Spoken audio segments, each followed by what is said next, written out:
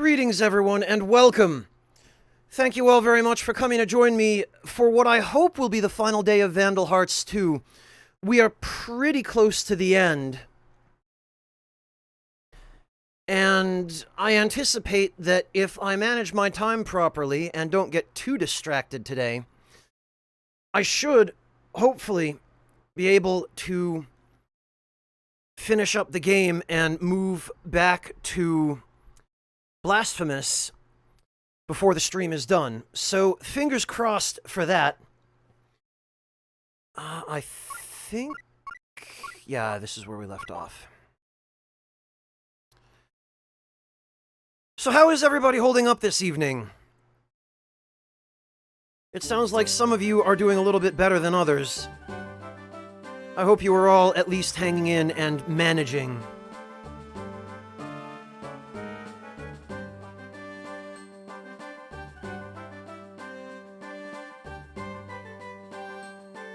Seika's actually you're joining at the beginning. We are just getting started here. So you could not possibly have timed that better. Also, Seika's, it's been a while. How are you doing?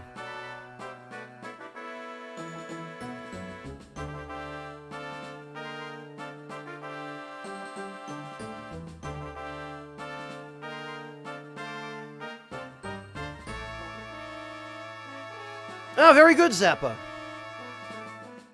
Nice, Alyssa. What are you making?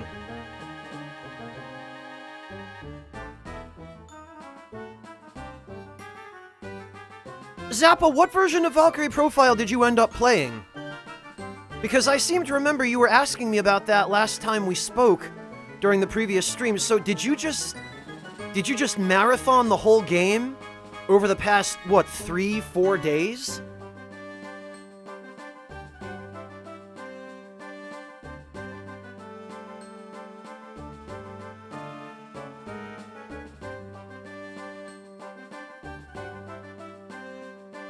Excellent, Alex. I'm glad to hear that. Congratulations.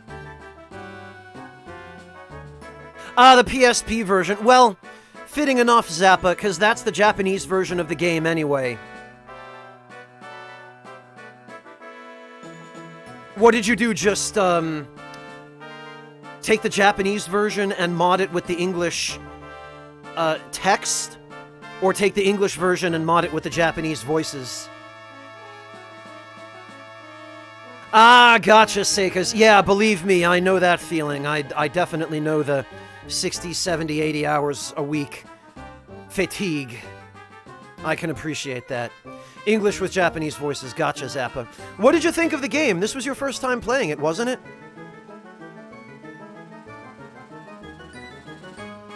Alex, I saw you said during Charlie's stream that you got pretty much all of the classes and most of the hours you wanted. Congratulations on that as well.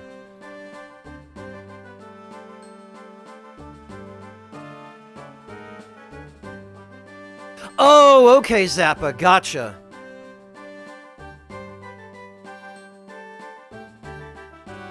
Yeah, some of the English voices are a little bit better than the Japanese ones, but overall I think the Japanese dub is somewhat better quality. Stone Ager, thank you so much for the resub. Welcome back. Really appreciate that.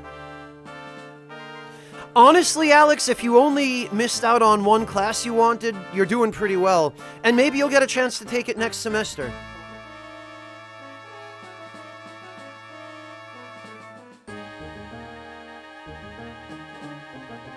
Yeah, you did mention you had to load a previous save, Zappa. Cause you didn't watch your seal value? Is that what screwed you over? Cause that's an easy way to do it. To mess yourself up and have to go back.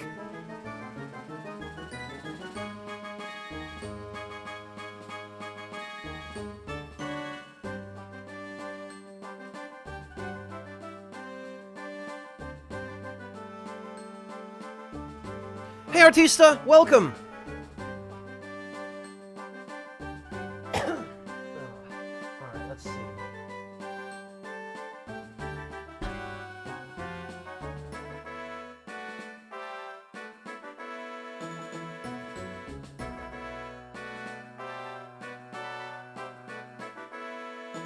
Yeah, Zappa, usually when I play that game, I go for the A ending. but the LP that I did of it on YouTube, I went out of my way to get the A and B endings. The C ending isn't really worth it. I mean, I don't really feel like it constitutes a proper ending. But the B ending is substantial enough and different enough from the A ending that I think it's worth showing those two at least. Hey Tuna, good to see you! Tuna, I'm gonna hopefully be playing Blasphemous a little later if I manage to finish this up, so... I don't know, Sonic 3 is a pretty decent accomplishment, Artista.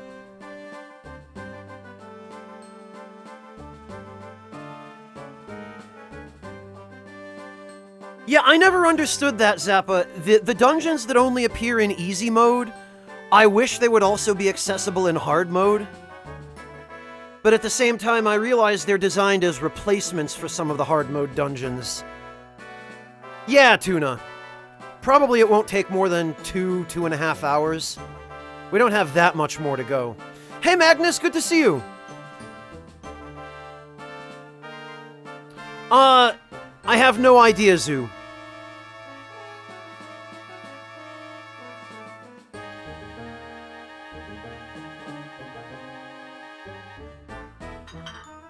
Other than that, I guess maybe it was supposed to be part of his penance. Anyway. Okay, yeah. Let me just make sure everybody is properly equipped. Did we? Yeah, okay. Dynablast, Solar Bless. We just need to replace Light Mark. Yeah, that's fine.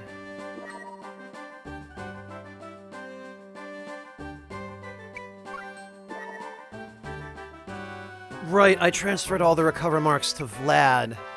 I'm gonna have to remember that. And I gave the lance to Lyra. Okay.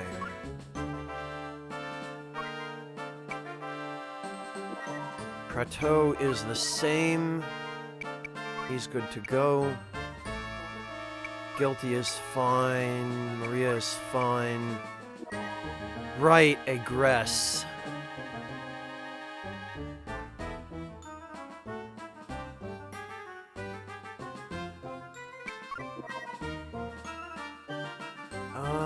Yeah. Okay. Okay, so Vlad and Hammett have the recover marks now.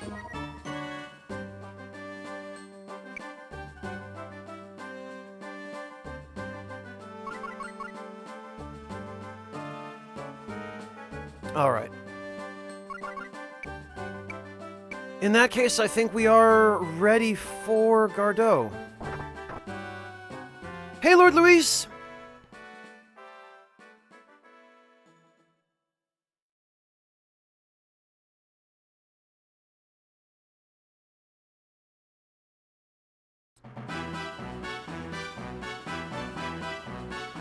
Alright, so this is just, I think... So this is Gardeau, the West Stronghold. Oh, it look hard. Very defense. There's no time. We have to go in now.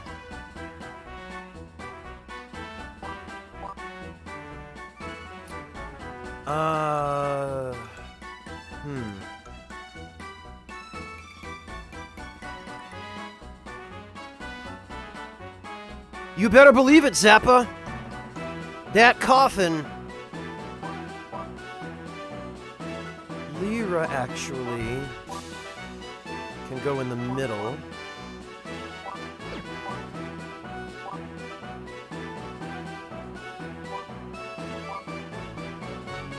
Gress, Prateau, Vlad.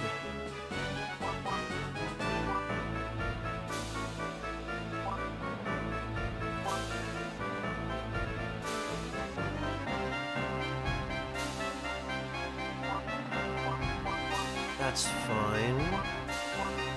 Maria can go there, and Pike there. There we go.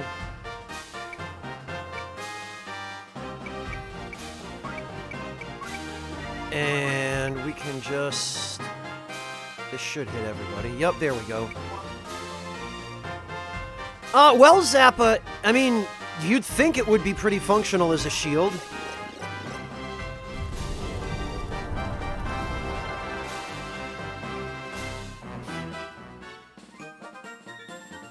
There we are.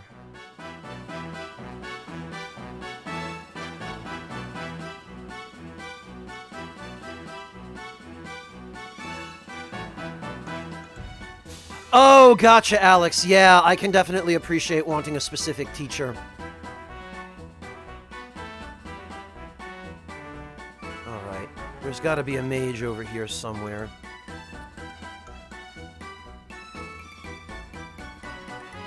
This, I think, there might be something on that tile.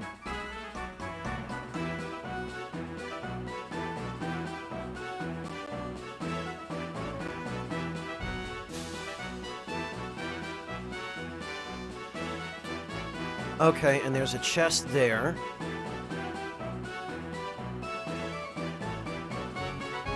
Are there any mages? There's one, okay.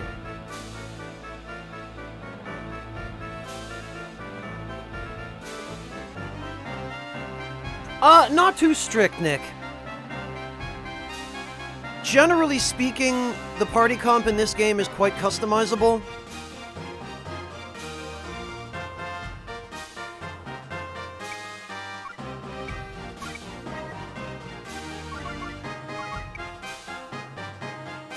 But there are definitely certain units that you're pretty much always going to want.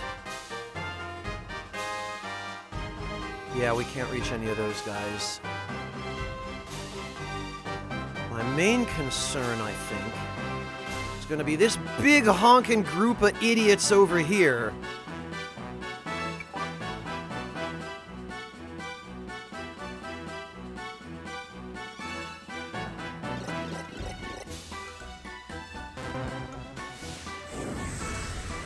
Yeah, Alex, it seems like you couldn't really have hoped for too much better under the circumstances. I'm glad you got that much. Ah, that's one I've never had an opportunity to play, Old Red Crow. But yeah, I miss this genre. You don't see too much of it these days, at least not in this style. Oh good, Proto's level 50.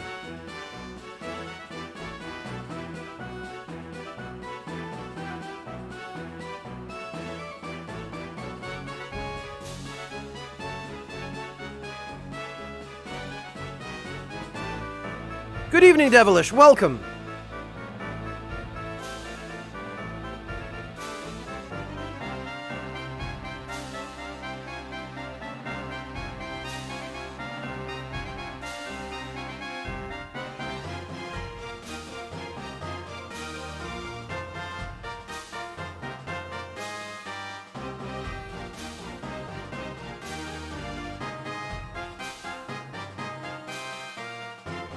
I'm doing all right, thanks, Devilish.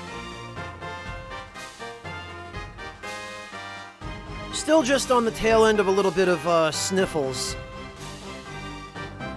Oh, good stuff, Mojo. Good stuff.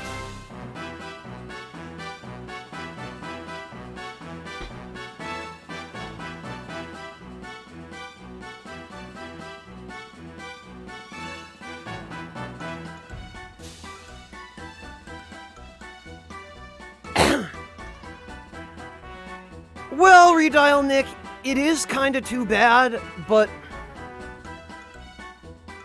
what they really need in order to increase interest in this genre is a modern, like a modern version of this game. And I mean, that new Fire Emblem game, Three Houses, is closer than pretty much anything else we've had for a while, but ideally, I would like to see them remake, just straight remake, War of the Lions. Fix all of the problems it had, or at least the major ones, and just remake it from scratch with modern graphics modern music, you know, modern voice acting. Although the voice acting in War of the Lions was still pretty decent for what it was.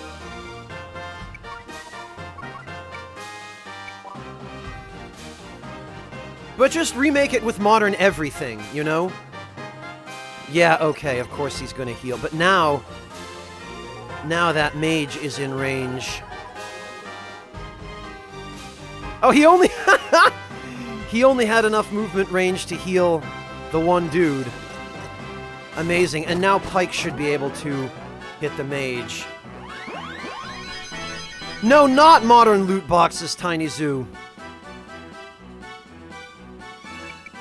Alright, actually, where is that pesky mage?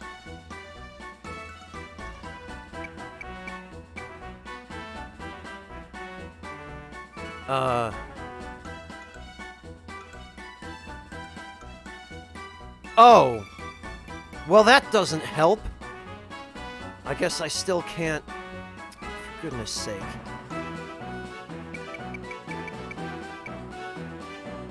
Alright, fine then.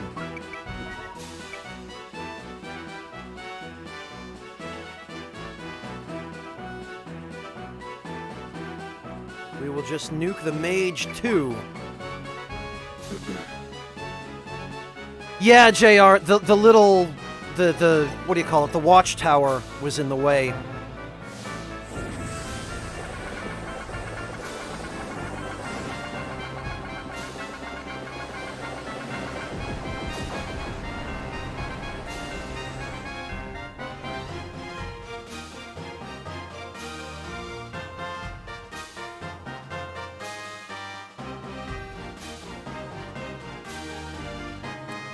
At least this way we'll be able to get rid of that mage.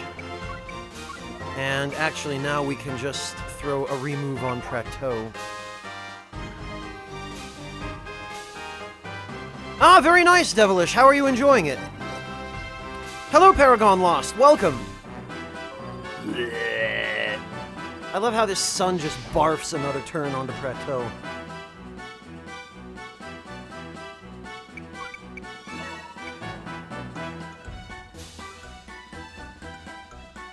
Alright. We should be able to get rid of that mage. There we are.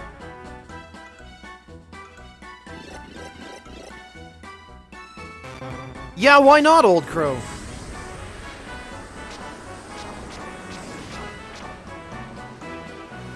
We do it because we can. Yep, we did get the mage. There he goes.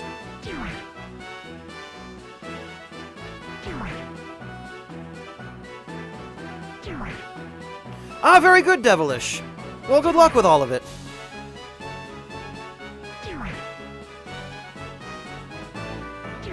There go half the enemy team.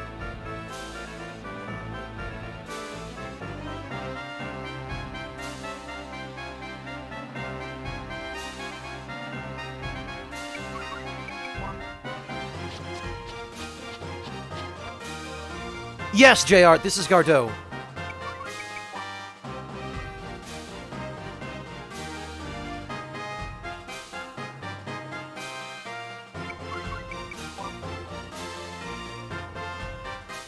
Oh, they already have some redial, Nick. Unless you're talking about adding more. Actually, Pike might be able to... Yeah, okay.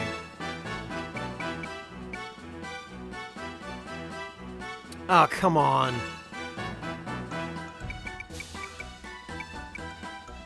What's even the point of having a unit like this?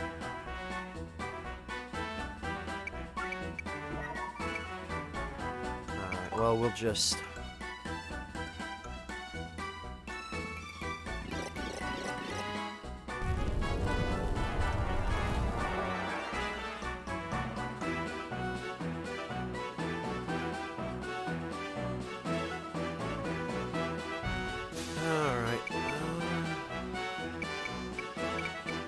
Oops. Can Joshua reach? No, he sure can't. Oh, I see what this guy wants to do. He just wants to hit Joshua.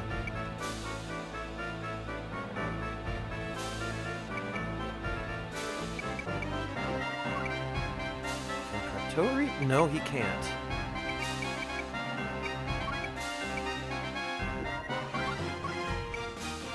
Well, alright.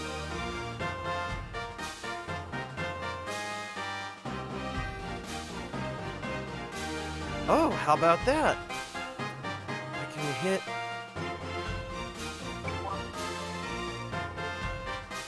well, I don't think I'm going to be hitting him. Maybe. That's correct, Devilish, yes.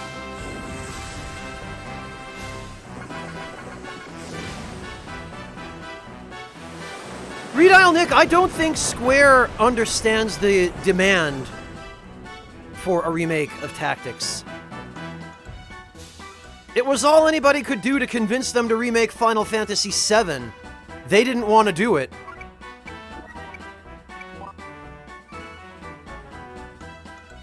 That's correct, JR. The final map that we need, which I believe is Goldfinch.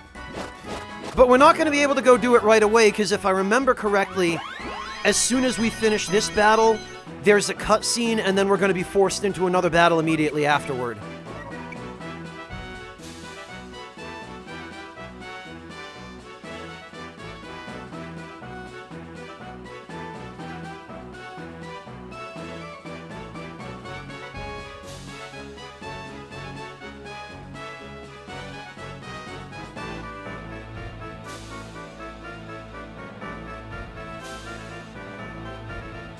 Come on. We can't reach them all, I guess. We can reach these two, though.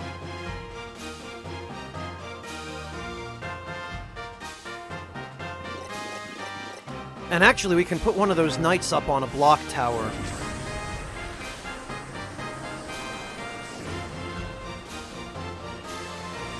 They could make a new one, Devilish, but the obvious big money move would be to capitalize on one that's already very well loved, and to do a proper remake of that. Making a new one, like starting a new IP, there's a lot of uncertainty involved in that.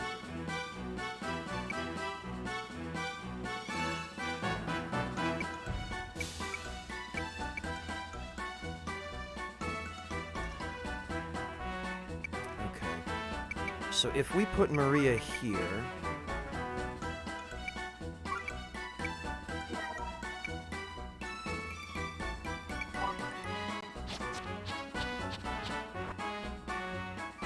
I don't think they really understand almost any of their IPs anymore, Artista. Certainly not the classic ones. They would just be trend chasers now, if not for the influence of... the more vociferous elements of their community.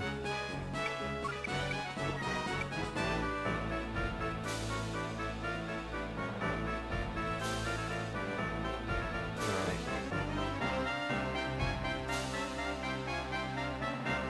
These three guys we definitely want to take out.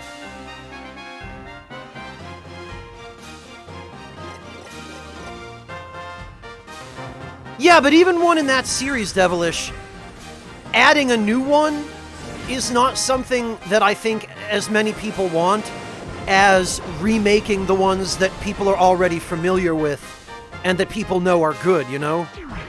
It's always a safer bet to do something within known parameters and known boundaries than it is to try something new. Especially as far as Japanese companies are concerned, where they're just so terrified to innovate or do anything new or different.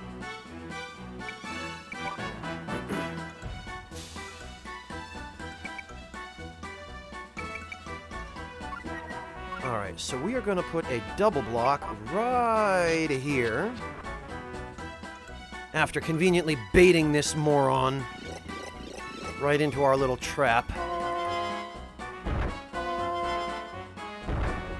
Japanese companies more so, Amateur. Yes, it's definitely a trait of big companies in general, but it seems to be a cultural thing in Japan. Japan is, and Asian countries in general, but Japan is relevant because it's, you know, one of the major video game developing countries. But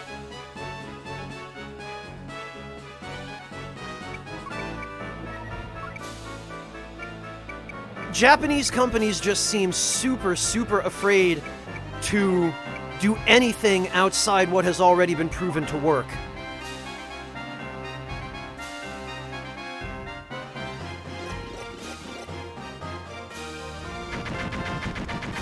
Stone Ager, it's similar to Final Fantasy Tactics in terms of story. It's a, sort of medieval-focused story of political intrigue and maneuvering and treachery and that sort of thing. There we go. It's a damn shame you only ever get one weapon in the entire game that has triple slash. Pisses me off to no end.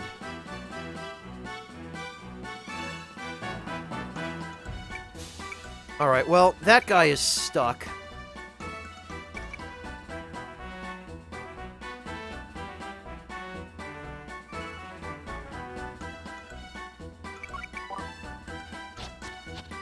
So, I think all we need to do to reach the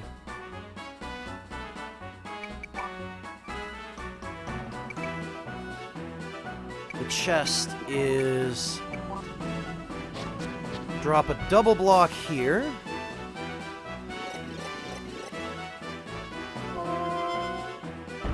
Because otherwise, this is a really annoying chest to reach.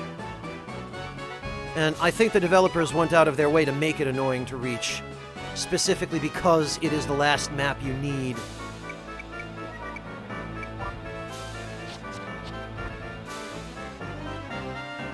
Because you can't just go up to the top of the wall and jump over. You have to create double blocks.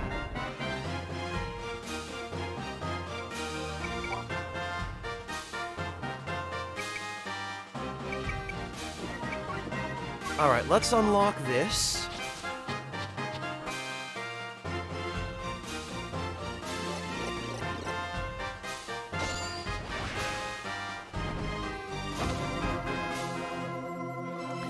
Well, yeah, Box Bunny, he's exactly right about that.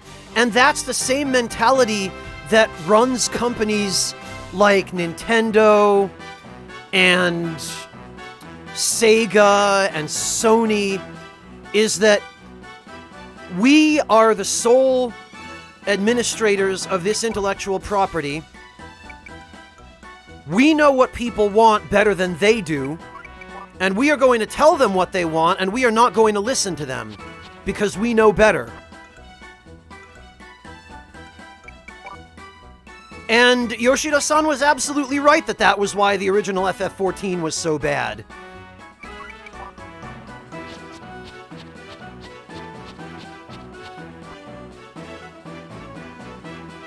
Oh, there wasn't anything on that tile. Okay, well...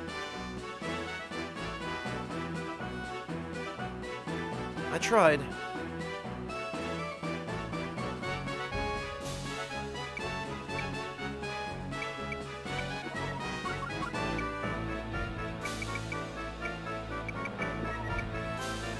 There we go.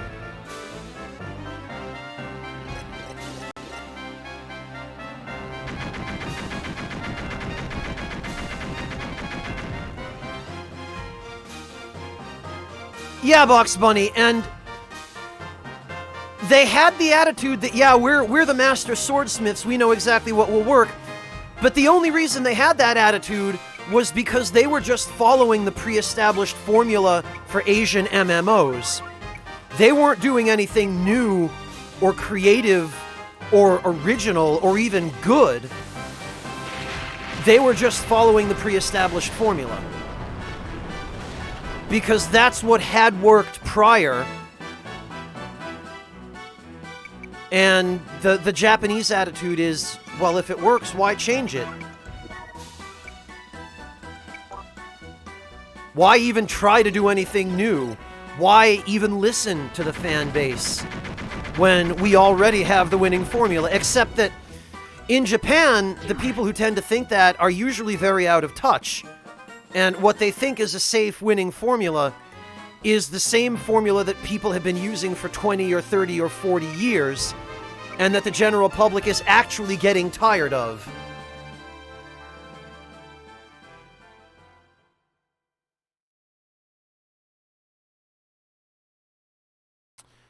West Natra, Gardeau, Queen Mother Agatha's room.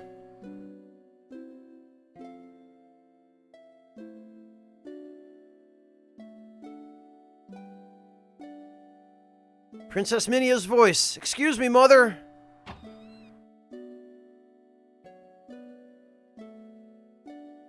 Ah, Minia. There seems to have been some sort of commotion in the palace. What is it? I have no idea. Mother, I brought you some hot tea.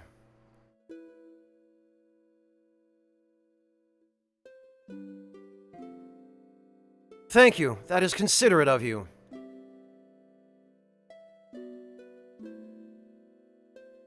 Minia, there is something important I must tell you. I'm sorry I had kept silent about this, but... what?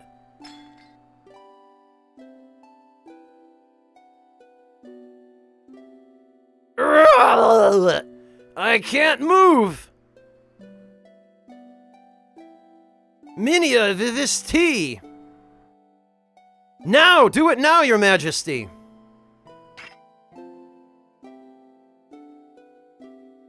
What are you doing? Hurry, Your Majesty. Mother, die! Blah! This is for all your sins. I will never become your puppet. No, not before Archaeo's liberation. I won't die. Ah! Kya! Look out, Gregor. Ugh. Ugh. Mother. So right when Agatha was about to tell Minia, hey, no, I want to atone for all this shit, right before that could happen, Minia and Gregor pull this stunt and ruin everything. No! Oh, well. So they're dead.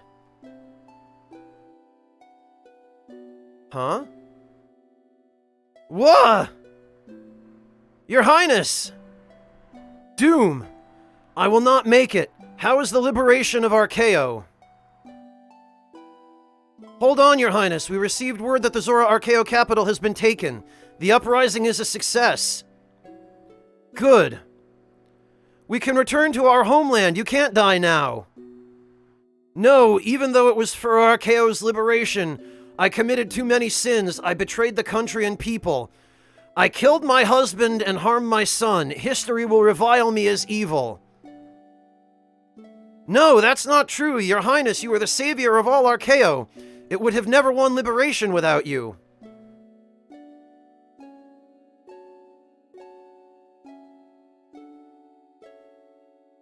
Thank you, Doom. Farewell. Your Highness!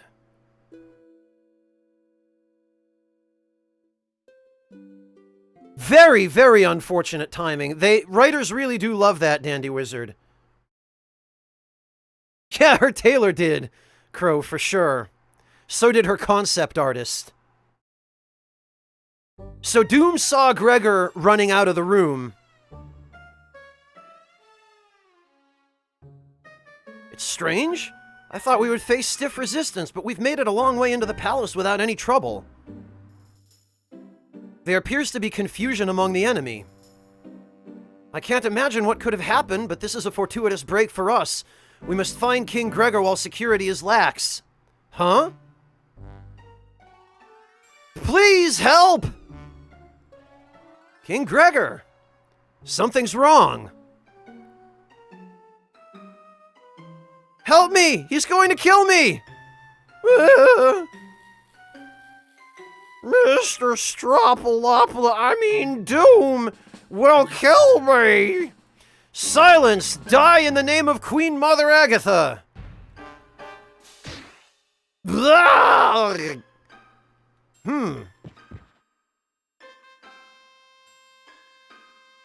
What is the meaning of that? Look at Prateau, he's like, wait, what?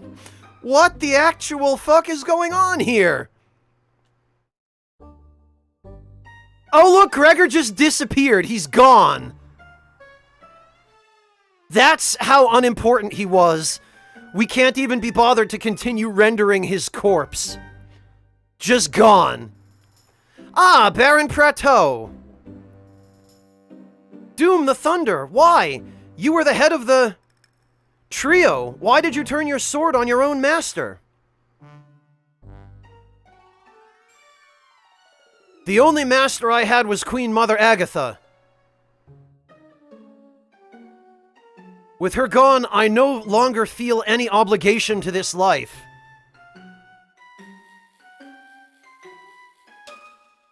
To depart it in a shower of our blood would be a fitting end. On guard. Oh yeah, hey, look at, he can just summon demons. Why the hell not?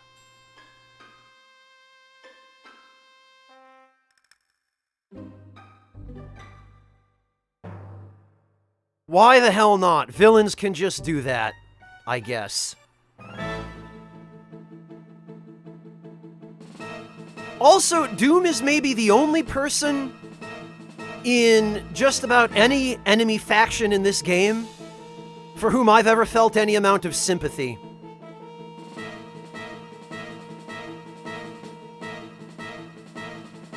Because he was just doing his best. He was trying. He was really trying. And through no fault of his own, the master that he was so loyal to just got punked while his back was turned.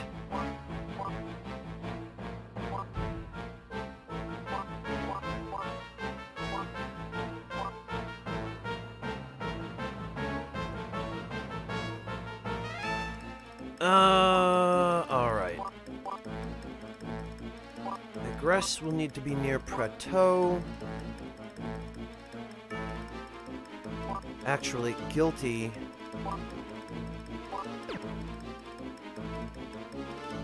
And Lyra will need to be there. Pike can be back there, because, yeah, that's fine. Okay. Can they reach us? No. Alright, let's get everyone's EP maxed. Yeah, Old Red Crow, I feel like there are probably a lot of references to old... Well, maybe not old, but to other game series from around this era. Not just Gradius, but like the Golden Axe is probably a reference to Golden Axe. And then there are a couple of others that I don't recall off the top of my head, but...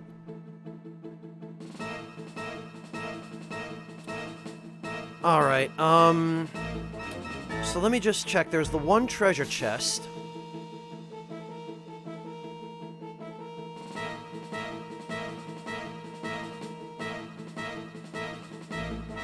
Is it just the one treasure chest? It might be.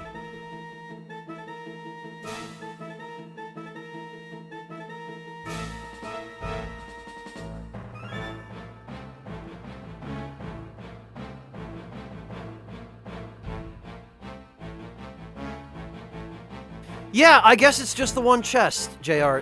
So, in that case...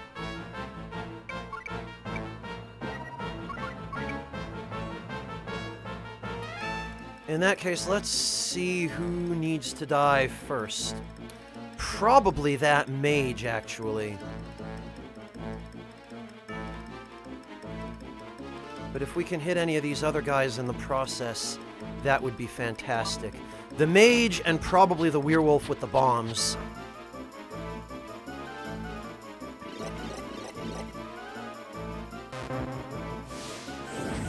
I suspect that mage probably has a healing spell. I should check, but...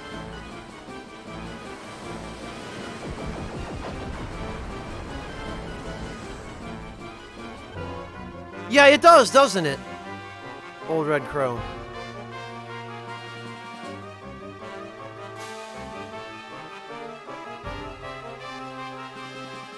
Actually, let me check. He does have heal max, so that's exactly probably what he's going to do next. Robe infused with the curse of a long-dead wizard. Great. Oh, and he has an evil rod. And black hole. Okay. Stuff I don't think even I can access yet. Armor that gained life through wizardry. There is nothing inside. Fantastic. Wolf coat? Okay, nice. A coat that transforms a human into a savage wolf-like creature. I'm pretty sure it's not the coat. But yeah, he's got ranged attacks, which is going to be a problem for us. Drag wing? Oh no! Powerful wings that propel the dragon at high speed. Oh, and apparently they have 2 elemental weaknesses. Right, what does... Okay, he's got Thunderfall, Electromark, Axe Storm, Absolute Zero, and Freeze Mark. Alright. Oh, 3 Recover Marks. That might be a problem.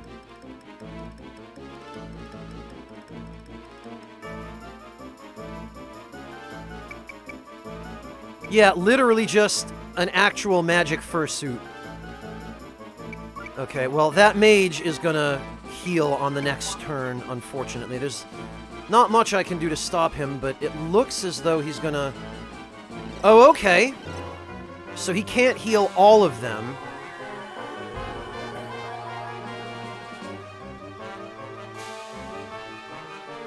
Oh, and he actually only healed himself and Explosion Wolf over there, so... Those are the 2 units I most want dead, which he probably knows.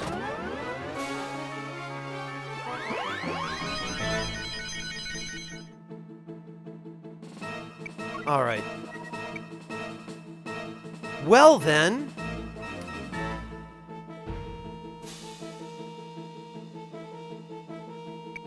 If that's how this is going to have to go down...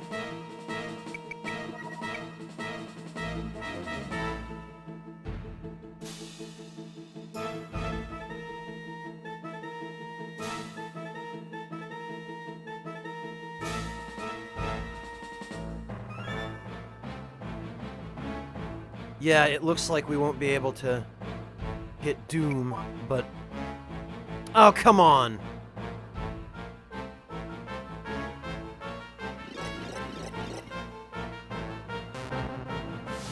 Alright, well, we can at least get rid of that mage.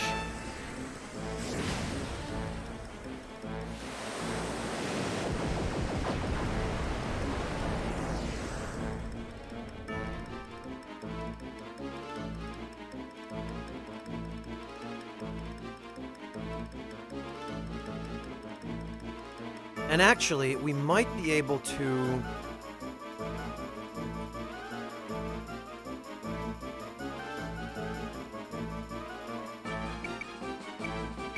The thing is, can Doom reach... No, he can't. Okay. And no one else will be able to either, so we should safely be able to...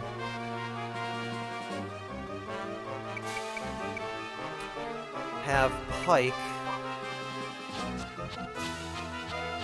do this, and then we can just move Pike first on the next turn.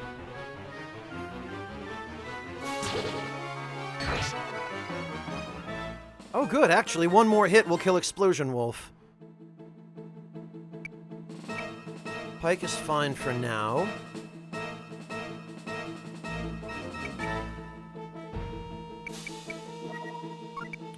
Remove on Prateau. Gradius, Red Crow. Ripple Laser literally just summons Vic Viper.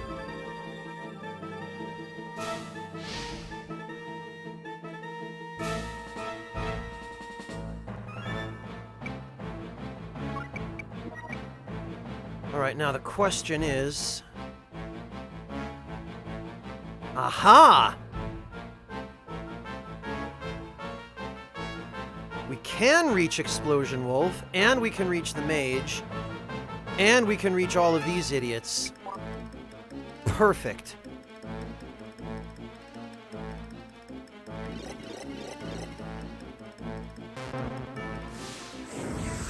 Yeah, Zappa, I didn't bother adding a command for it because we're pretty much at the end of the game now, and there's just no point anymore. I should have thought to do it earlier, but now it just doesn't matter.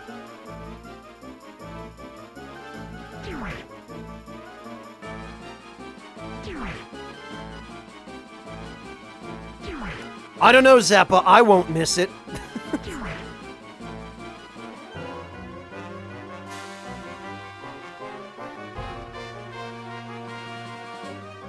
Okay, so it's just the 5 of them. Now I need to get Maria up here.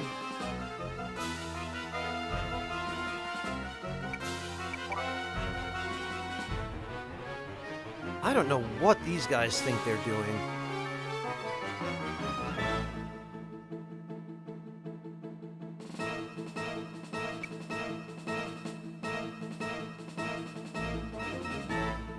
Okay.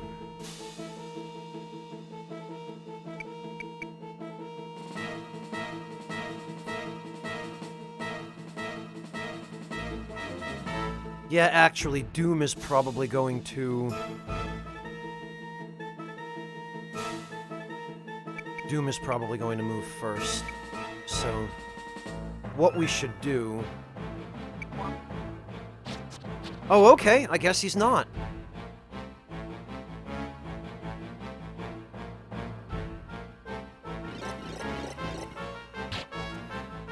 Well, JR, that's how you learn, right?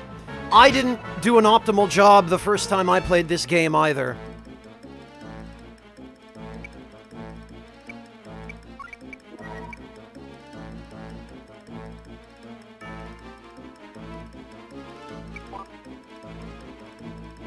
Hopefully Doom... Oh, okay. That's fine.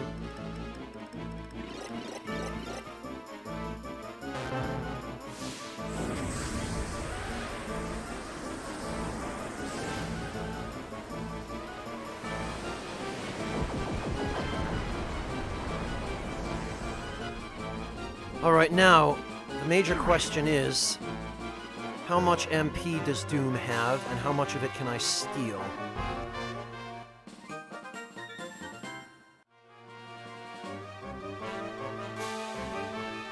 He has 70. And actually... Well, Maria could steal 15 of it.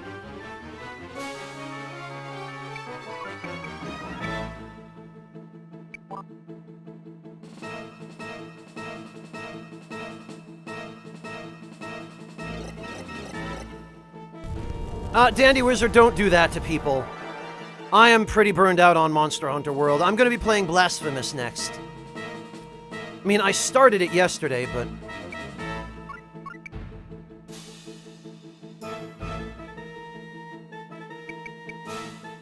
Yeah, we haven't actually spent enough MP that it's worth trying to steal any yet, but...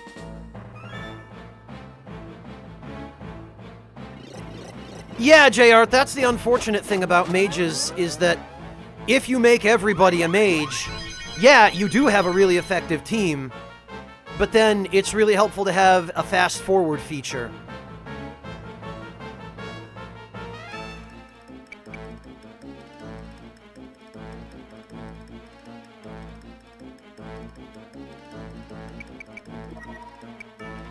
Alright, actually...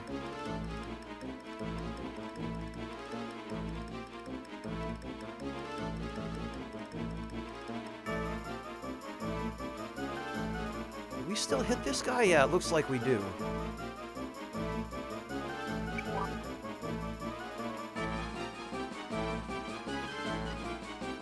Hello, Rakish Sage, welcome! Ouch, yeah, that sounds difficult, Sage. Reminds me of the battle against, what is it, like 11 monks on Grog Hill in Final Fantasy Tactics. That one's a doozy, too.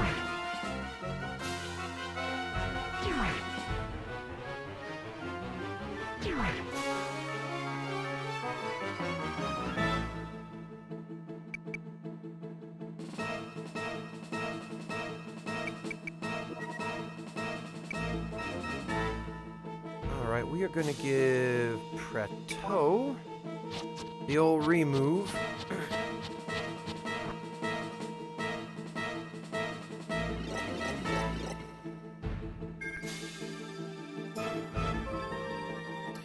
That's the plan, J-Art. I am going for the best ending. So, once we are done here, now that we've got map 5, we can finally go clear Goldfinch. And I went and checked, and it turns out you do need all 14 maps for the 7th Prism to show up at Rose's Hill.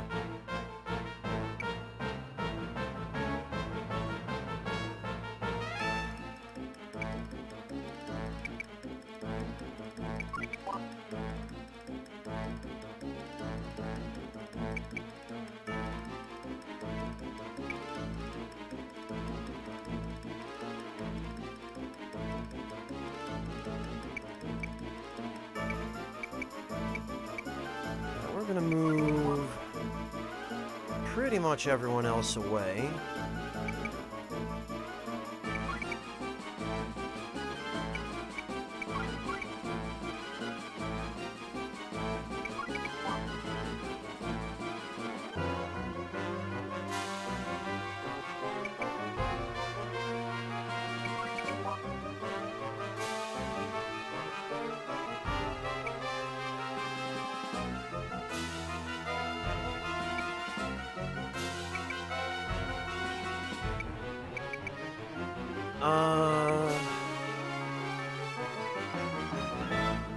Okay.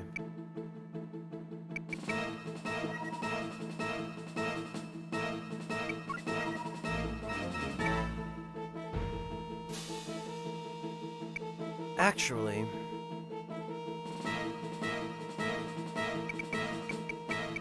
hang on a minute.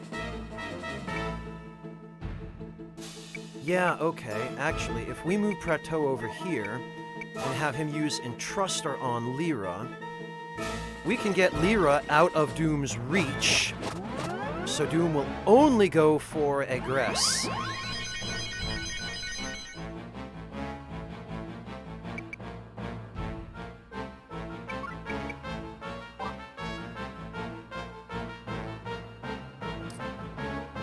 All right.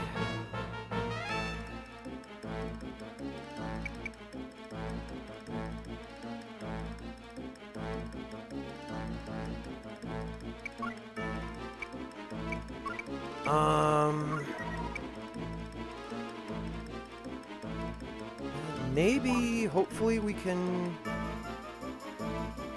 I think we got him. Yeah, there he goes.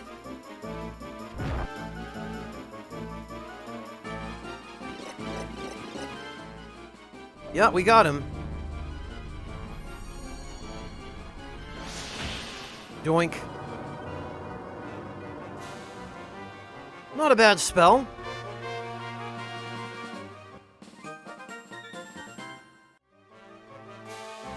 Now what we can do...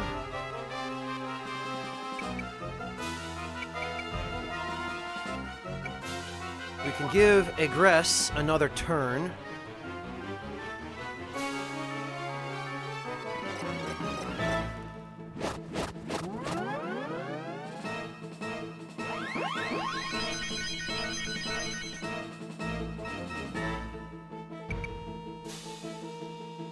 One, two, three, four, five, six, seven. I think... oh, no, we could do 8. Yeah, now we can just steal all of his MP.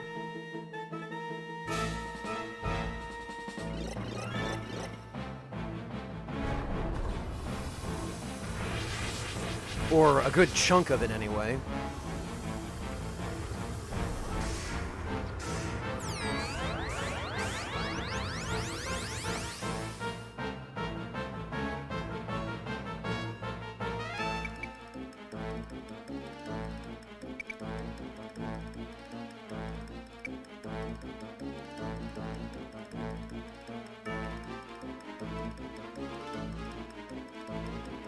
Okay, and actually...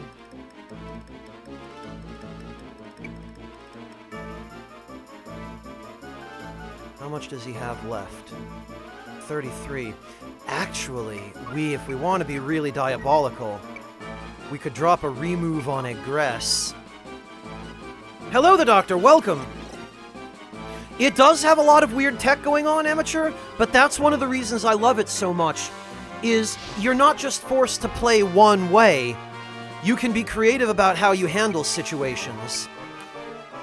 So now I'm going to absorb more MP from him.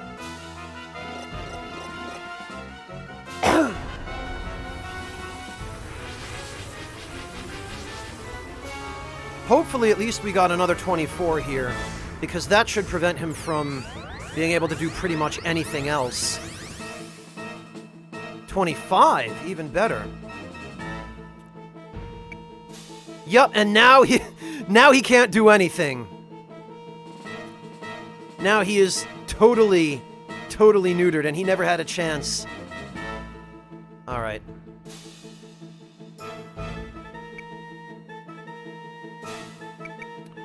And now we can start picking off the armor up on the gallery. I don't know why they start off up there. What a dumb place for them.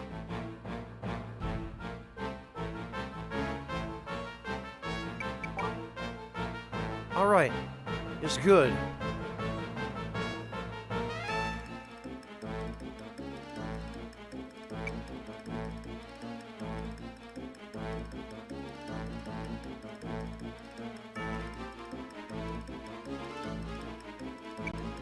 Alright, so my prediction is...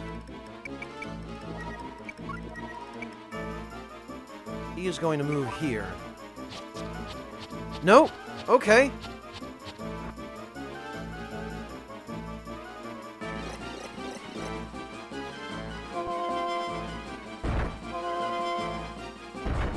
Well, can't say I didn't try.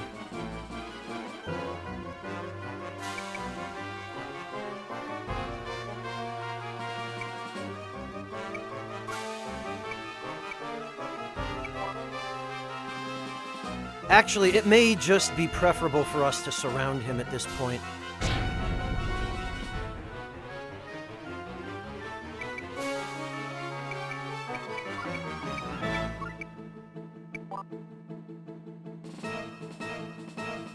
Stop, Doom! You know this to be meaningless!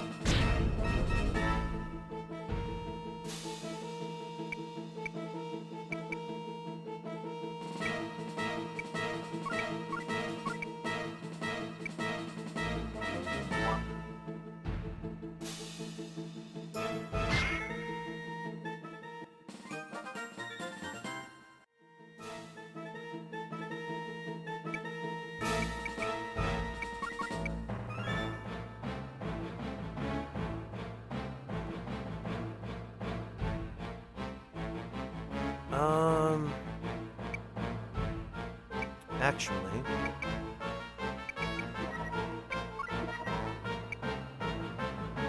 I think we're going to move Vlad behind Doom. I haven't forgotten, J-Art. Believe me, I haven't forgotten.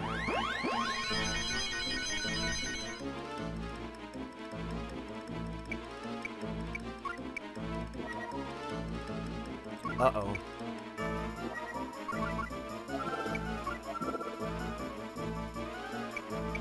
Okay, yeah, he does have enough MP left for Axe Storm.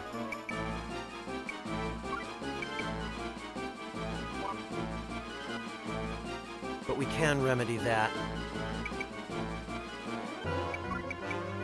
The main thing is I need to surround him.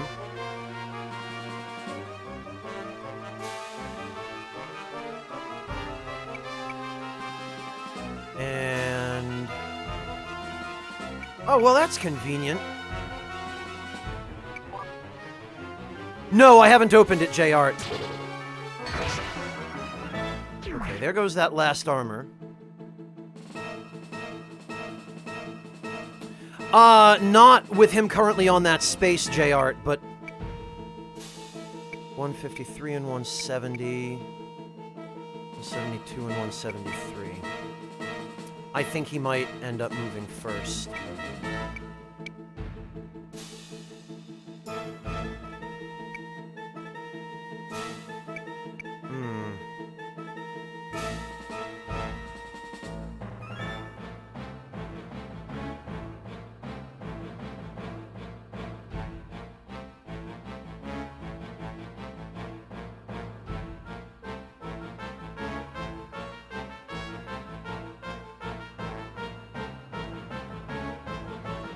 Amateur, why would you oh, hang on. I see what that is.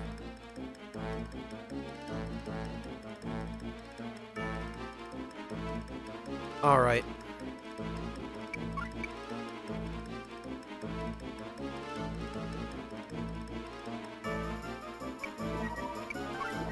Well, hopefully we'll be able to take the last little bit of MP from him here before... Damn it. Yeah, I figured. Well, that was foolish of me. But it's fine. Everyone survived.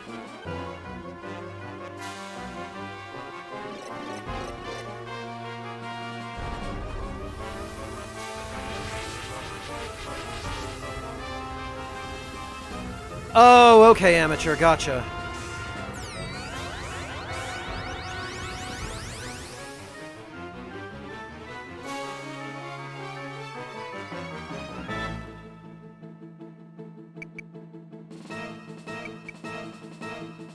Well,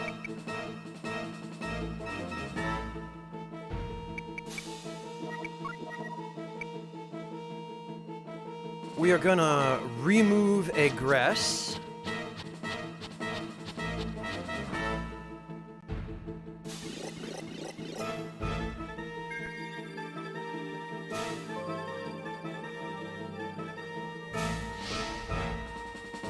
Hello, Azure Ace, welcome!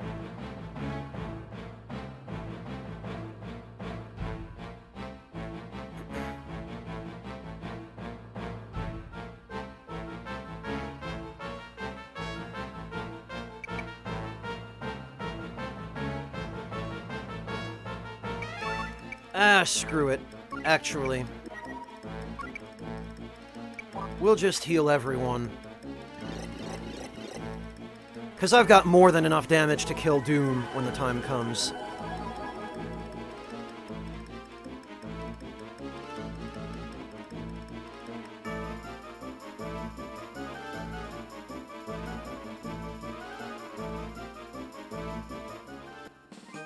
There we go.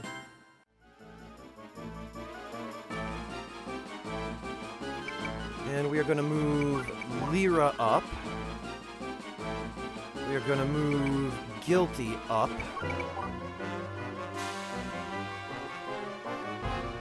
And we're going to move Pike into position.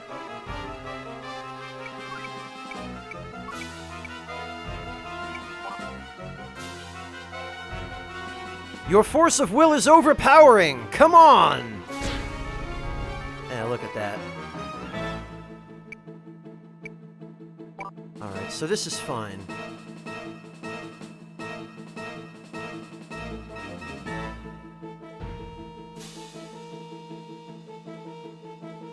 So, Prateau is going to move. Because Doom is probably going to go for him. No? You're good, boy! How will you avoid this? Watch Joshua block it. Nope. Okay, well... we are gonna move Lyra up.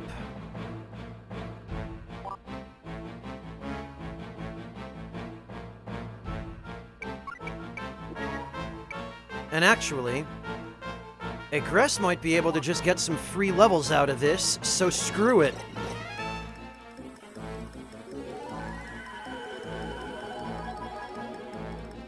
Amateur, he intends to die.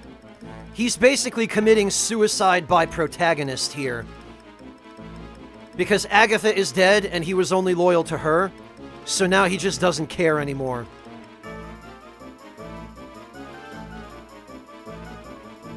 Oh, okay, well, that did not go as I was hoping. But now...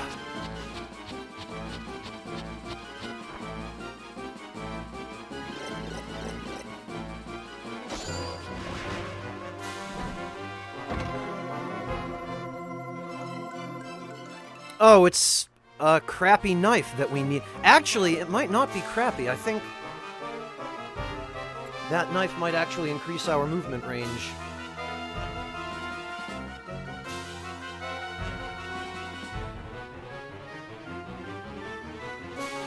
Yeah, a sword breaker. So now we've got pretty much everything we need here.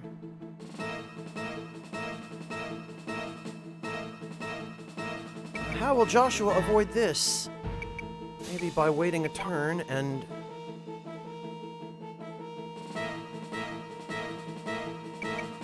Okay, Joshua can move. Doom is probably going to go for him again. Yup. GG, Doom.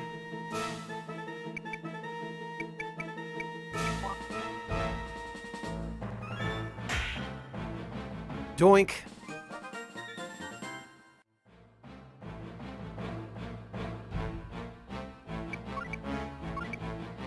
Look at all these levels.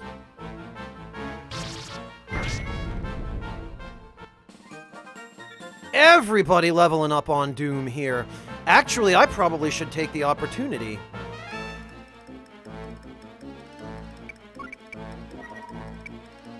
To heal him a little more, so that we can all level up.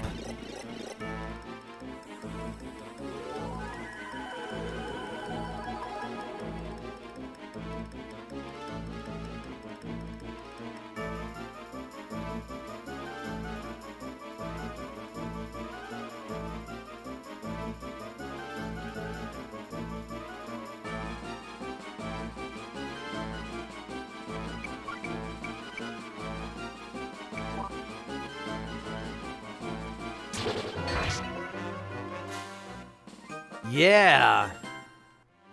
Everyone getting them sweet, sweet levels.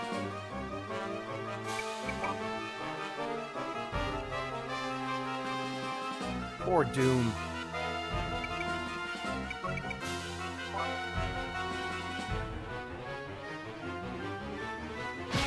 Oh, no, now he goes for Hammett. Okay. Alright, well...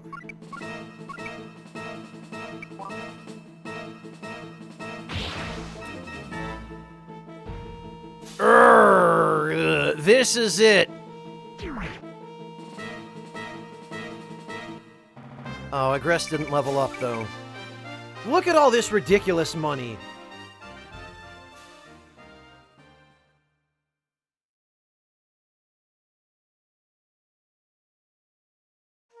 Hello, Atomic Nuclear Foxfire!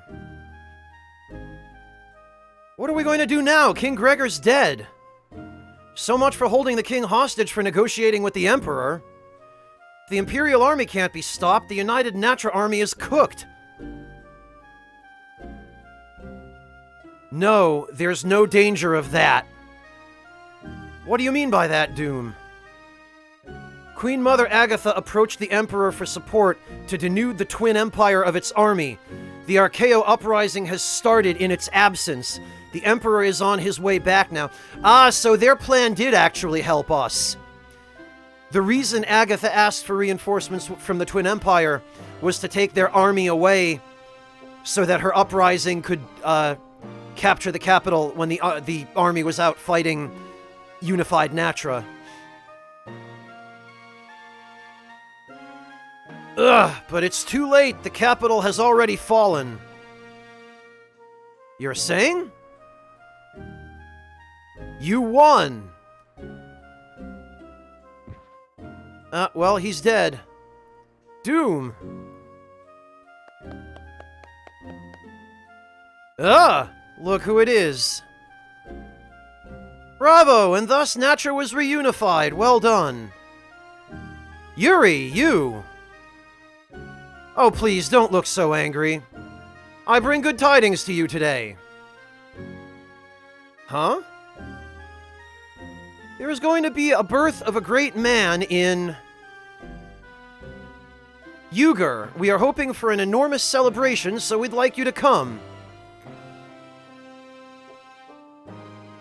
For you, we'll have a special reception to die for. Great. I'll see you soon. Freaking thanks, Yuri. Asshole. What did he mean? I don't know. But I have a queasy feeling about this. Let's return to Uger now.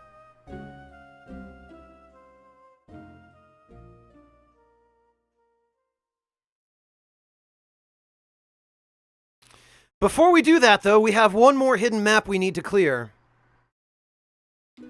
Natra Palace. King Franz, I have wonderful news. We just received word of the West's capitulation. Natra will once again be united and peace will finally arrive.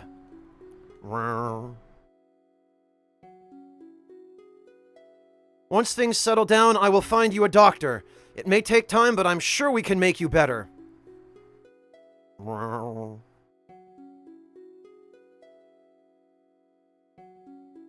Everything will turn out for the better. There's been too much tragedy already. Things have to get better.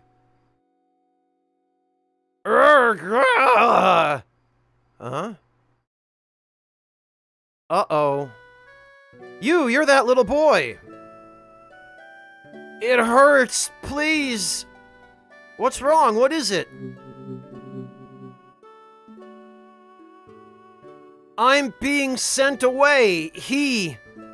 Wait, I'll get someone. Help, come quickly, I need help. No, it's too late. Don't give up, hold on. Don't forget me when I'm gone. My name is Franz. Oh, so here we learn that this is actually the spirit of the king. The reason he's appearing as a little boy is because his soul was banished by Agatha when he was really young, when he was the age that his spirit appears. And I wonder who could be trying to send his spirit away, and why. Huh?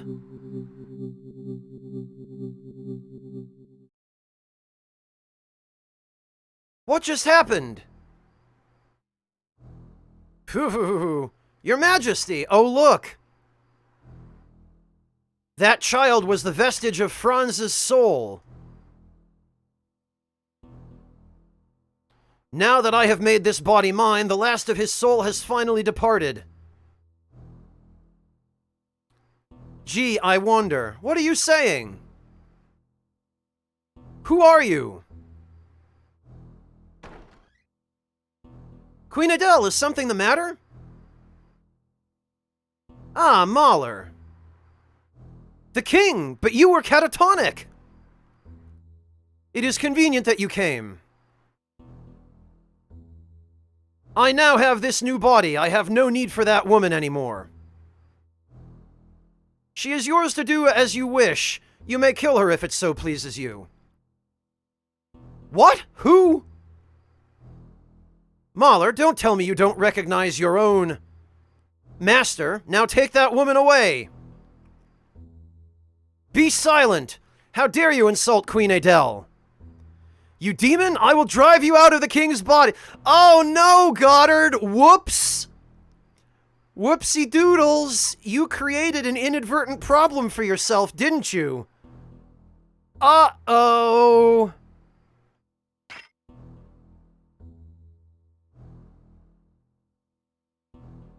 Disobedient fool! Ha!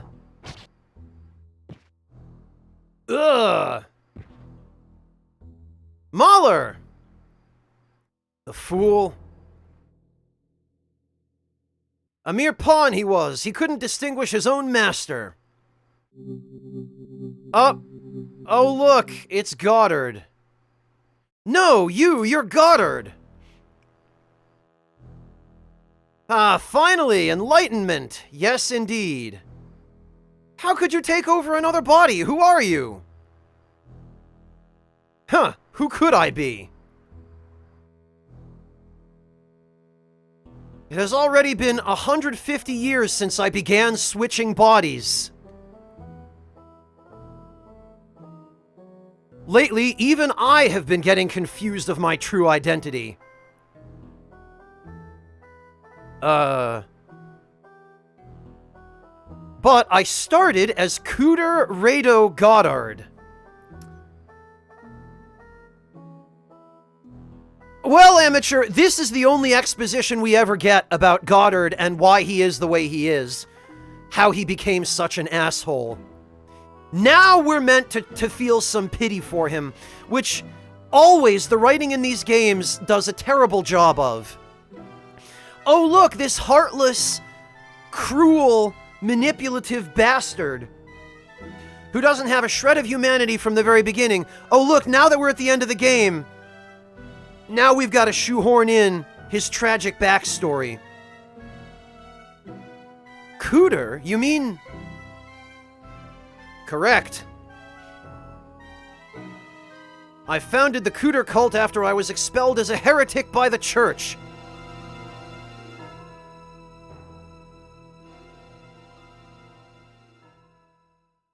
A 150 years ago.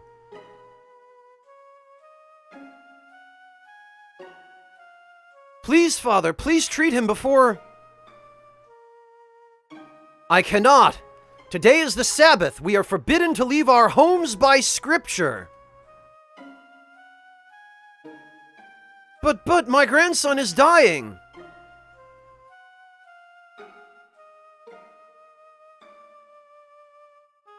What is the matter?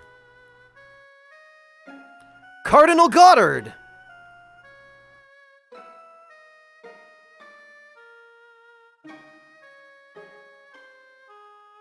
Who is this gentleman? Please save my grandson. He has been poisoned.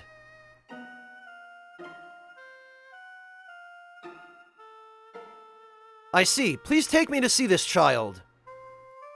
But Cardinal Goddard, the Sabbath! Human life comes before the commandments.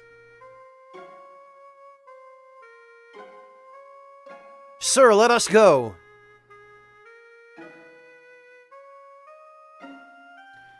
Gee, I wonder what happened as a result of a cardinal disobeying the commandments. Judge's voice. Answer this, Cardinal Goddard. Is it true you defied the commandments and the Sabbath? Yes. The nerve! The traitor! It is a blasphemy! Why? Also, note that the judge here appears to be the body that Goddard stole after this. Why? As a servant of the Lord, adherence to the commandments is absolute. If I did not go, a child's life would have been lost. That is immaterial. Or do you feel the life of a single child is more important than the divine command? This is why I hate religion. The commandments were made by God for mortals. If the lives of people are lost to uphold them, their true intent is defeated. Nowhere does it say in the scriptures, the insolence of it all. The impetuous young fool. The next pope, pah, he is finished.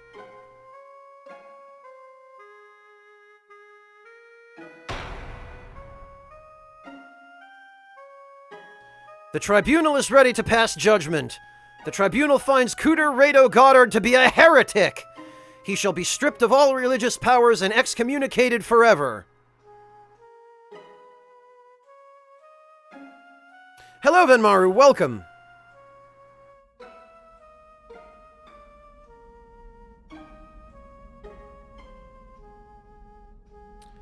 I lost everything. Was what I had done wrong? No, it was the correct thing to do. My status was far less important than the child's life.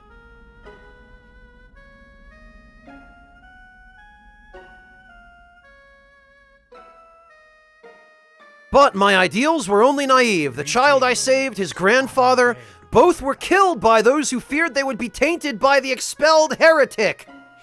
So everything he did went to waste. Dachujin, thank you so much for the Twitch Prime sub. No, that is awful. It was then that I abandoned my faith. But because of it, I found something of true value. Huh? It won't be long now. The world will sink in a sea of blood, and divine bells will chime with joy.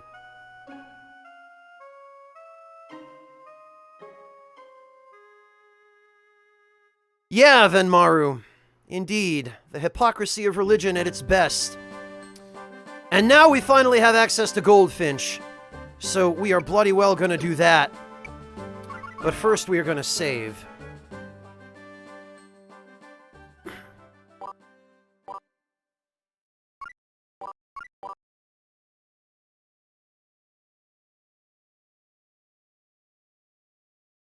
Well, Old Red Crow, that's the thing. It's never explained where Goddard gained the ability to switch bodies.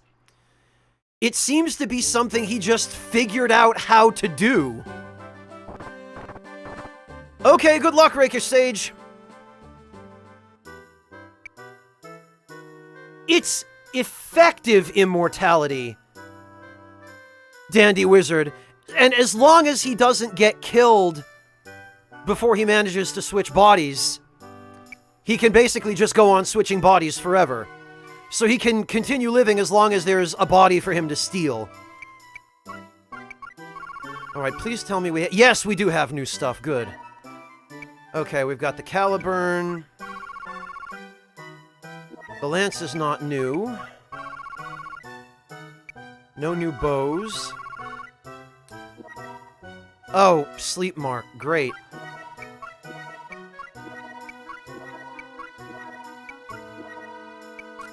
I don't think we've even gotten the, We can't even access the dagger that has the skill that Godot was using. Okay, that's still Heaven Gate. Hello, Dial D, welcome!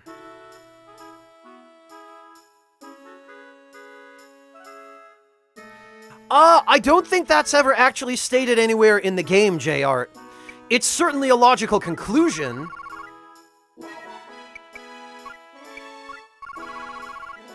Oh, we don't even have access to the Gold Axe yet. Great. Welcome back, Monotone. Okay, we got that. Nothing new there. Nothing new there either.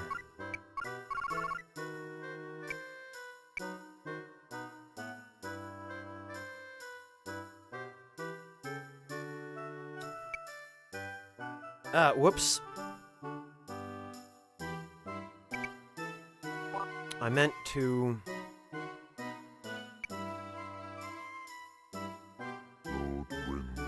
Amateur, thank you so much for gifting a sub to Dial D. Really appreciate that. Alright, who still needs a sword?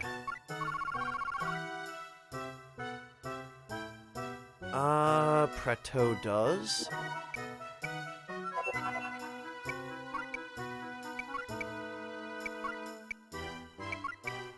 And Hammett does.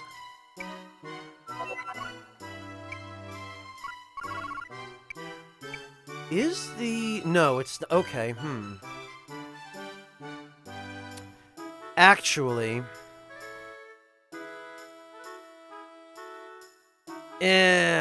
Yeah, Joshua's probably still better with the Nodachi.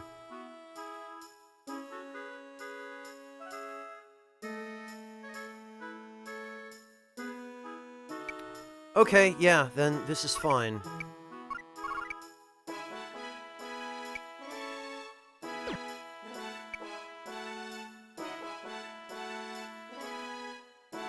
Alright, so... We actually don't need to go do any extra leveling up for these weapons because they have skills I intend to use. Oh, although I'm gonna want Thundershot for Joshua as well.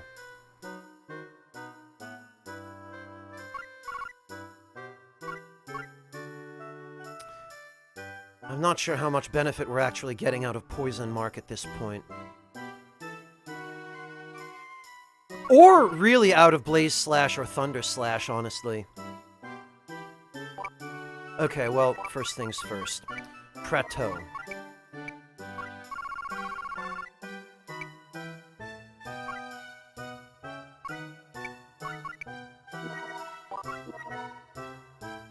Okay, so Thundershot, Fire Burst, Ripple Laser, Double Slash, and Poison Mark.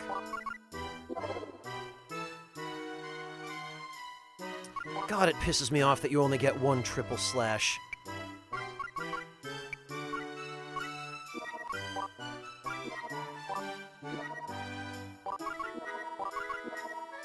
Okay. Fire Burst. I guess Blaze Slash, Double Slash, and Poison Mark.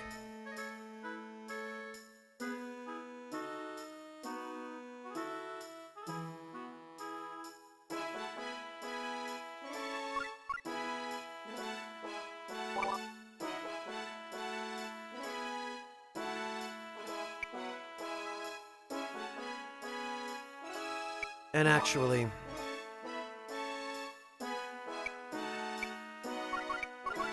I think just for now we're going to buy and equip a Caliber on Joshua.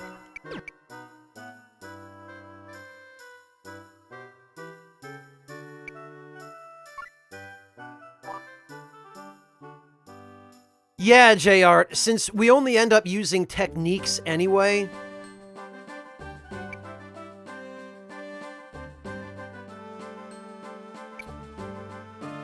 well, we have to finish Goldfinch first, JR. So, let's go do that. No, Dial D. I don't actually like Final Fantasy VIII. I cannot stand the junction system, and I've looked into the... And it's not a remake, it's a remaster, Dial D. And I'm not very impressed by it. It looks like a really lazy remaster. Like, they didn't even upgrade the aspect ratio. So, no, I'm not interested in it. I won't be touching it.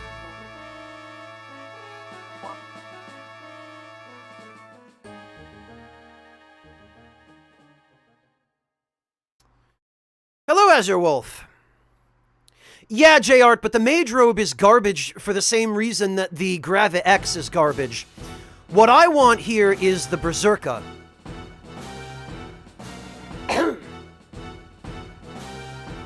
Yeah, Dial D, it's really lazily. It was just literally slapped together just as a cash grab. And I have no desire to support it. Even if I liked FF8 to begin with, I wouldn't support such a lazy remake.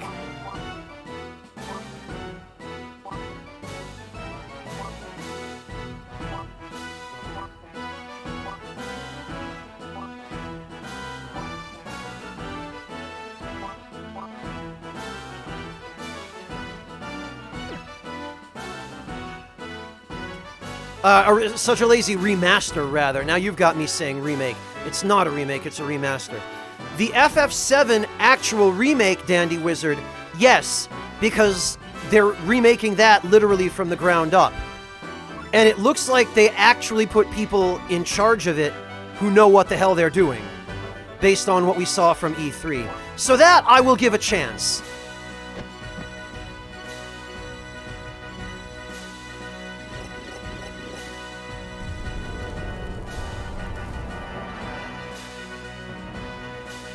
Glasscute, I was asked about the FF8 remaster.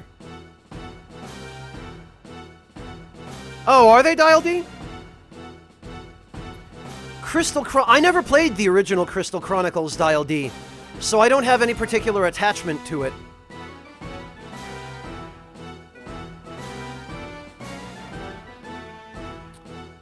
Alright, now I need to see...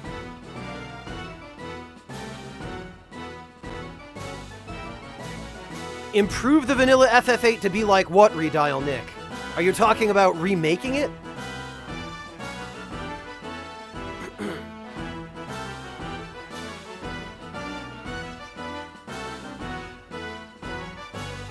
Okay, so there are the 2 chests. If I remember correctly, somewhere around here...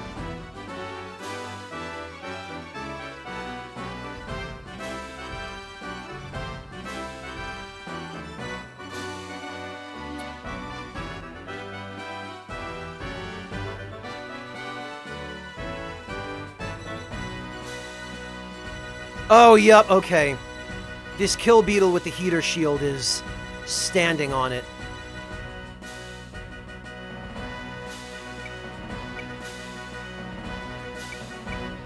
There we go. Okay, yeah.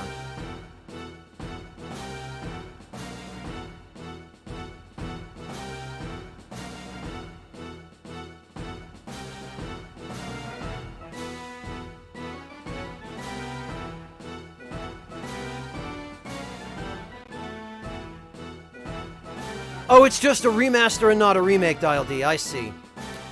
I don't know. Like I said, I don't have any attachment to it. So if it looks good, I might try it. Otherwise, probably not. New FF7 remake trailer, Dandy Wizard? New as of when?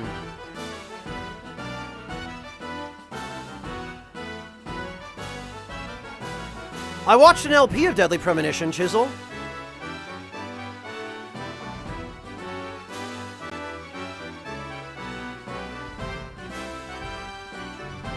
Alright, what are we looking at here? We've got 15 enemies. Oh yeah, actually.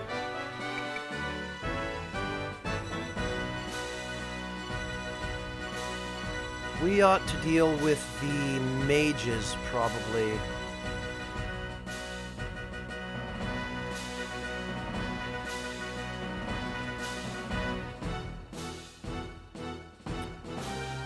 Okay.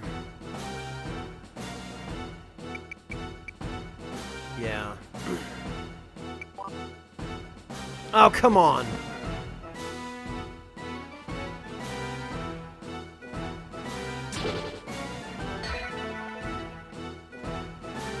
Oh, no, I didn't see Dandy Wizard. If you want to link it, go ahead. Yeah, that's the LP I watched, Chisel, and I did see the announcement. I saw that Swery announced that he was working on Deadly Premonition 2. And good for him. I'm glad. I'm glad he got to do that.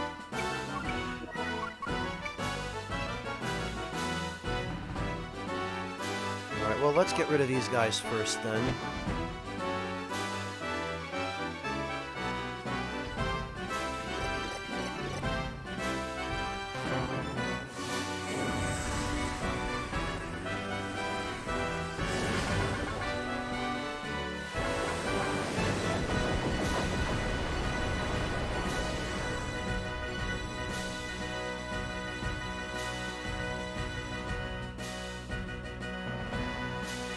Oh, okay, good. We did get a bunch of them, at least.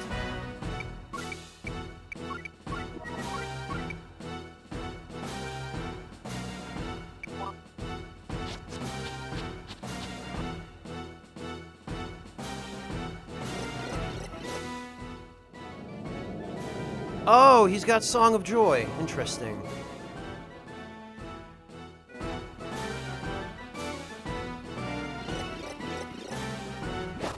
Yeah, Chisel, but knowing Swery, I'm sure it'll still be a wacky game, even if it does have any amount of polish.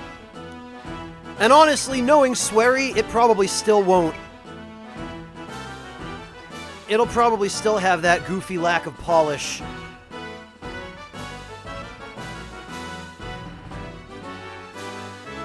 That you want from a Swery game.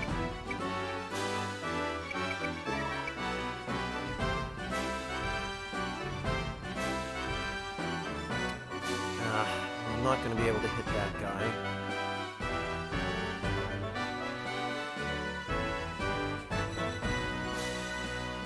Thing is, can I hit that mage? What the hell?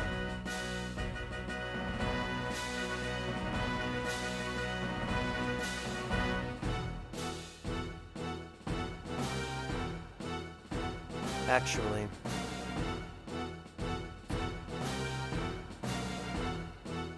We can get these guys.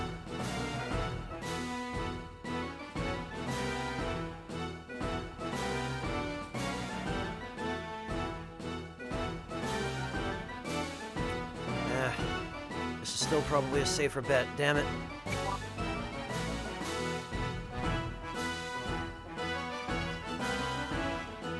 Thank you, Dandy Wizard. I will check it out after the stream. It's only a skin of him, Dial D. It's not a unique character.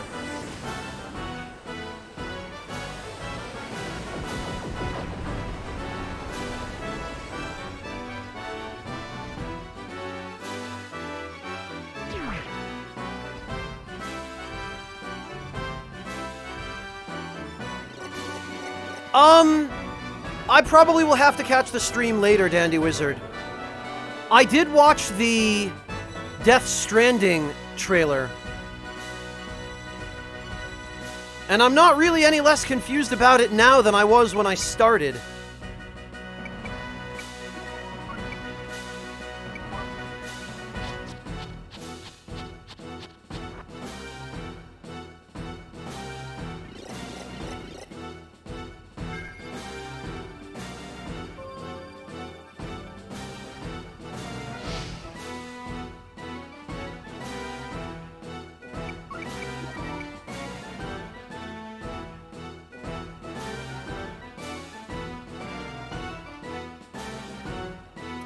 Well, we can hit these guys. Oh, actually, and it looks like this werewolf just walked into it too. Fantastic.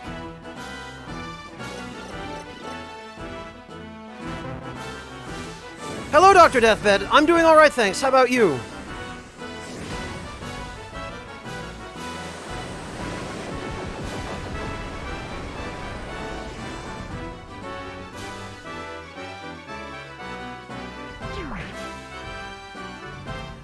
Oh yeah, he did say that, Chisel, didn't he?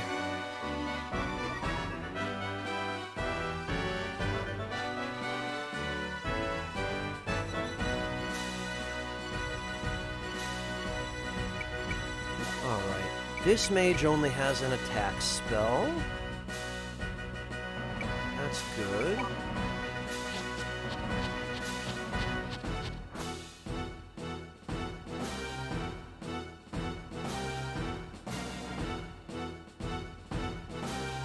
Oh, good luck with everything, Deathbed. Hang in there.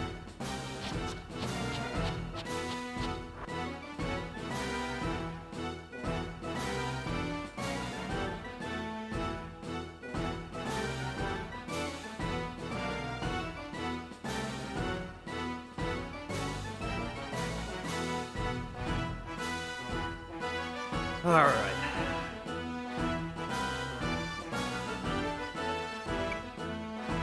Oh, Pike might be in a little bit of trouble here.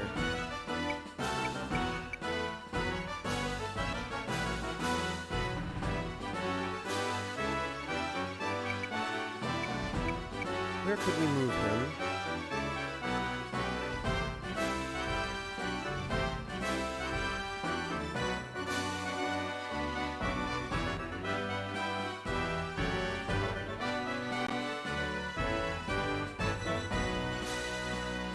Okay.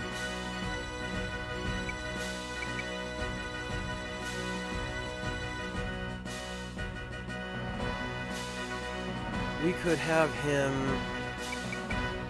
take a shot at this mage. There we go.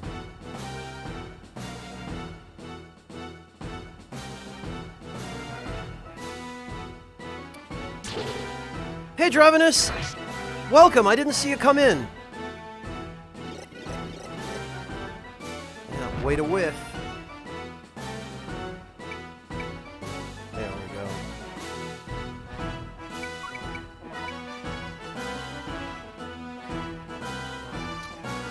Alright, well, these guys are probably going to start moving over toward us.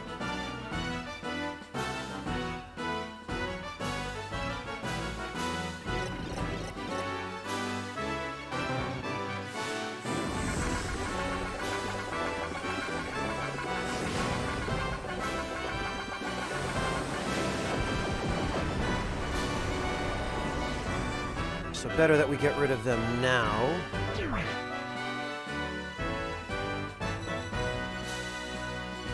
Or start working on them now, anyway. Then that big group over there, these guys, I want to get rid of them. I have not, J-Art. Never really had much interest in the Crash Bandicoot series.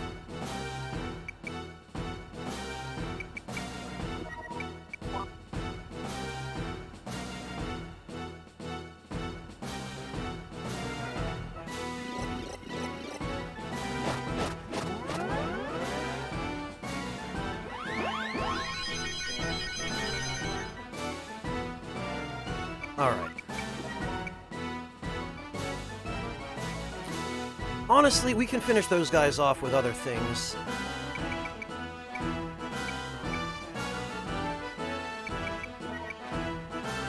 What I would like to be able to do is... Yeah, I'd like to be able to hit these guys.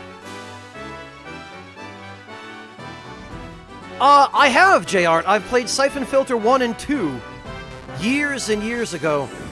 I don't think those games would hold up very well today, though. They were fun for what they were, but the movement, even back then, was kinda janky. And the combat especially was janky.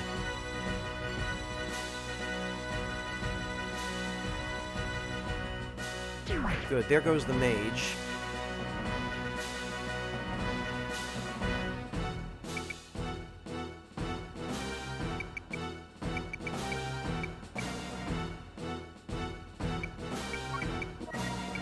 Remove on plateau.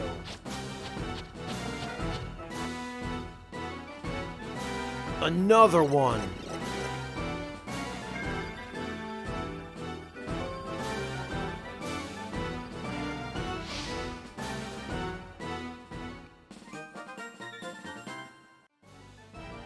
Well, JR, that's what I mean, is that to stream them now,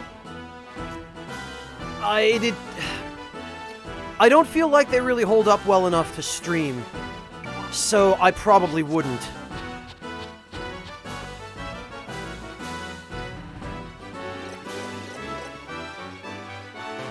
Like, I couldn't imagine trying to use just the movement and the controls in those games, from what I remember. Like, JR, remember in Siphon Filter 1, where you have to shoot a shotgun out of Mara Aramov's hand? I remember having so much trouble with that part of the game, just because what it requires you to do is so janky. Like, I knew what I needed to do, but it took probably 20 tries to do it because... And just for no other reason than that... The aiming and the combat and the hit detection in that game are so janky.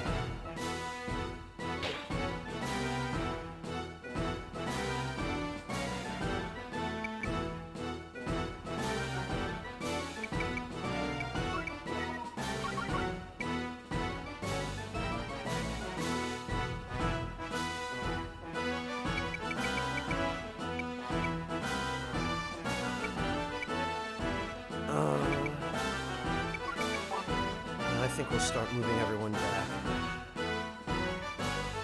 Yeah, JR, I don't think I would be able to deal with that now.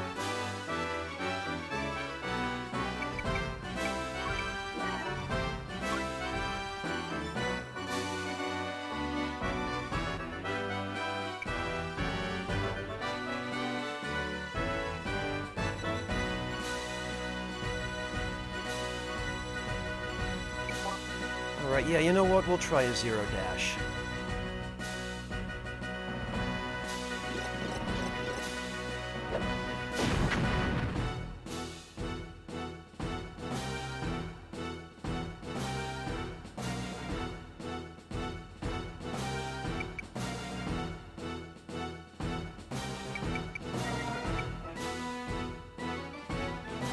Actually, we can kill this guy. 9 persons, 9 doors. I don't think I've ever even heard of that one, JR. Welcome back, Rakish Sage. I hope you had a good exercise session. Yep, there he goes.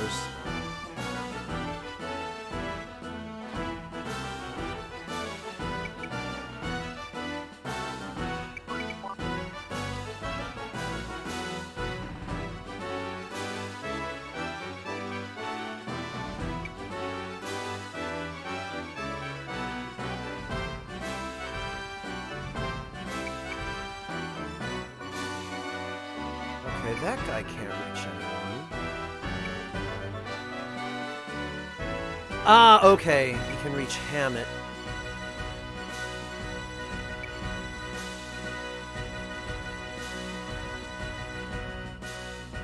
Okay, so this guy is probably going to go first since he can get a back attack. No? Okay.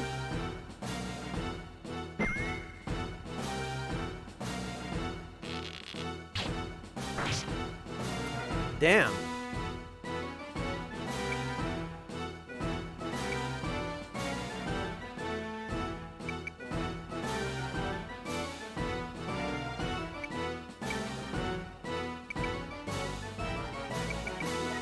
Well, we'll get him this time.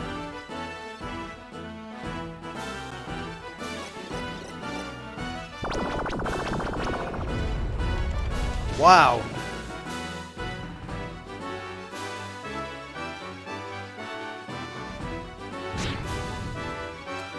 Eventually, as your wolf, but not immediately, because I need some variety. You know, I need a break in between those games.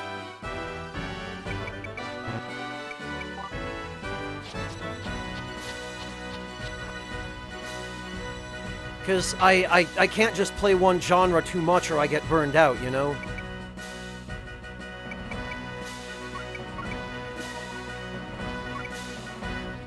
Okay, weak against wind, so probably just double slash.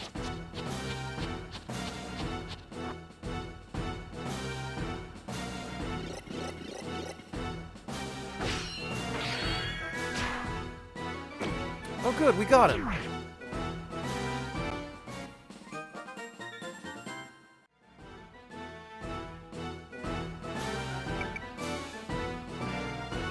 Now,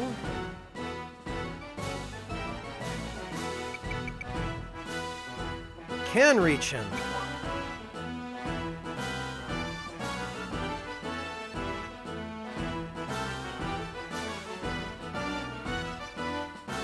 Look at that crazy movement range on Pike. Doink.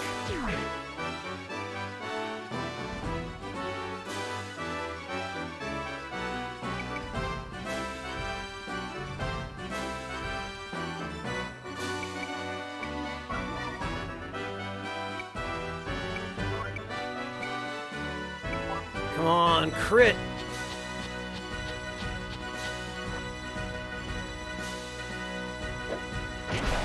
Yes! GG Maria. My MVP over there.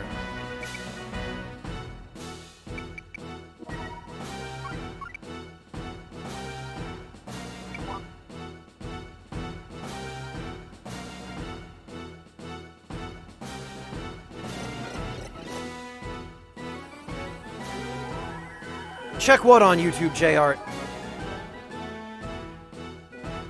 No Atomic Nuclear Foxfire. I've played a number of others. I've done Vandal Hearts 1 on stream. I've done Final Fantasy Tactics multiple times. I've done this, obviously.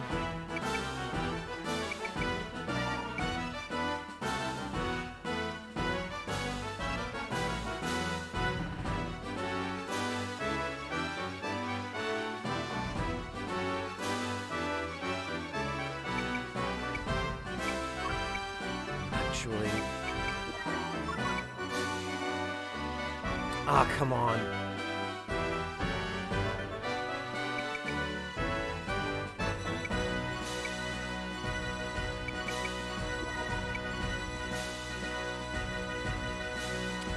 Okay, well, that hits me, though.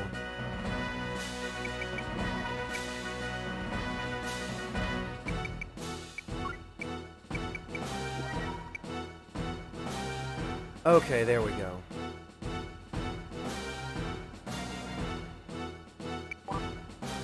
Alright.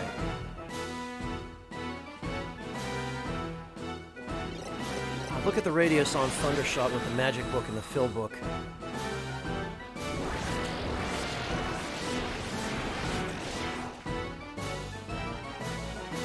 Get out of here.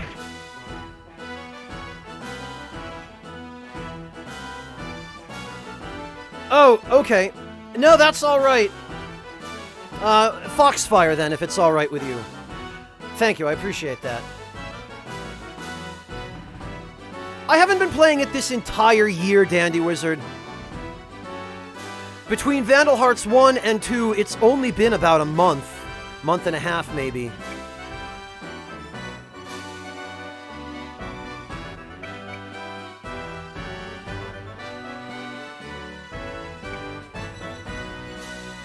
Right, who's still... Oh, guilty, right.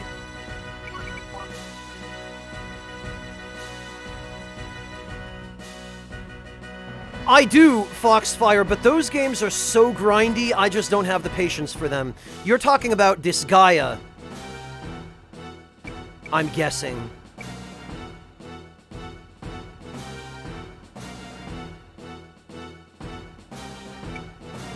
Alright, so this guy can reach Plateau.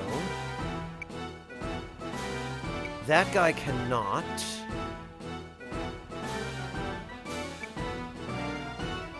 None of these guys can. Okay. So actually, ideally, what we want to do is throw a...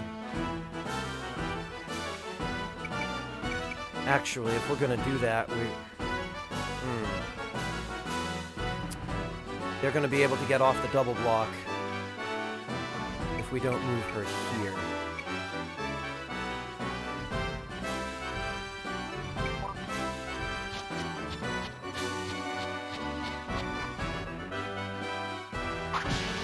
Ah, come on. I was hoping she'd be able to move first, but I guess not.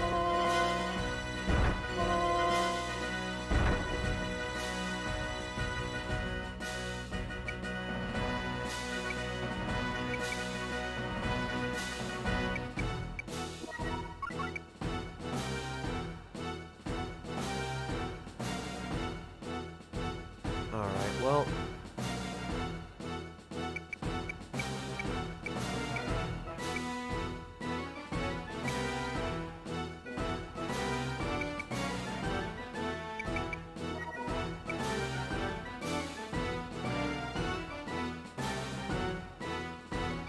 Yeah, you know what? We'll just drop a heal on him there.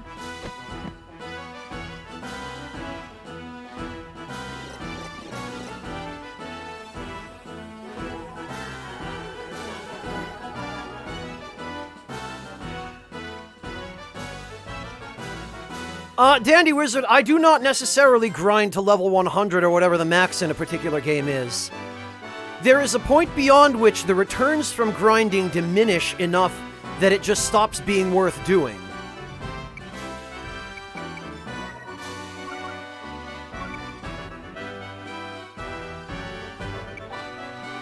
And especially in games like Disgaea, the amount of time that it takes to grind, and all of the different ways in which grinding can be done, to me just aren't worth it.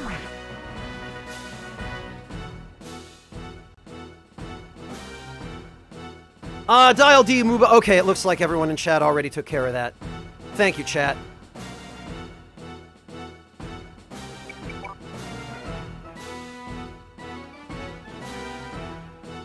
Look at these guys, they don't know what to do.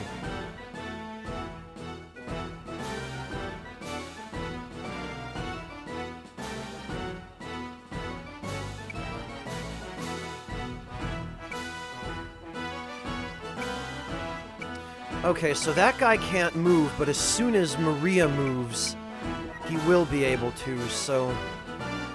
We're gonna need to just drop a double block there to make sure that he can't get away.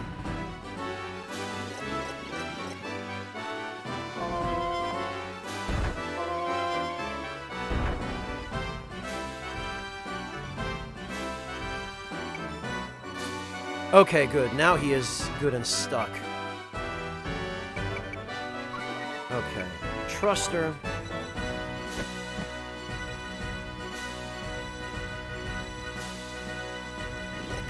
Yeah, Foxfire,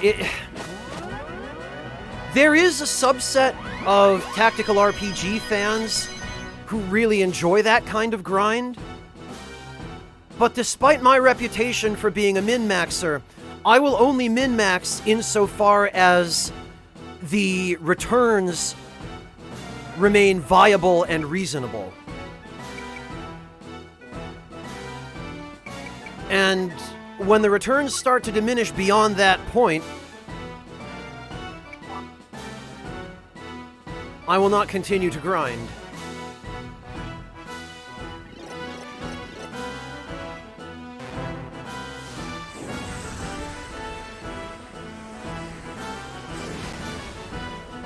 Yeah, Zappa, that's exactly my problem with Disgaea. It does a lot of really interesting things, and Disgaea's... The Disgaea games are generally pretty good games, the ones I've played anyway. It's just that they emphasize grind way too much for me.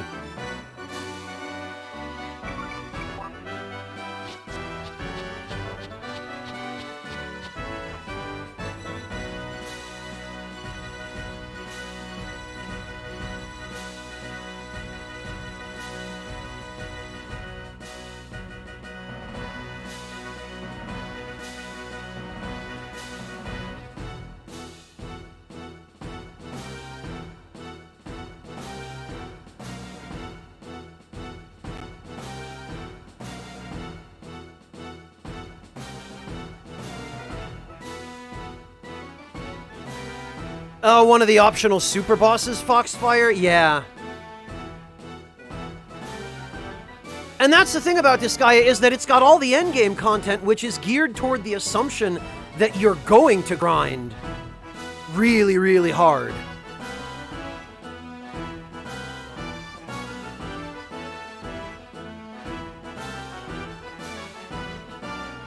Yeah, Alex, that's why the Bonfire Ascetic is the most advantageous starting gift in Dark Souls 2. Most of the other starting gifts they give you, other than the Petrified Something, are trash. And the Petrified Something is still a crapshoot, because you can get a Titanite slab from it, or you can just get something crappy like a Demon's Great Hammer. But the Bonfire Ascetic, you burn that in Haid, and you're set for farming for a long time.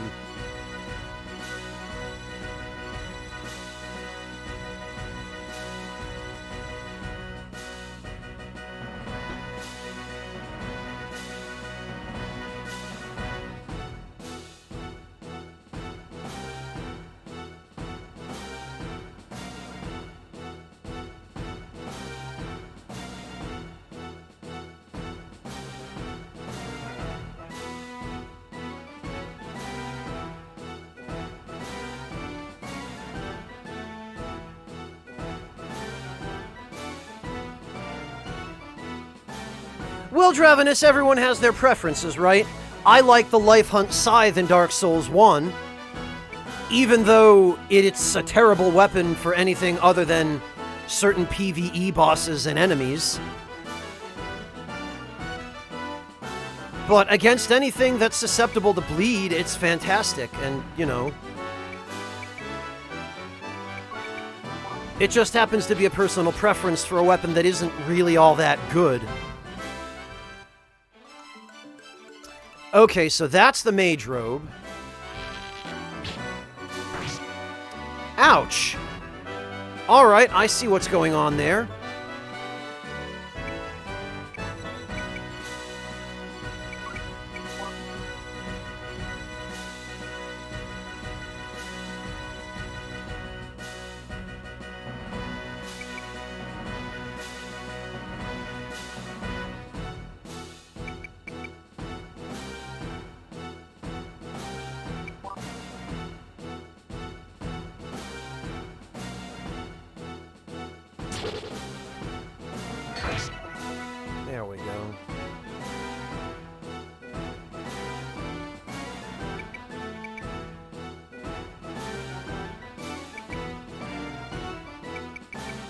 And actually, I guess we should probably hide everybody else behind the fortifications here. There we go.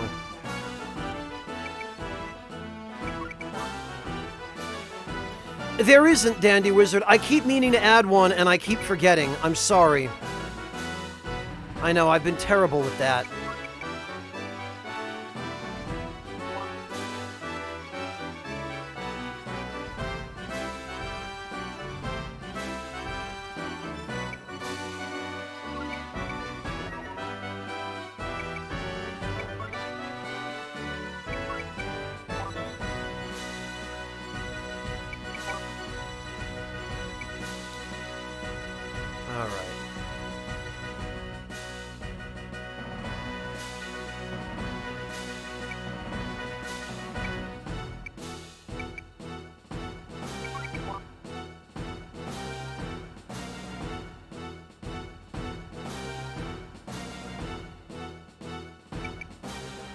Oh, do tell then, Maru. That would be handy.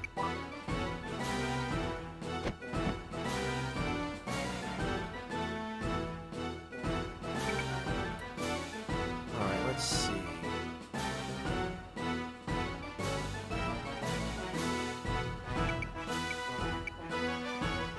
Actually, we should have...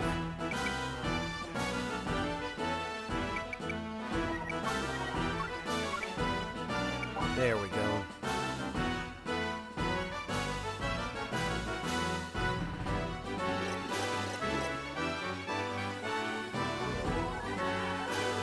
Oh, okay. Yeah, go ahead, Venmaru.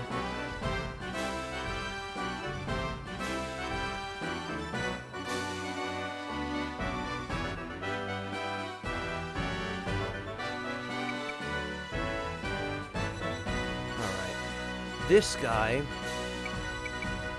And this is why it's handy to use the Elmok armor with the coffin, because we just got some artillery here that can reach anyone, anywhere.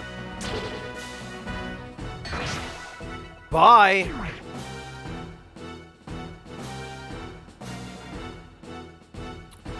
Okay, we got the mage robe. Now we need those two chests.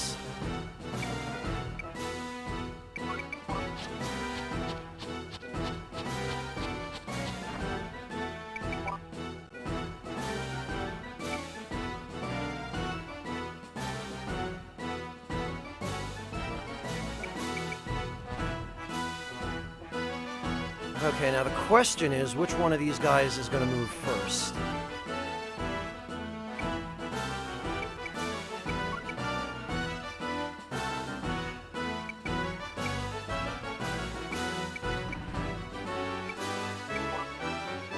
Oh, good.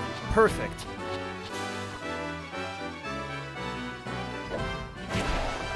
Bye! Yay!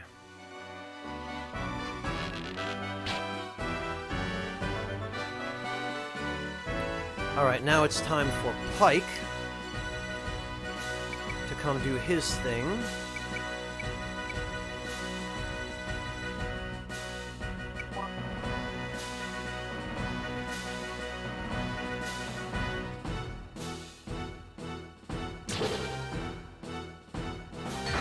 God, it's such a comical weapon.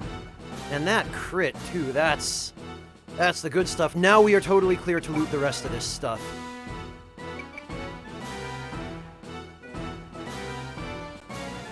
Rather than go around, how about we go through? Look at that poor armor up on top of the blocks. He's like, oh no, what do I do? I'm stuck.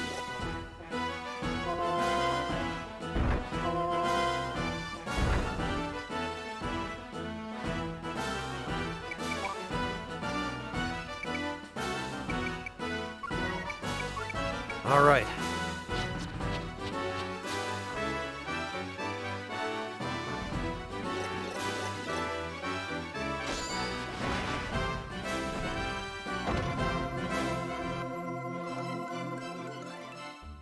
There it is, the best sword in the game.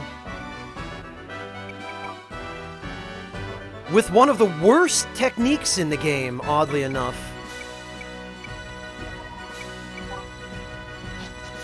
A technique I will never have any reason to use, ever.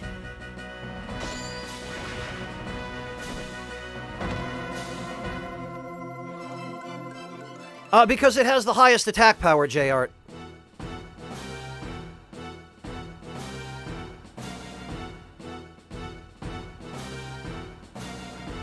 And it's an extremely powerful weapon if you pair it with Triple Slash or especially Drain Slash.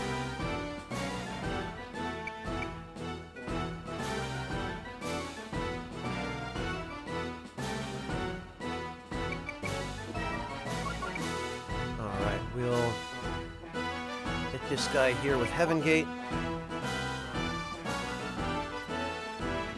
The Berserker JR? Yeah, it does have the strongest attack power. Vandal Heart, if I remember correctly, only has an attack of 125. The Berserker's, I think, is 133.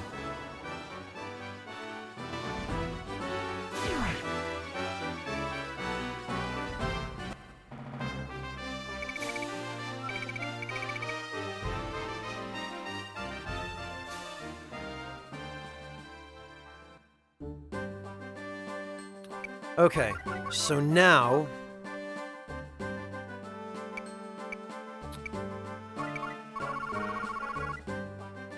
Now we can... Yeah, 133. An enormously long and heavy sword that has never been used before. Its technique, unfortunately, summons a demonic egg that releases a corrosive gas, which, what it does is it costs 99 MP... It hits everyone on the field, including your allies, and the only way to defend against it is to have protection against darkness. So you basically have to set up your entire party comp around this if you're going to use it. And the amount of MP it costs is stupid. It's a worthless, absolutely garbage skill. However, the weapon itself...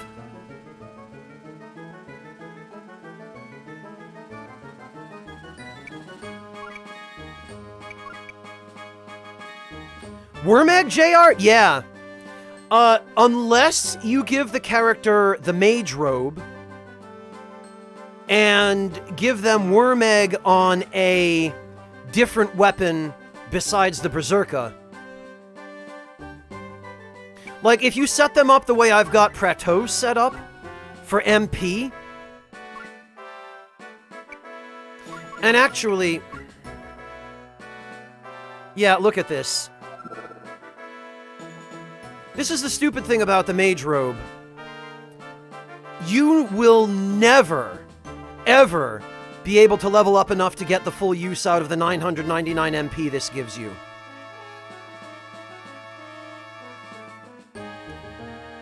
Even at level 99, I don't think you get your max HP or MP up to 999.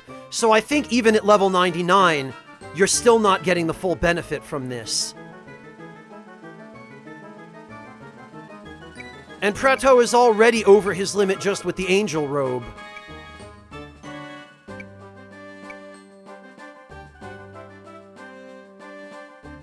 So, there's no point to using this damn thing.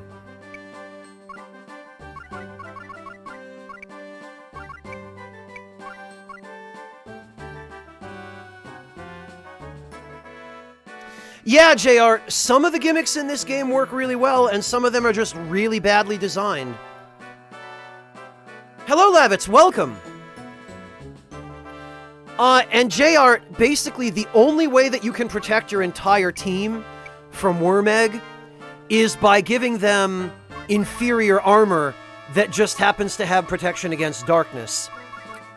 You cannot wear the magic armor and have everyone be immune to Wormegg, because the magic armor requires, it's weak against dark, so even if you give it the dark ring, it only puts it at a normal dark resistance, not, a circle resistance. So, it's just that the Mage Robe and the Grava X armor are just a waste, and so is Wormegg, unfortunately. So what we're going to do, that's the plan, JR. That's the next step. But first, we need to transfer some skills to the Berserker.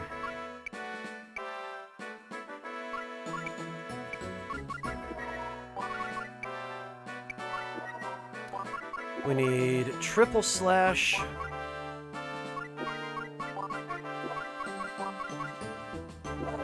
And all of that. Eclecticaf, thank you so much for the resub. Welcome back. Really appreciate that. The Twitch Prime resub, no less. I don't think Joshua even has enough MP to cast Worm Egg.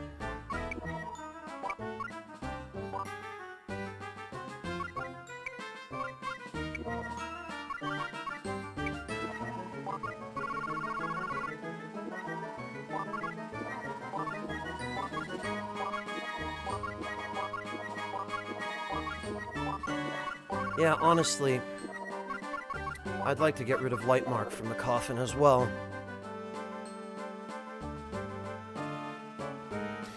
Rakish Sage, maybe I will. It's gonna get a bunch of team members killed, though.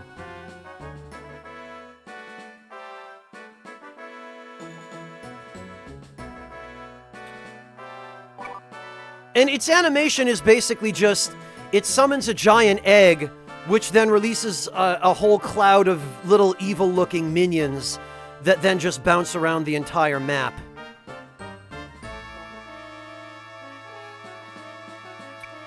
Alright. We are going to save now.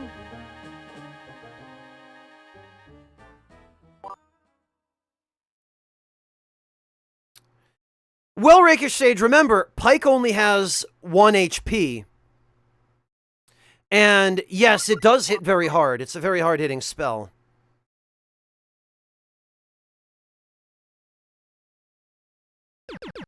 No, it's not, Rakish Sage. It would be a lot of trouble to try to show it. Especially just considering how much MP it requires. Like... yeah, Joshua doesn't even have enough MP to cast it.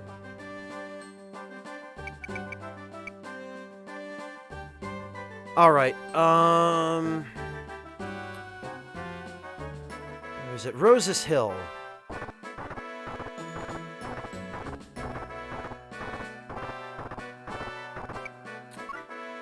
And...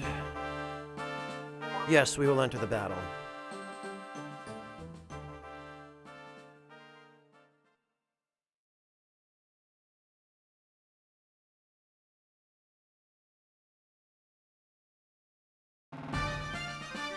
There it is! Okay.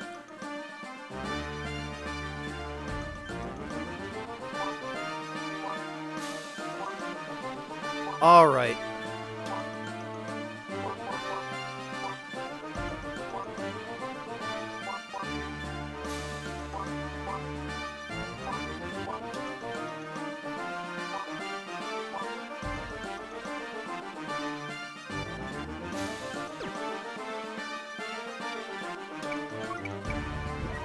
Okay.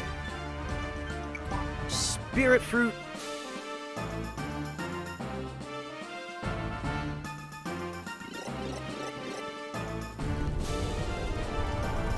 Nice, Schwa! Excellent. Hopefully now your mother will be able to compensate you for that, maybe with enough to get your Switch. Okay, it's around here somewhere, I think. Like, it's in the center of these markings. 1214, JR? Okay, thanks. Yeah, I would have found it eventually, but... I know it's in the middle there.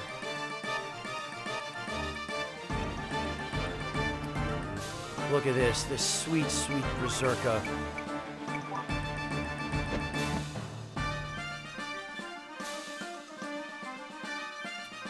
Well, Schwa, more to the point, hopefully she'll compensate you properly for it.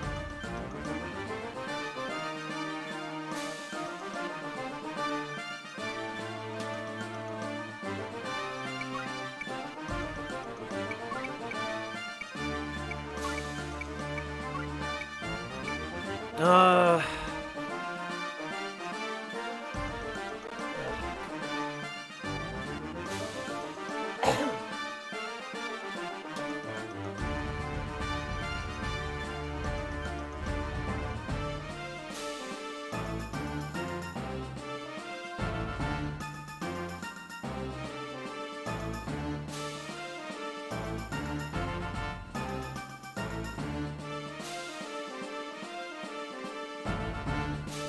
Well, that'll teach them, Dial D.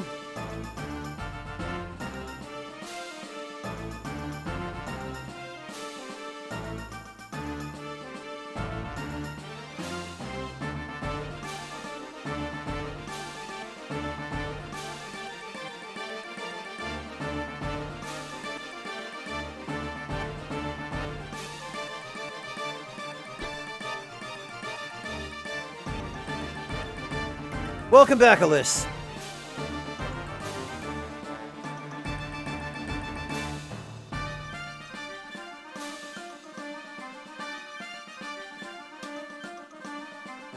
Well, Schwa, just be prepared to argue that point if it comes to it. And if she tries to renege, Schwa, then just tell her to enjoy never getting you to do any work for her again, if you can't trust her to follow through on her word.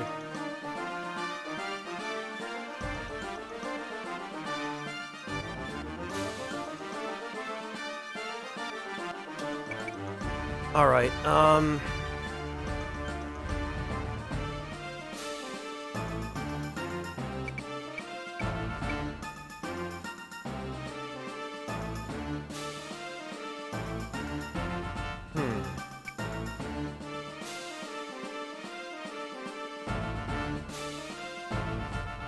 Well, Schwa, maybe it's time to put your foot down then, if she tries to argue with that.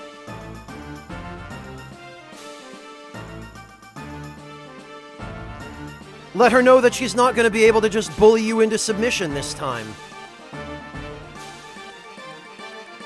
I pretty much had to do that with my father years ago.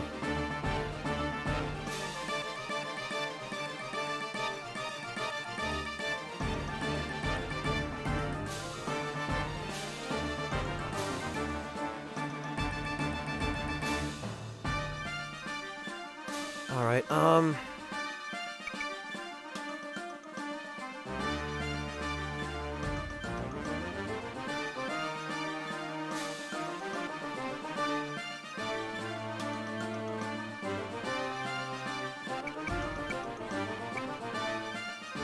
Well, Schwa, it sounds like that's what she's counting on. I'm not saying you should go scream at her to start off with, but just if it becomes a huge argument over your compensation for the work that you've done, call her out and don't back down.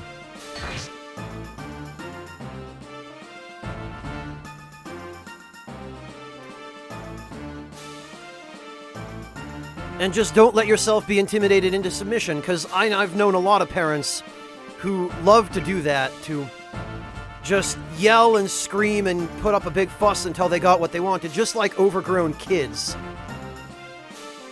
Again, my father was that way when I was young. It helps being adult, but you still have to put your foot down and let them know that you're not going to be intimidated by being yelled at.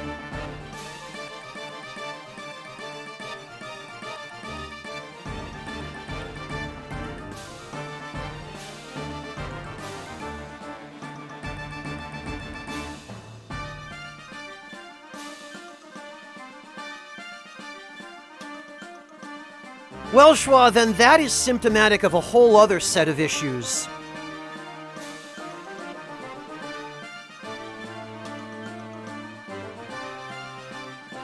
That require a very different and much more comprehensive set of solutions. I don't know, I was under the impression that you were living in a vocational setting, Schwa. And that you were just doing this work for your mother as a side thing. But if you're still staying there, that's a different story. And again, that's going to require a very different set of much more comprehensive and involved solutions. gonna, I guess, go for these guys for... Oh, okay, I knew I could get the mage to go in there and try to...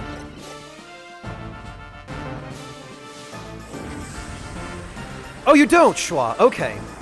Well, if there's nothing that she can hold over you, then you damn well ought to put your foot down and make it known that you're not going to be bullied or manipulated or taken advantage of. And I'm just pointing out, in the eventuality that she should try to swindle you for the work you've done or try to shortchange you after promising you a larger paycheck, that you put your foot down and say, all right, well, if you're gonna go back on your word, then you can do your own work from now on and take care of your own house. And you can let her yell all she wants, but if she doesn't have anything she can hold over you, like kicking you out, then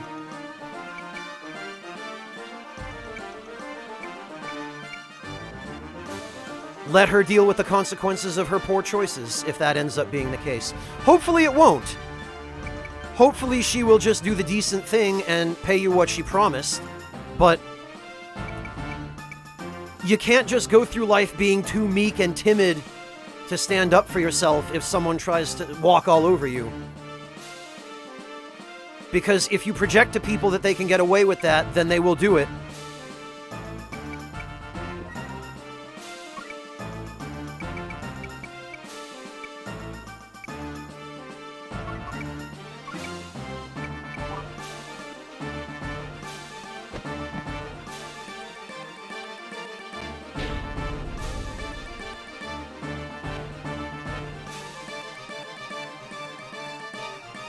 It sounds like you have the kind of relationship with her, Schwa, that I had with my father for most of my life.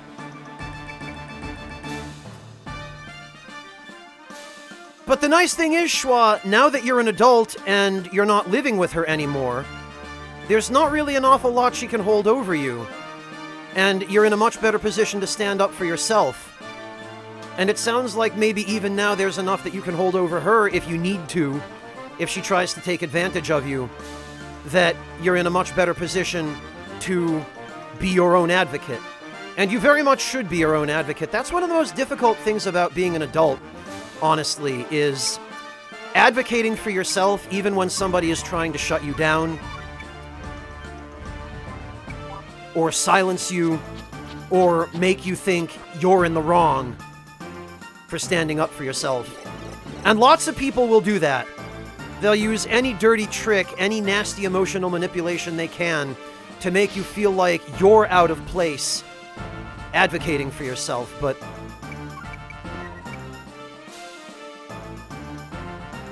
you've got to stay strong and call people out when they try to take advantage of you.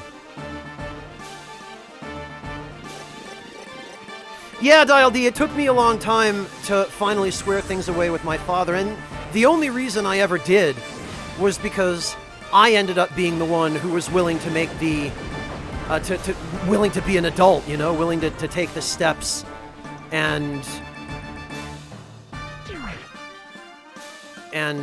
make the concessions.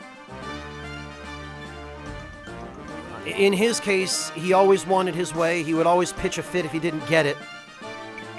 And his way of getting it, especially when I was younger and was a kid and couldn't really do anything, was just to punish me.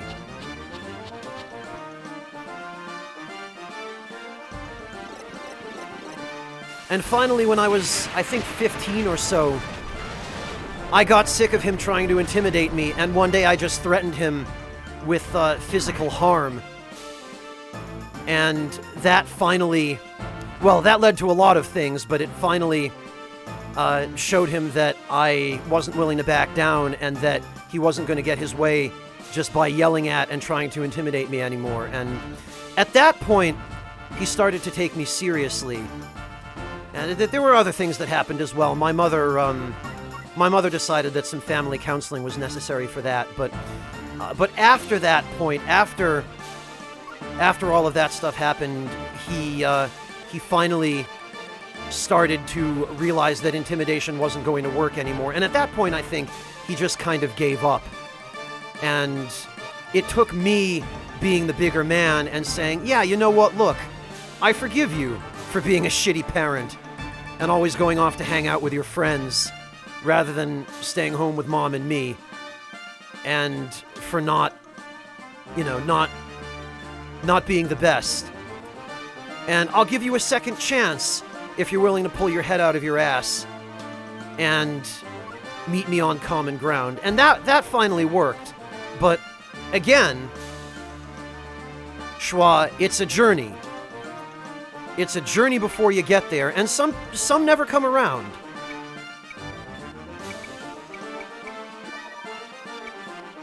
Some just never, some never get it through their heads.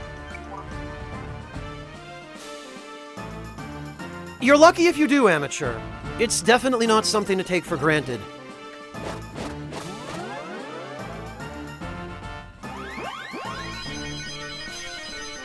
Anyway, I meant that to be an encouraging...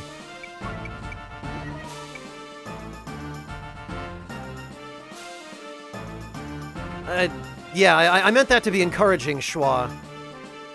The point is just, don't let yourself get walked all over, because there are any number of people who would love to take advantage of you. They might even be people who are close to you. But...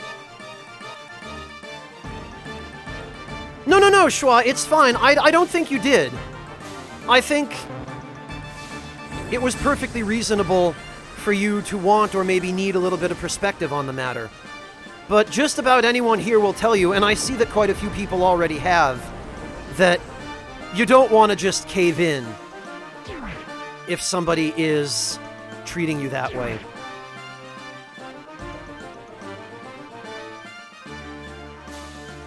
And it does sound like you made some pretty good progress on those blackberry vines, so again, you've done your work, you've put in your share.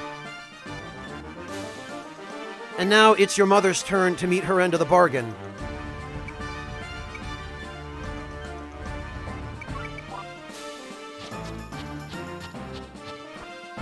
Also, Lavitz, I don't think I said hi to you when you came in because I was distracted. I'm sorry. Hello, it's good to see you, Lavitz.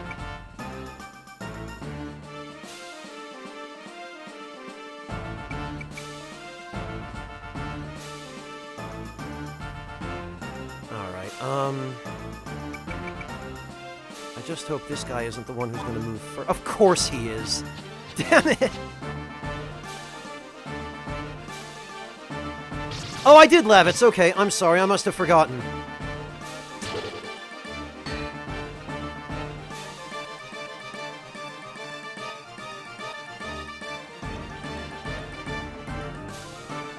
Yeah, Mortiferu, there's a fine line. There's such a thing as a balance between being good parents and being strict.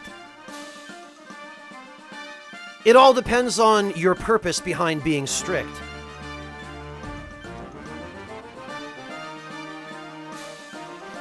Well, Schwa, the thing about being alone is it doesn't have to be forever.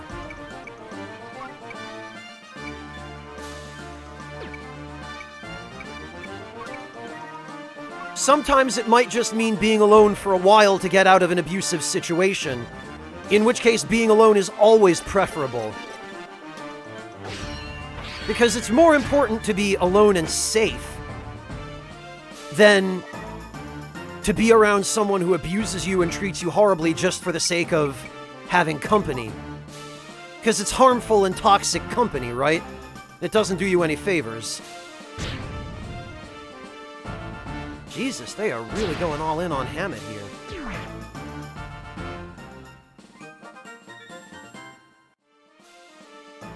And the nice thing about living in the age we live in, Schwa, with the internet and all, is that as long as you have a computer and an internet connection, you're never really alone.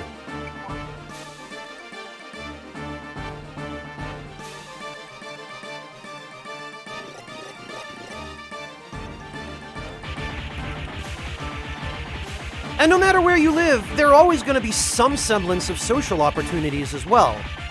I realize that if you're on the spectrum, it's harder to motivate yourself to take advantage of those, and maybe harder to take advantage of them in general, but the only way you get better at it is through practice.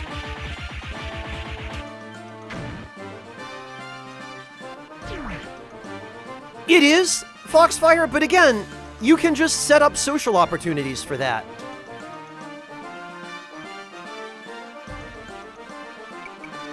You can even find groups of people online who are interested in the same things that you are. My mother, actually, she found a group that does traditional African drumming, which it turns out she really enjoys. And she found out about this group online, and she signed up to go participate in one of their meetings, and now she goes out to meet them, I think, once a week. She also signed up for ice skating lessons online. Some distance from where she lives. She has to make a commute for it, but she does that now once a week as well. Because in the town where she lives, there isn't really an awful lot in terms of, you know, group activities that people her age can go out and do. I mean, there's always hiking and whatnot, but she doesn't really have much time to do that now, or much energy. But, you know, just as an example, Schwa.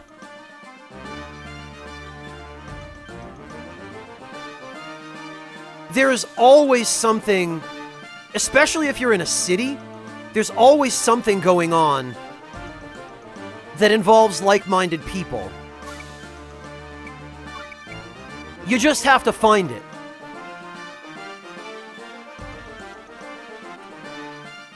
Alright, can I reach these? I can. Now I just want to make sure I don't end the battle. Oh, okay, there's a bowman over there. Actually, if I have to leave anybody alive, I would rather it be the guy with the dagger over there. But actually, I only have one item to gather anyway. Oh yeah, no, Schwa, but that's not all there is to do. I have zero interest in that stuff either. I have a feeling, Schwa, you and I probably have very similar interests. But like, even in a place like Berlin, where there's a lot of that stuff to do, if I feel like it, I can always go out and find something more my speed. You know, arcades are very strictly regulated here, but they do exist. I can go to an arcade and play some games. For me, most of what I'm interested in revolves around food. You know, it revolves around the culinary scene. And goodness knows there are no shortage of places, both within walking distance and even within just a short train ride.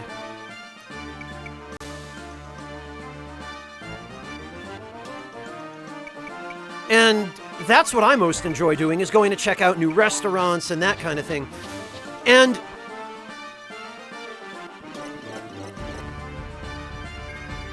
if I feel like a social opportunity, I can always just strike up a conversation wherever it is I happen to be going. Typically just even on the way someplace, I've struck up conversation, or people have asked me for directions, or, you know, otherwise initiated some kind of conversation with me. It doesn't even really matter what you're doing. Just by going out somewhere and doing something, you get social opportunities and can make friends.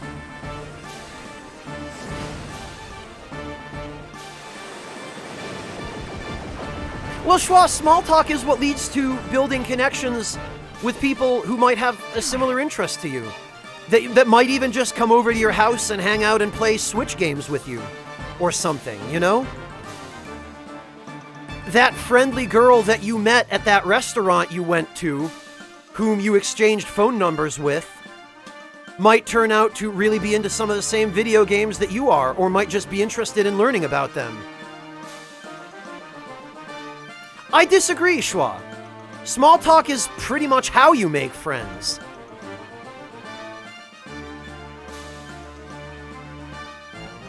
Because you get to know someone a little bit. You start learning enough about them to know that, yeah, maybe they're cool. And then you say, hey, how about we meet up sometime for coffee or something? Or, you know, let's go to this obviously public place and hang out again and see what happens. And then if you hang out again and you learn more about each other and you think, yeah, that's cool, then maybe you say, hey, well, what if we were to get together and play some video games or something?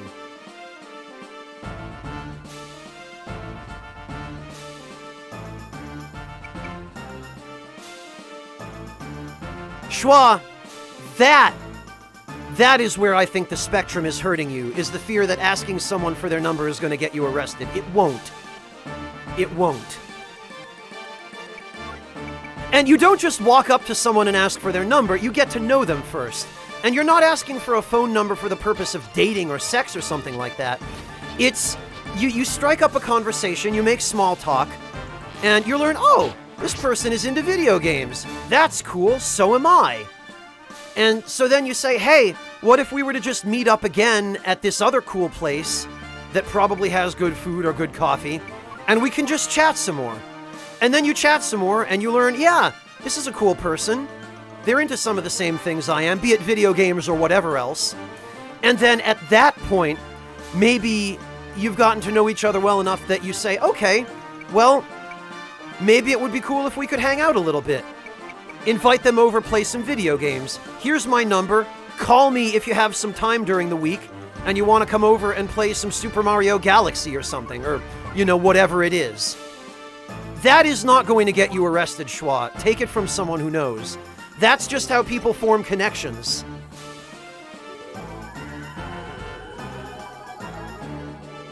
Yeah, it's as Foxfire says, it doesn't work like that. You don't get arrested just by having a normal interaction with somebody. You get arrested if you're being creepy, and if your first words to somebody are, hey baby, can I get that sweet set of digits, or, you know, some dumb shit like that. How do you think people made friends before the internet existed, Schwa? It was just a stupid example off the top of my head, Dial D. I wouldn't actually use a pickup line like that. But Schwa, that is absolutely anxiety holding you back there, if that's your fear. Oh, shut up, Levitz.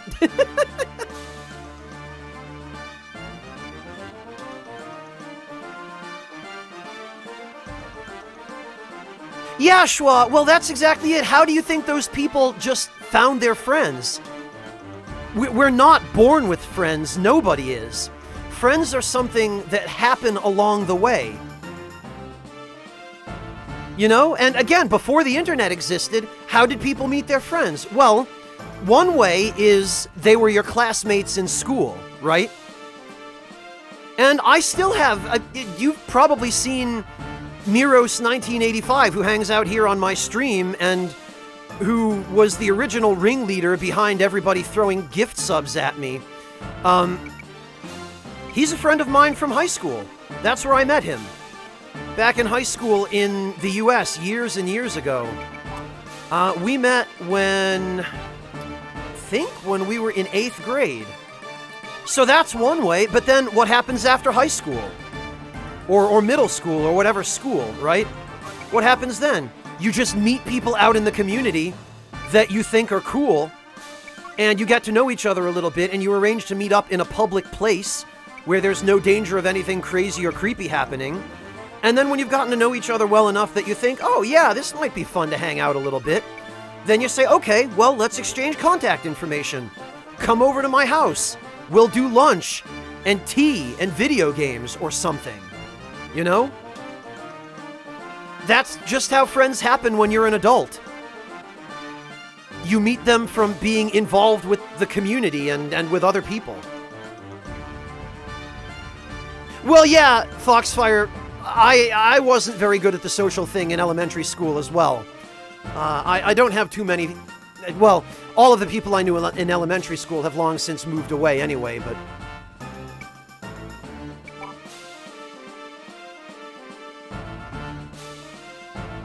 But the point is, Schwa...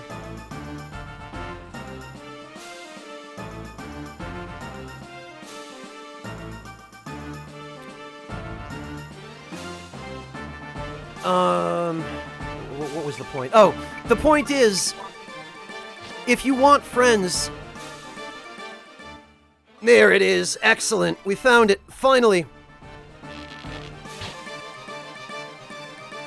If you want friends, it's really just as simple as going out and doing something in public and just striking up a conversation with somebody.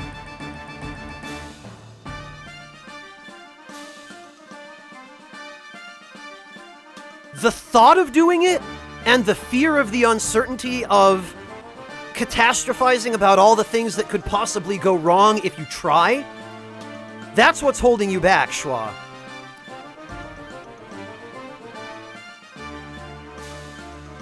And most of those fears are irrational. I mean, obviously, if you're a girl and you're meeting a guy, it's always good to be cautious, but, you know, not all guys are creeps or stalkers. And not all of them are looking for something romantic or physical anyway. Some of them are going to be perfectly happy just to hang out and play video games. And regardless of whether it's a guy or a girl you're getting involved with, there are lots of just really decent people out there who have just as much trouble making friends as you might, and who are just as interested in finding someone to hang out and play some video games with. Yeah, no, Schwa, it's not automatic. It's definitely not. It requires effort on the user end as well. Oh no, that sucks. Yeah, definitely might want to go take off those shoes. Sorry to hear that. We're not going to be able to reach this guy. Damn it. Actually, yes we are.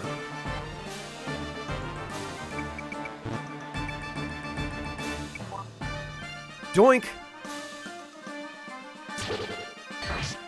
Oh, you guys with your freaking pickup lines. What have I done?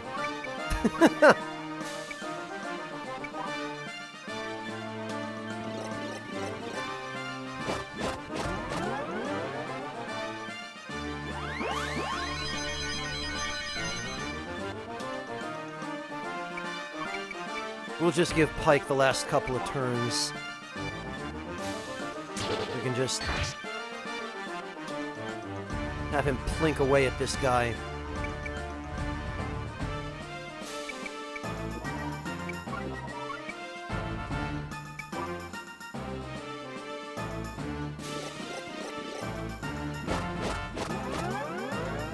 I'm not blaming you, Foxfire, don't worry.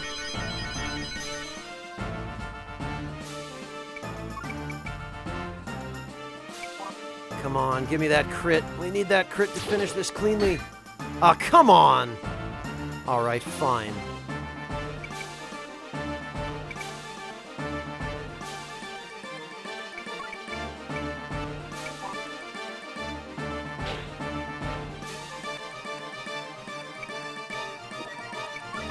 Fine, it looks like we're gonna do this the hard way.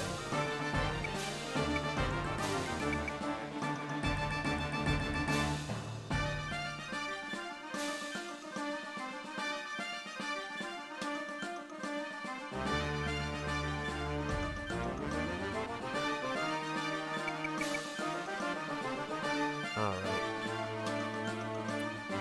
I predict this guy is going to move here. Oh, okay. Or not. I figured he was going to go for Pike, though, so... Oh, no? Okay, aggress. Got it.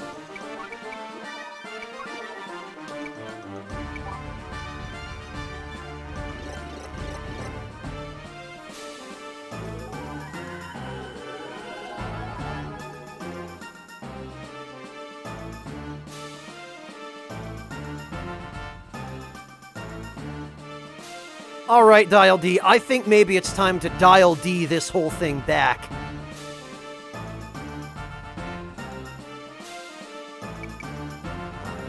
Let's... Finally, we got the Berserker, we got the final Prism. We can go get the Vandal Heart now. And we can take Worm Egg off of this sword. Also, doesn't the...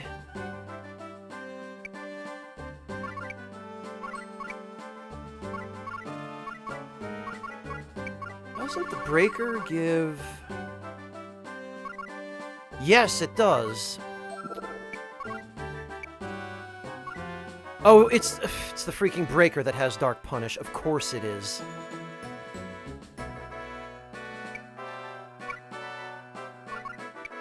Wait a minute, I feel like I'm missing something.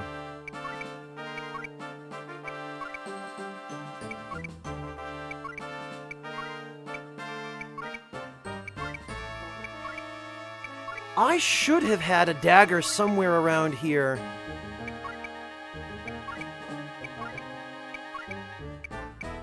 That had the Switcher ability. I think?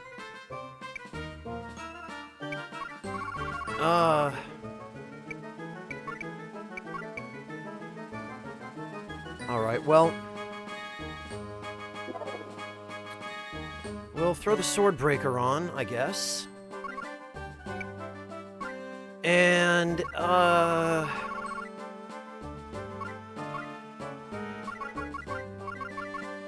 don't think anything we're going to be fighting from here on is even going to be using the...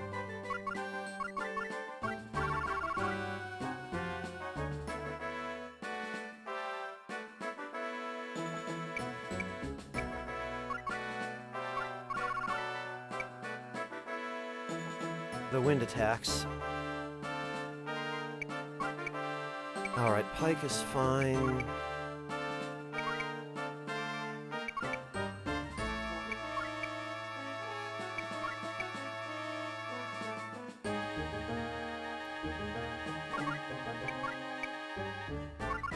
Ah, right.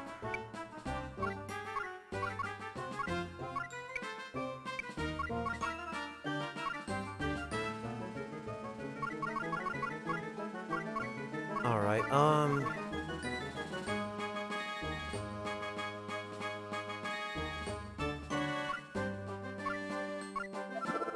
Oh, this will allow him to walk on water, which I don't think will really matter.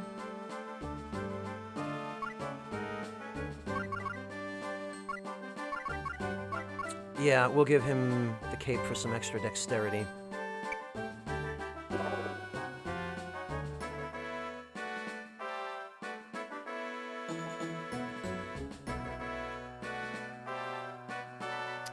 I'm not familiar with any of those, Dial D, but... Hello, Overwhelming Shotgun, welcome!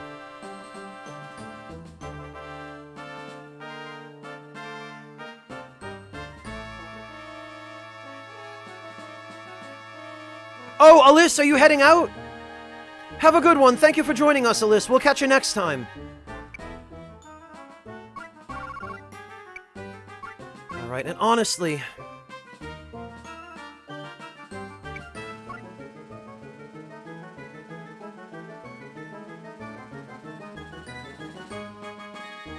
Actually,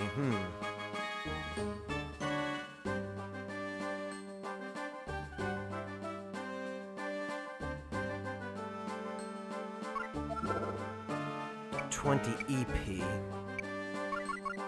Actually.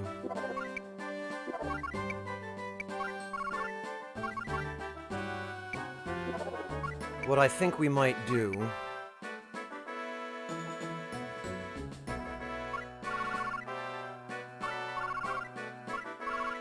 Oh, we have to...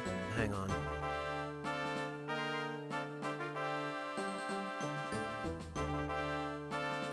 I'm coming back to it, Schwa. I just want to finish Vandal Hearts first. What did I come back out here to do? I just totally lost my train of thought.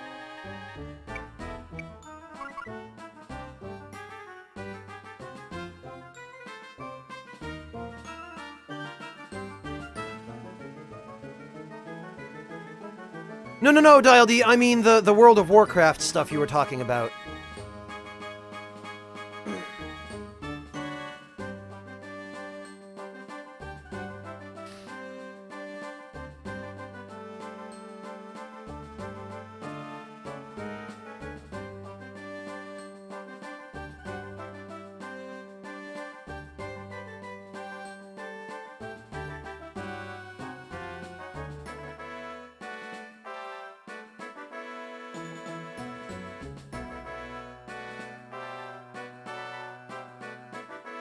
Oh, I'm not familiar with Baron's chat or any of that stuff, Dial D. The World of Warcraft terminology. I've never played it.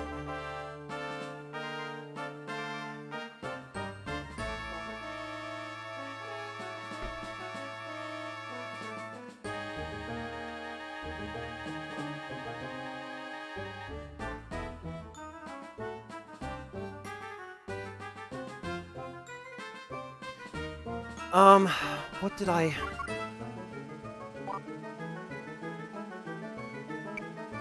Oh, I know what I wanted to do.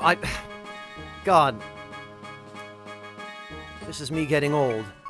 I need to go to Warehouse, Accessories, and I need to unclod the Clod, wherever it is. From the grime emerged M-Prism, the prism of supernatural power. There it is.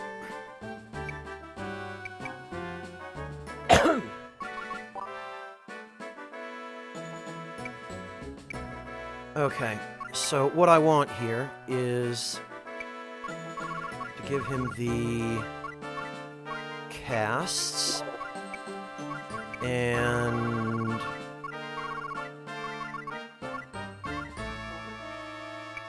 a prism for at least a little bit of MP. I just wish the prisms weren't the only things that gave MP.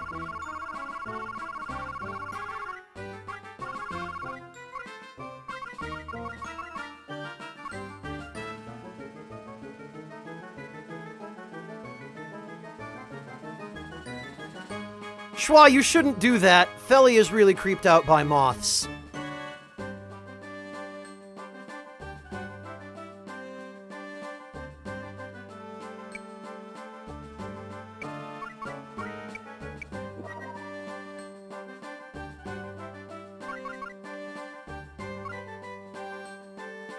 Ah, yeah, see, this...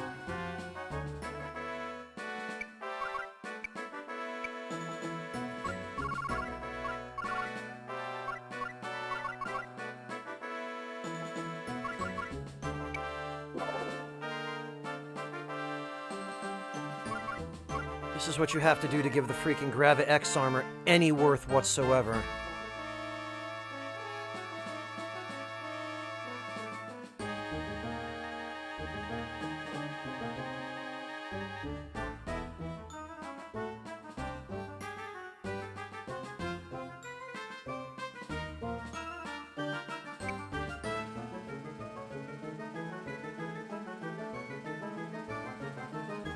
Alright, yeah, this is probably the best we're gonna get.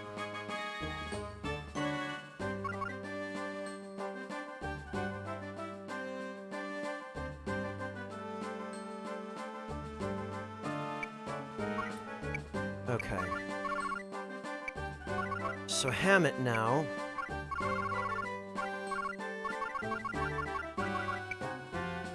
Have that. And for what good it's done us, I don't think we've ever even actually cast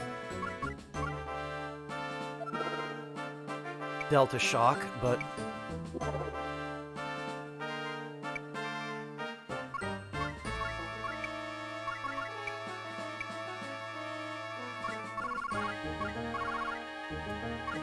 Screw it, I guess. Guess we'll just continue that way.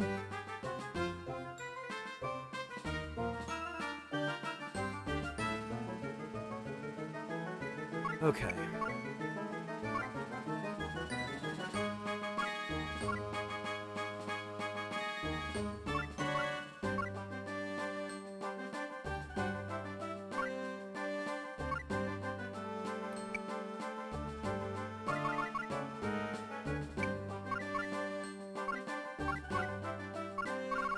Yeah, this is fine.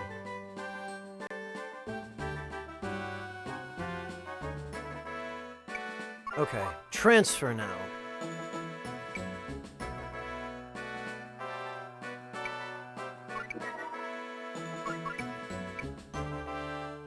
Alright, and...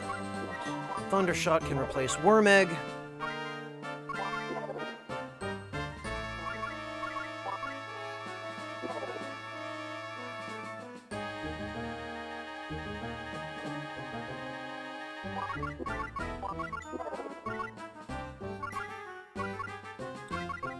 This is fine.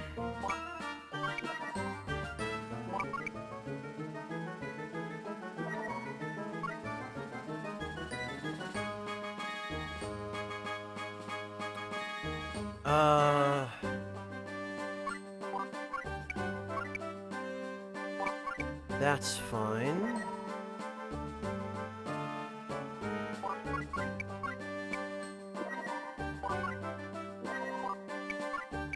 Ah, right. Maria.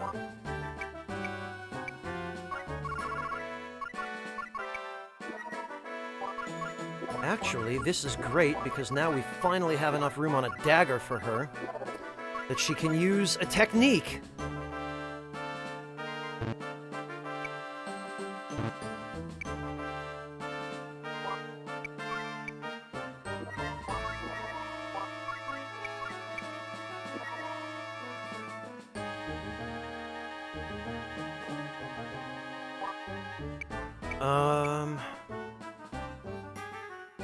Okay.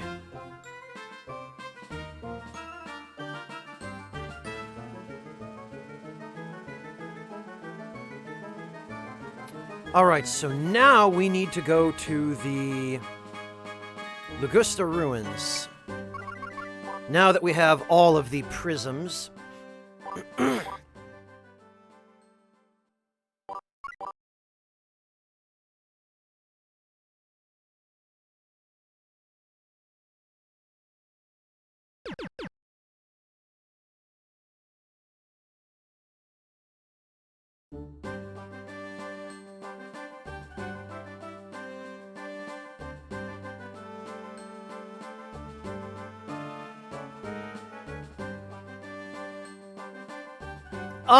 I don't have one, Schwa. I really can't say that I'm interested at all in the Monster Girl aesthetic.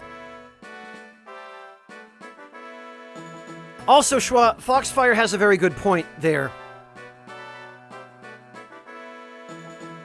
If we're still on the subject of showing Feli pictures of moths and stuff during her stream, really take that to heart. Alright, let's see. There we are.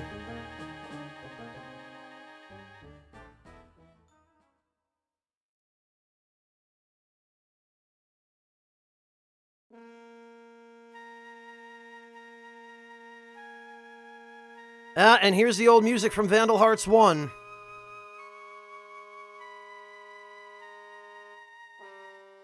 Okay, as long as she said it was actually okay, Schwa.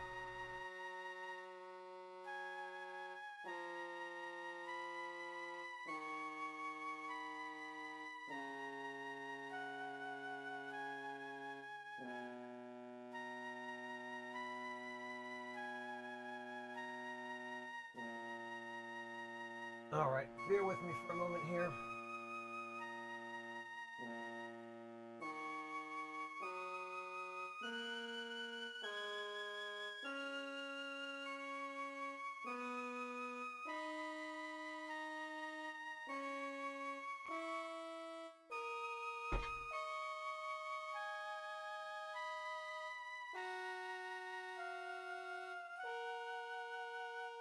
Okay. Well, we have the 7 prisms, but will the gates open? Look, over there! I mean, the gates, right? Yeah.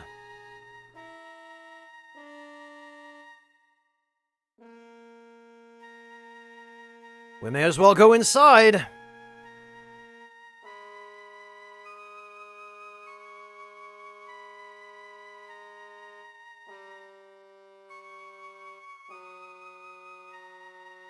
Well, it looks all technological and stuff. How do you like that? There's nothing here. Wait, what's that?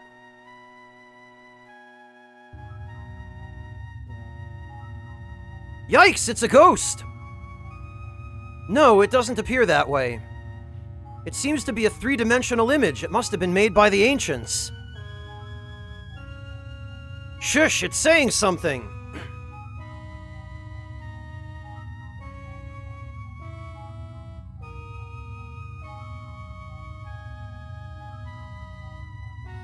I am Nervith. For my sins I am condemned forever. This is Saint Nervith.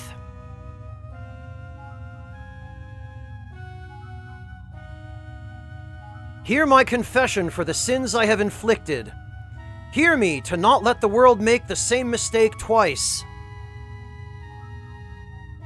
Hear me to never again allow the coming of a dawn awash in blood.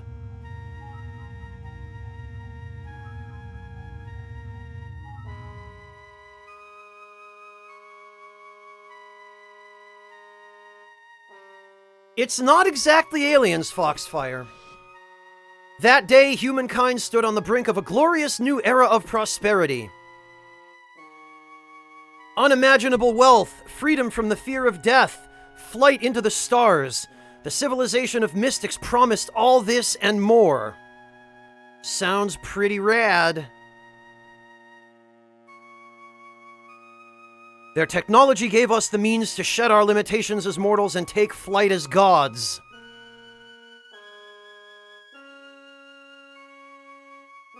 The Life Tree Project. Life Tree shattered the promise of our glorious future. It brought only death. Death on a colossal scale we had never before experienced.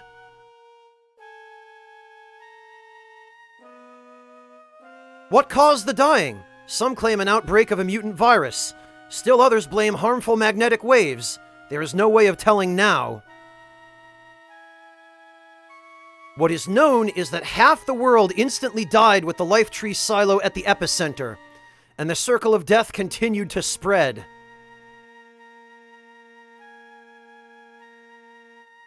There was but only one way to save the world from total extinction. It was to burn the poisoned regions with a huge purifying fire.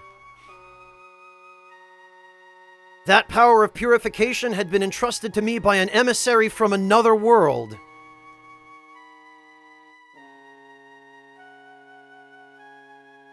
I anguished. I knew there were survivors and pockets of purity in the poisoned Badlands. But it was much too late. I no longer had the luxury of time to choose or even to hesitate. And so I made the final decision.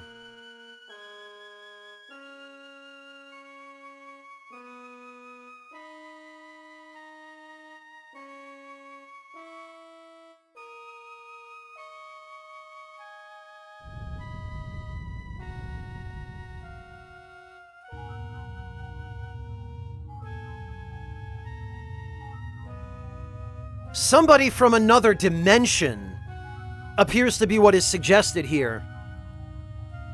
And this is the tie-in with Vandal Hearts 1.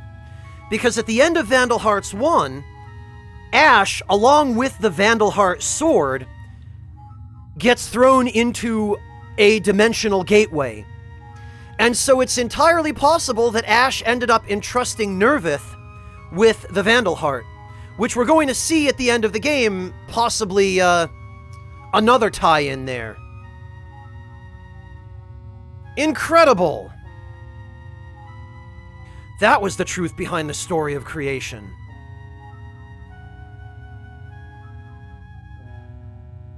My children, know of my enormous sins. Pay heed to the cries of those in despair and anguish. I confer upon you the power vested in myself from another world. The ultimate power of destruction and resurrection. Vandal Hearts. It's called Hearts rather than Heart. I don't know why the localization team made that mistake. I pray it will bring joy and peace surpassing the blood already spilled.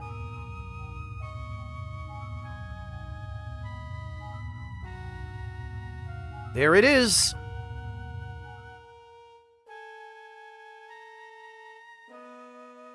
It's a magic sword, Venmaru, that has the power of creation and destruction. I guess. That's how it's explained in Vandal Hearts 1.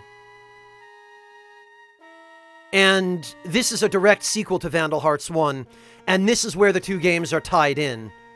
Well, this is one of two places where the two games are tied in. This is the ultimate power.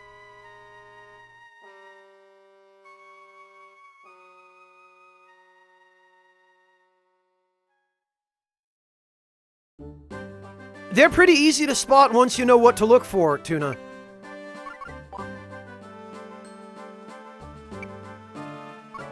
Alright, now... what we've got... Vandal Hearts, the legendary sword that confers ultimate power. Oh, it has an attack of 135! I thought for some reason it had an attack of 125. Okay, I guess it is just 2 points better than the Berserker in terms of attack power, then. So I guess you were right, J-Art.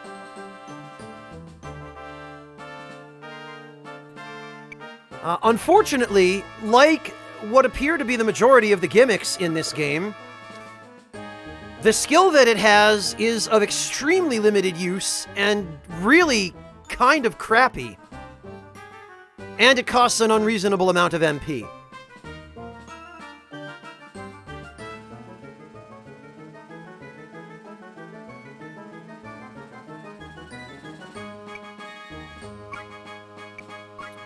Well,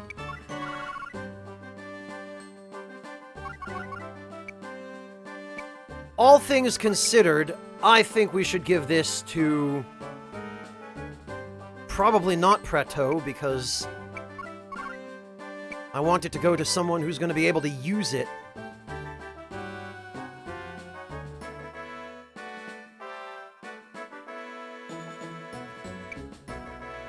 So I guess Hammett can have it.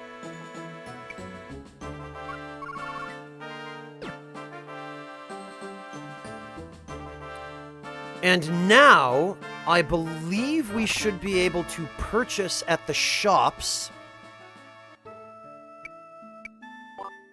a replica of this weapon. Oh no, I guess we can't. What the hell?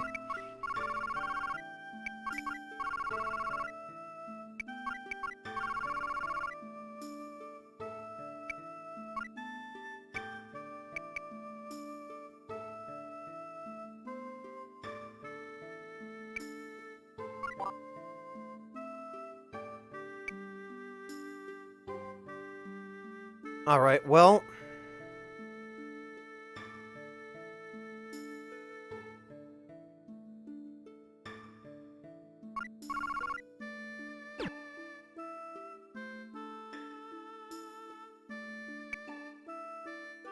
yeah, right, Drakenun? Actually...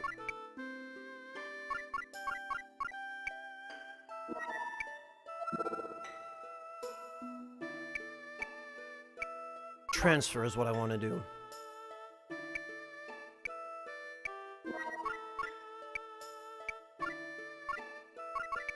And we want to transfer...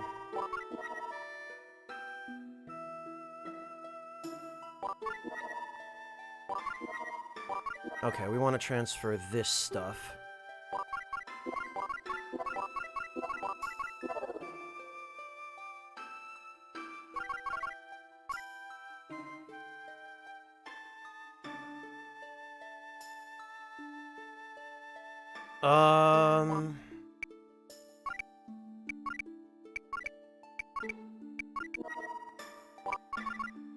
Okay, I guess this should be enough.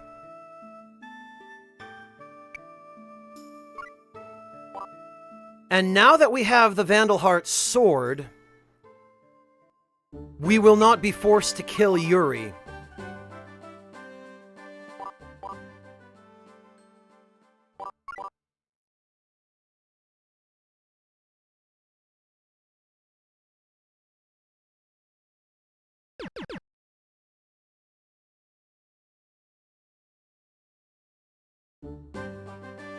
So, off to Yuger we go!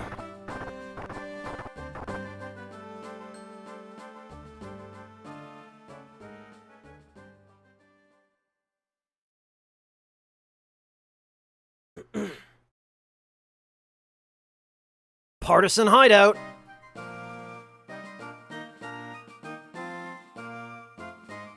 Joshua, everyone, thanks for coming back! Hey, where's Nicola? Clive, what is happening in Yuger? West Natra has collapsed and the Twin Empire is no longer a threat. But there is still a high level of tension here in the Royal City. Why? Goddard has been resurrected. That can't be!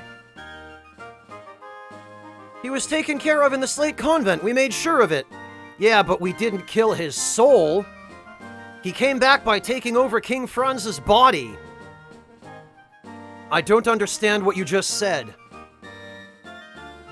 I can understand that it's hard to believe. But I'm positive the king now has Goddard's cold, cruel eyes. And he's already marshalling the remaining Cooter cultists into an army. We were caught off guard, so they took Nicola and many others as prisoners. Oh, there we go. That's just peachy. We'd better hurry. Nicola could be in danger. We have to break into the Natra Palace as soon as we can.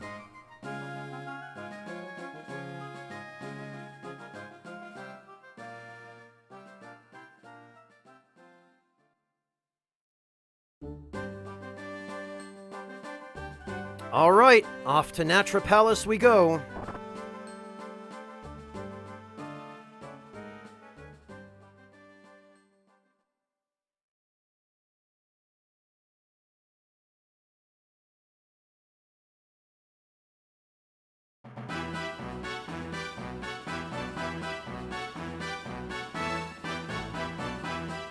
It appears as if the Cooter cult has taken over. Those animals, I will finish them this time! Oh hey, Clive is back with us!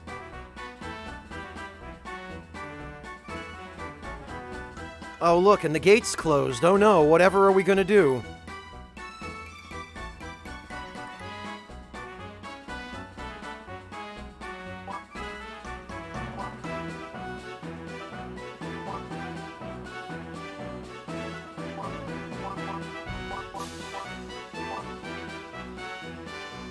Alright, Hammett can go there. Vlad can go there.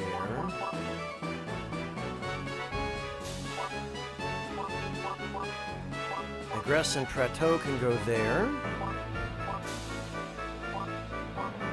There we are. Does Clive still have that trash status? Yup, he still had... Look at this, he doesn't...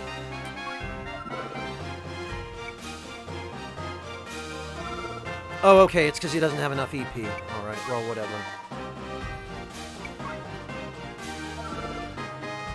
And a crappy upgrade to his armor.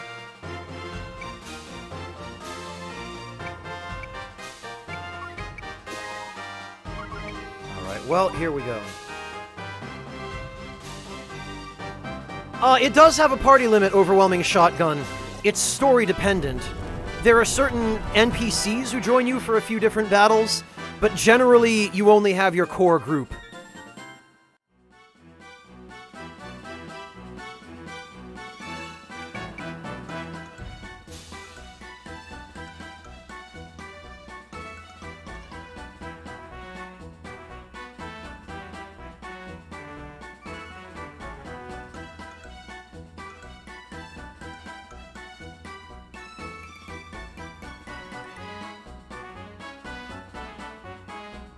Well, Dial D, it's limited in that there are only a certain number of people who will ever join your party.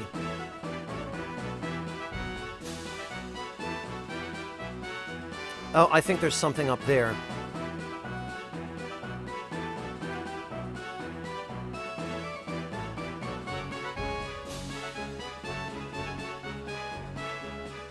Okay, we're gonna want to take out that mage first.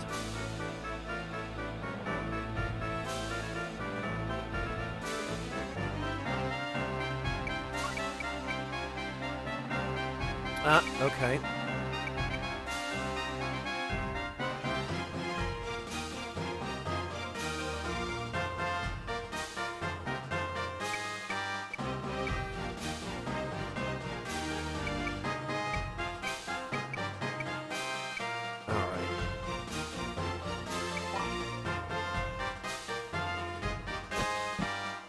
Oh, that guy has an axe and a cane. Alright. Nice! That crit. And the other mage wasted his turn, so...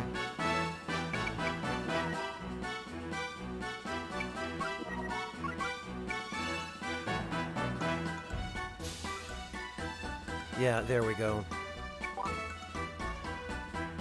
Just nuke all these idiots. All of them.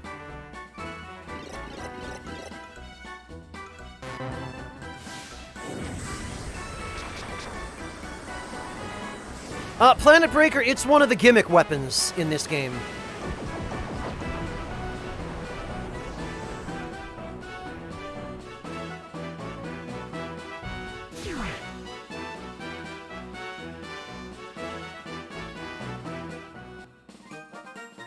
Yay!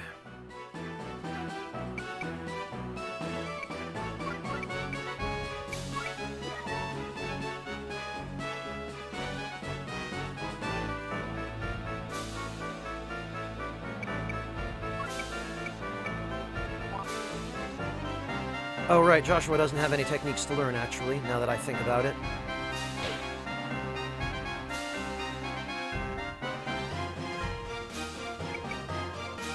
Gress can give her turn to Preto.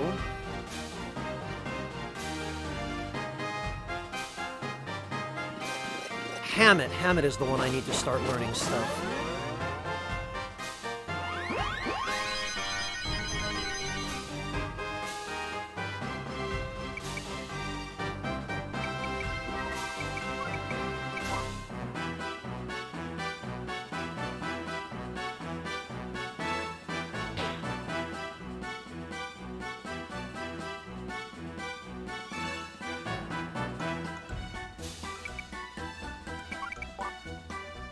Clive can just hang out here. I have a feeling we're going to just end up ripple lasering all of these guys.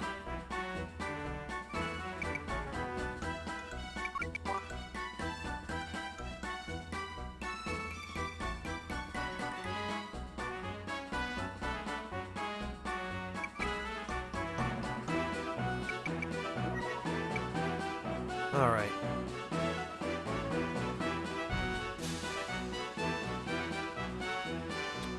We'll hit them all.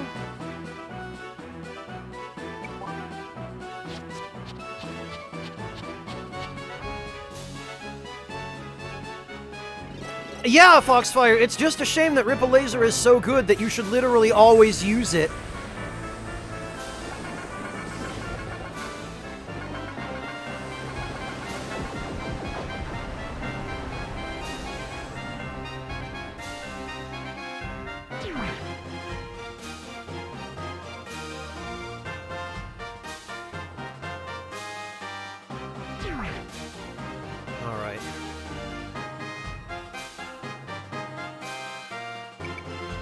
And we can move Maria up,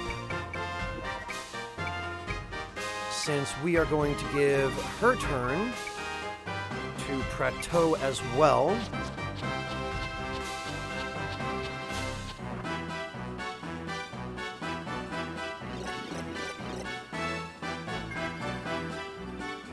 Blech. God, this animation.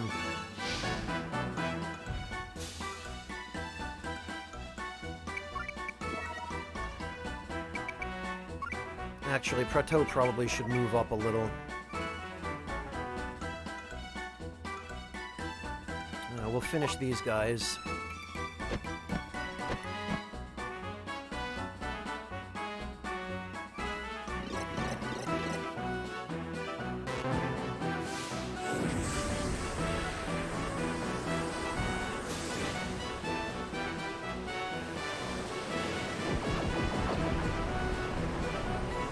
Okay, good riddance to bad garbage.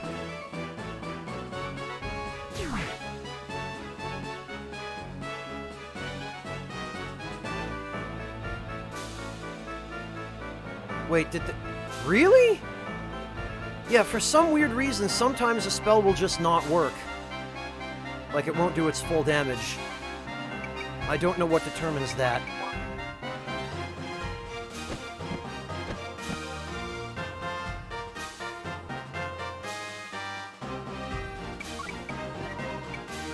But I'm sure that mage up there is going to try...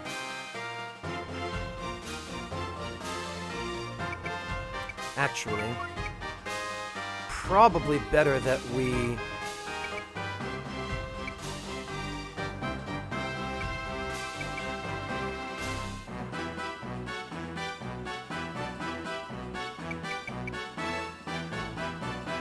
Oh, come on.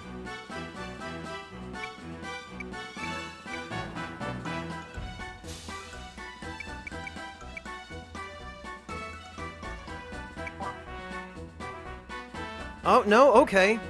He doesn't even care about going for Pike. He just wants Maria.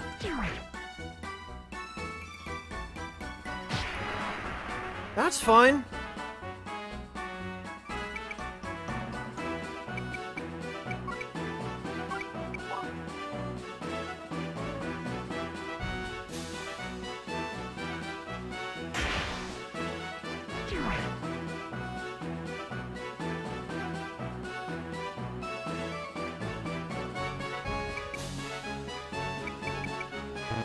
Whoops. Ah.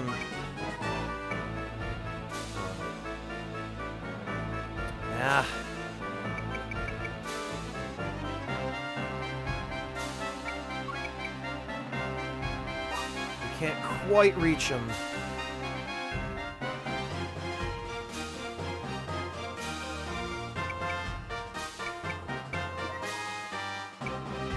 Remove.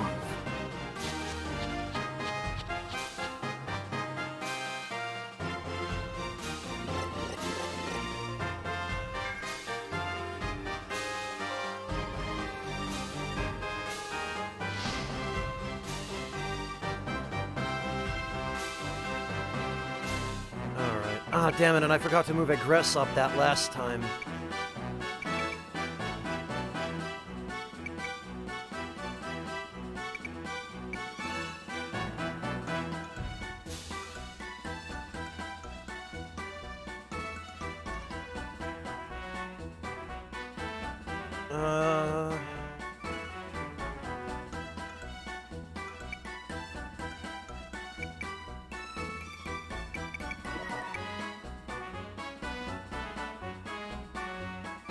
Actually, this is probably the best we're going to be able to do here.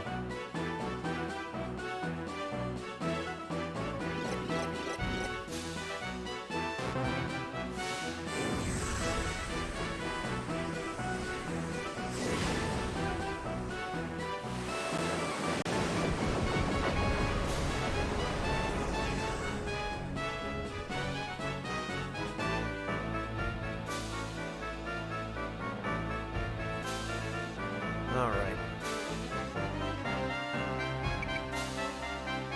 Yeah, okay. Nothing we can do there.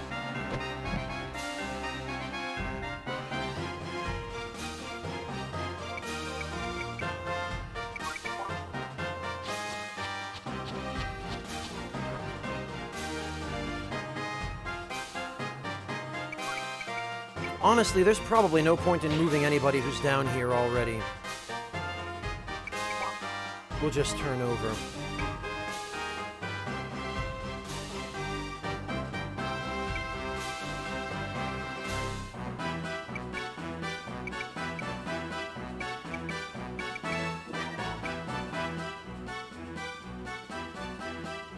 And I have this feeling...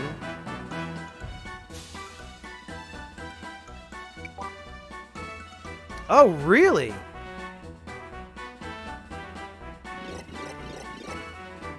I could have sworn the mage was going to go for a heal.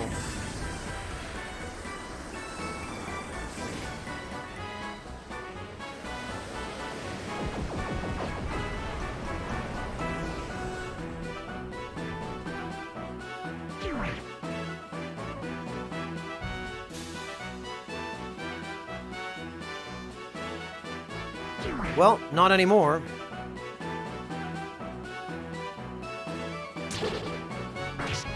Yeesh. Okay.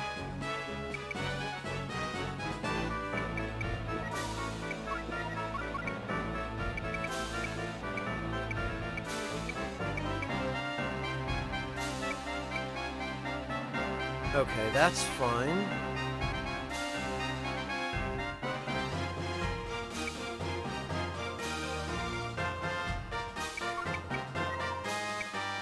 Remove on Preto.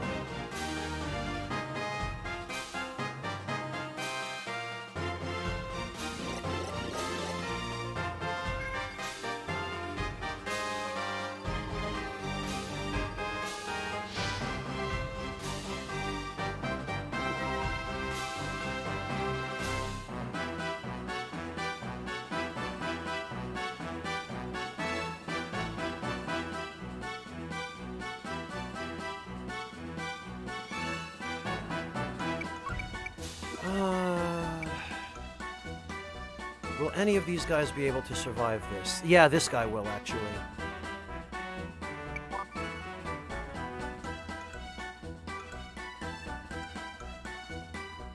No, Dial D.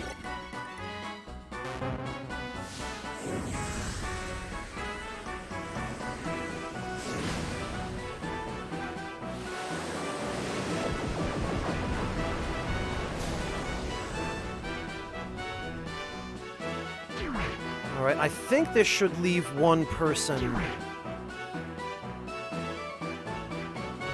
Yeah, okay. It did. Perfect. In that case, we can heal up Guilty and Maria. After this redial, Nick, I believe there are 4 battles left.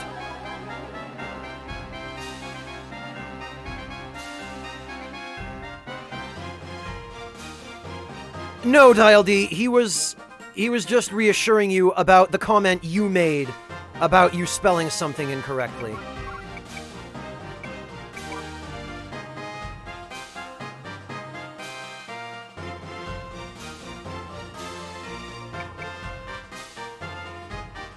Alright, Maria can hang out up here.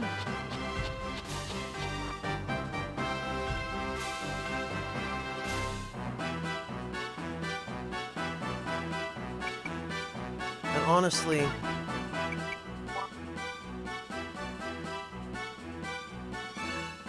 everybody else can just GTFO.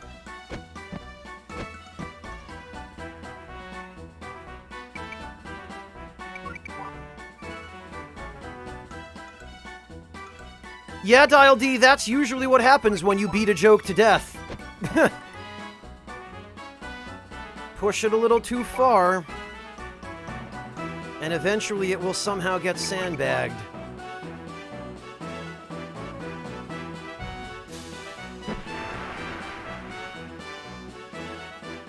Alright,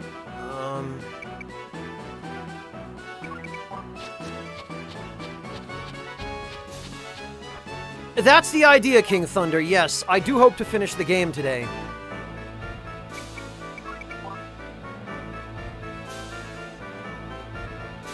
We'll just continue leading this guy on.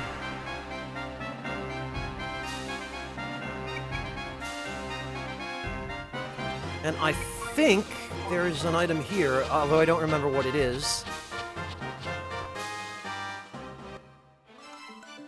Oh, it's the letter 3. Wow, I went to all this trouble just for an item I don't need. Great. Fortunately, though, that problem is easily rectified.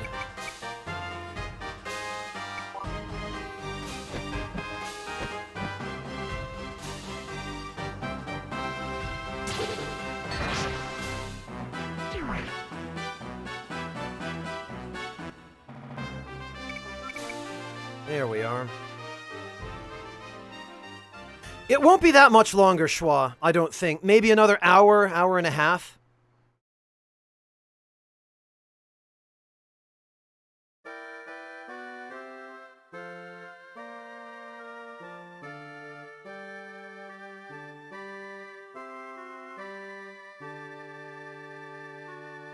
What was the rush for? There's no one here. Stay alert. Getting careless could be costly. Ah! Oh, look! It's Yuri.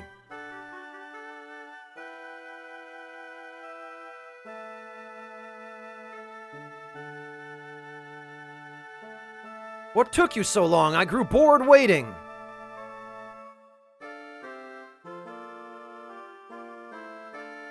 Yuri, why? Why did a devout Navarthian like you become a follower of Goddard? You will never understand, Joshua. The despair I felt when I discovered Nervith to be the world's destroyer. What? That the great catastrophe in the story of creation was actually caused by Nervith himself? So this is where the game changes if you don't have Vandal Heart. If you didn't get all 7 prisms and acquire the Vandal Heart sword and hear Nervith's story before now, Yuri will die. You'll have to kill him. Ah, I'm surprised. You knew? That will make explaining easier.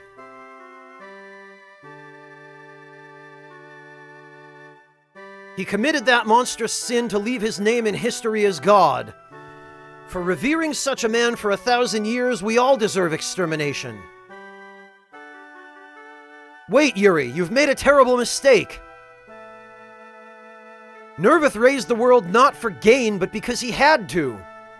Huh, now you're making up stories. It's not a lie. We confirmed it at the Logusta ruins. Here, this is proof. That luster. Are you telling the truth?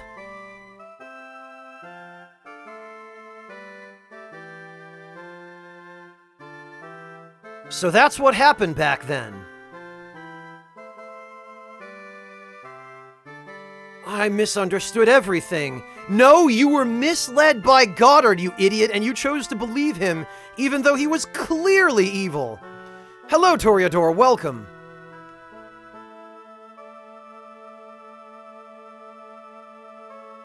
Not only that, I tried to kill you. It's pointless to torture yourself with guilt. Instead, always look forward and think of how you should live tomorrow. Baron.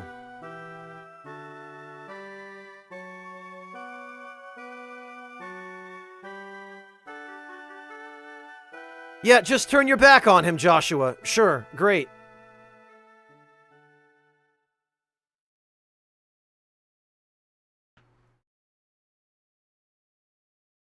Natra Palace, top floor. So this is another scene that changes drastically depending upon the path you take through the story.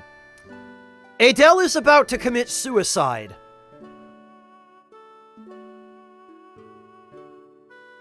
It's all over, everything. Adele! Joshua, did you come to mock me? I must appear ridiculous. After all my bluster that I had due... After all my bluster that I had due to my duty as a royal, you were right after all. What a wonky translation. I was just a puppet who danced on a string without knowing I was being used. Don't put yourself down like that. It wasn't a lie that you sincerely hoped for peace.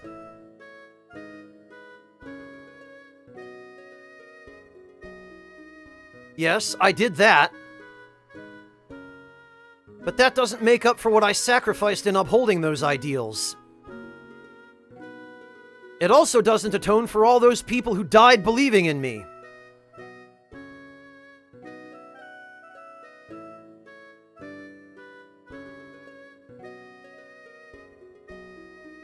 That may be so, but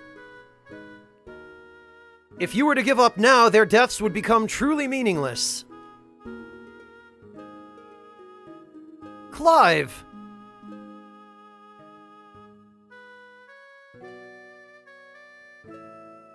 It's true, Adele. We have all made mistakes. If we don't overcome them, we would never progress.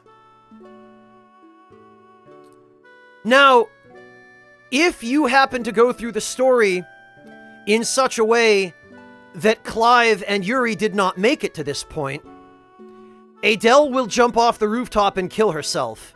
Because, you know, Clive and Yuri are dead, so they're not here to reassure her.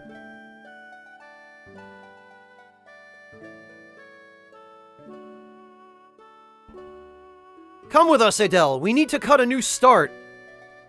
Cut a new start. Yeah, whatever that means. We need your help. Everyone. I understand. I will try again.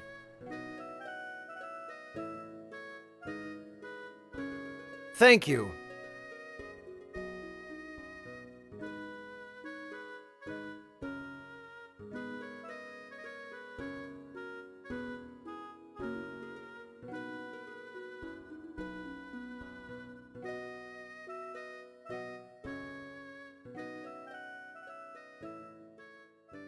He sort of did, Schwa. Sort of.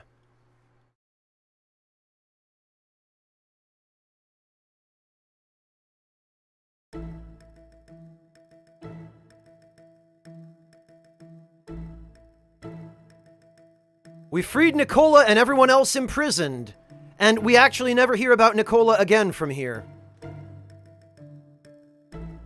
But no one has seen Goddard anywhere. Goddard departed with all his followers before your arrival. They are heading toward Nervadia, the church state. Why? Nigrin Cathedral. Sealed beneath it is a test silo. It was made by the ancients using their most advanced technology. So that is his destination. We'll go after Goddard. Yuri, you stay behind with Nicola and help him establish order in the country. I'll do that.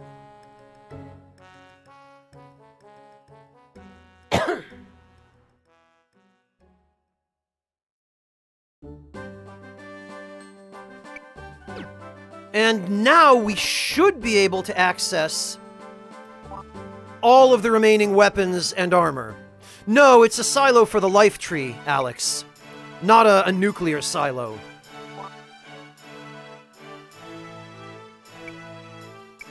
Alright, please tell me. There we go.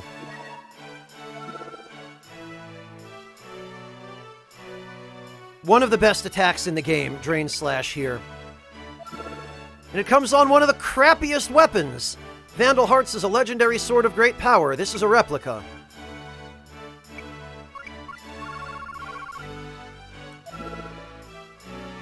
And now we get the Moon Tip, which I think might actually... Yeah, okay. I think it does have higher attack power than the Bernier.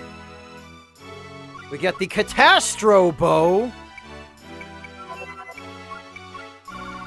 We get the nothing new for daggers, I guess. We now finally get the Skull Shield, which has no mini-mark, which is worthless because we're never going to encounter any mages that use that spell for the rest of the game.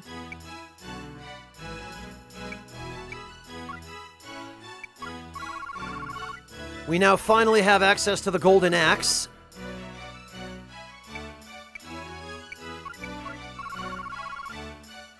And to the G Saucer.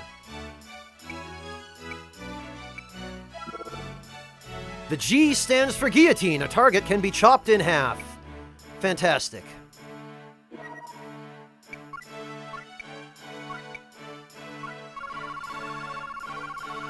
And we now also finally have access to the Evil Rod.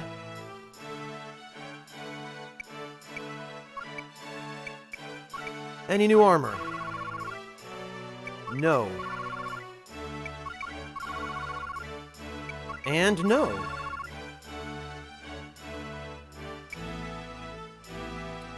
No, Foxfire, it was not. Even in its day, I believe this game was rated mature.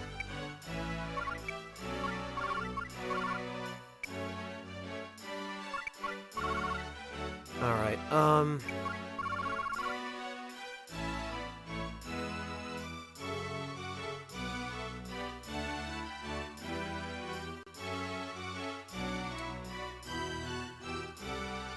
I'm not sure there's much point in even giving him the Skull Shield. What we will do, though, we will give him that.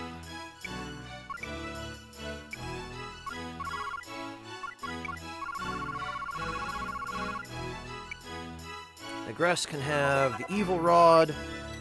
She can have a Skull Shield.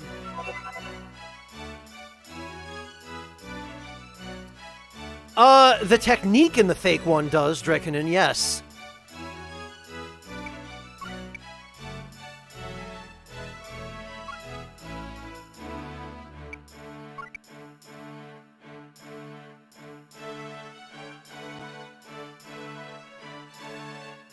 This is probably fine.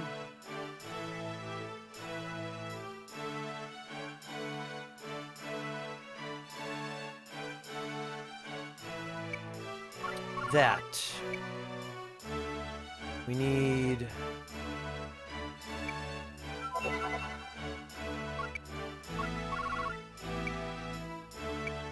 that.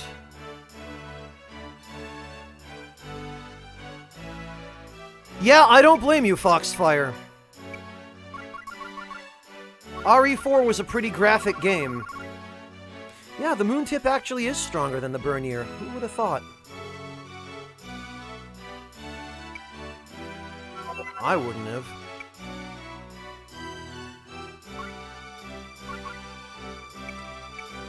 And now, finally...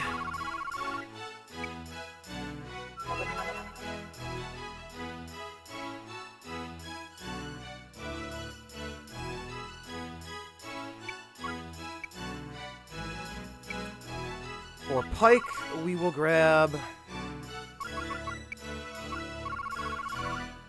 the Guillotine Saucer, just so that he can learn the new technique.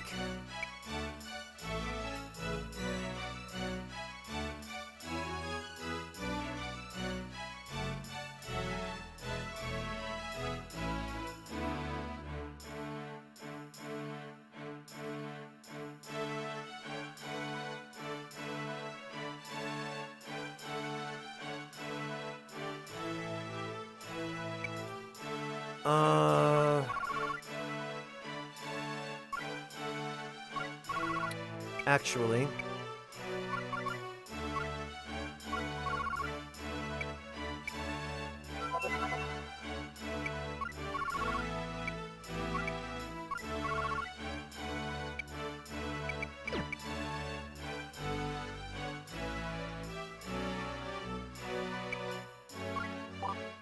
Actually, I want to rearrange this a little.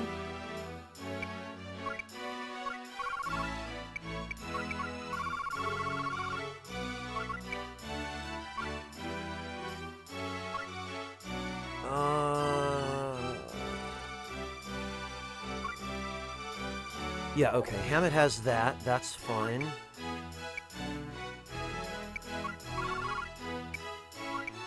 Joshua can have the other Vandal Hearts.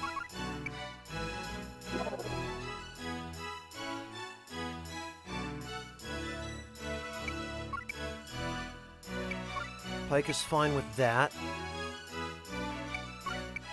We'll have to transfer some techniques, obviously.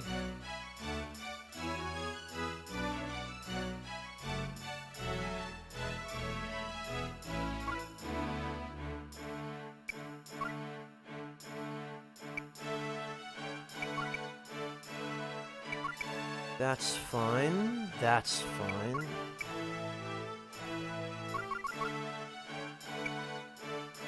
Okay.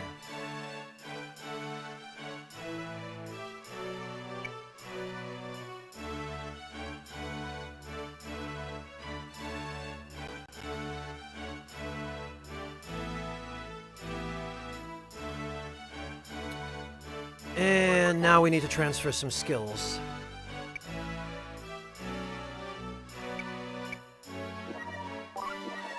Actually, that's fine. There we go.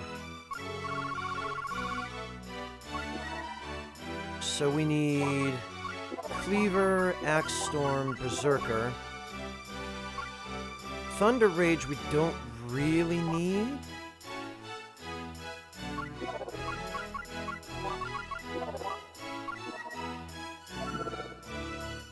Eh.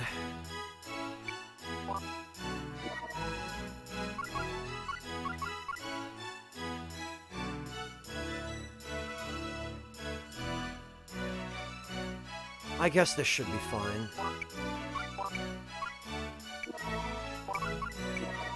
Lyra. Hell Jab, Spirit Fruit, Stun Mark, and Toxic Mark. And actually...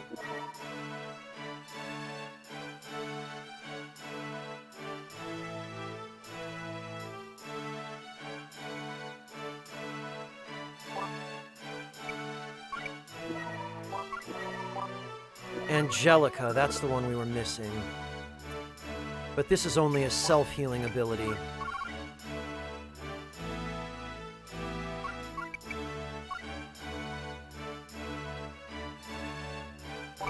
Okay.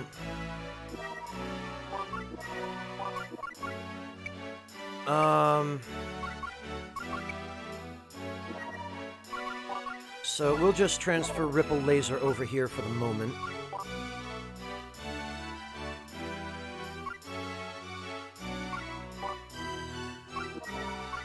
And...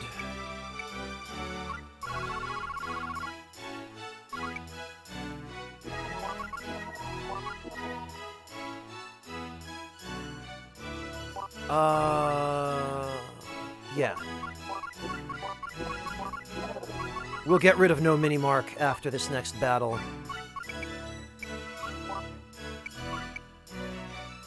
Guilty is fine. Maria is fine.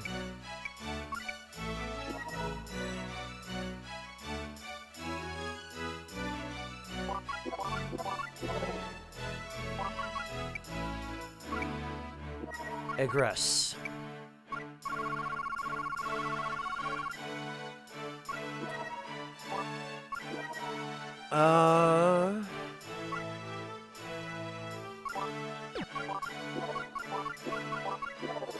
This will do for now, I suppose.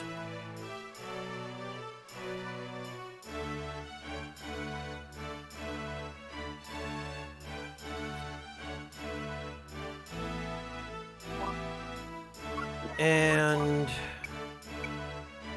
shields.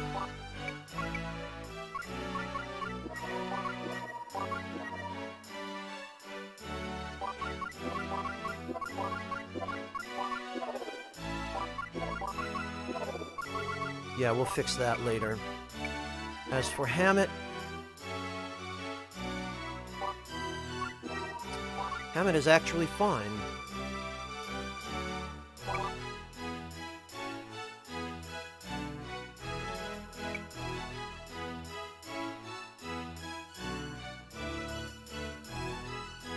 Oh, good, Schwa! That's progress!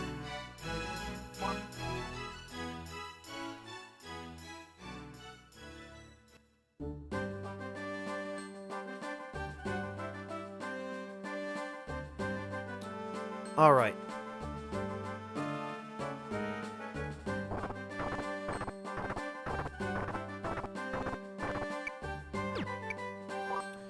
Let me just save the game here.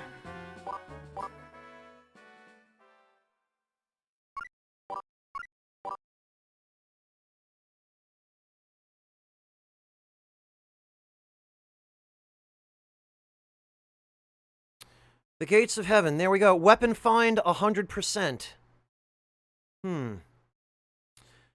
I am still missing one. I think I am missing the dagger that has Switcher in it.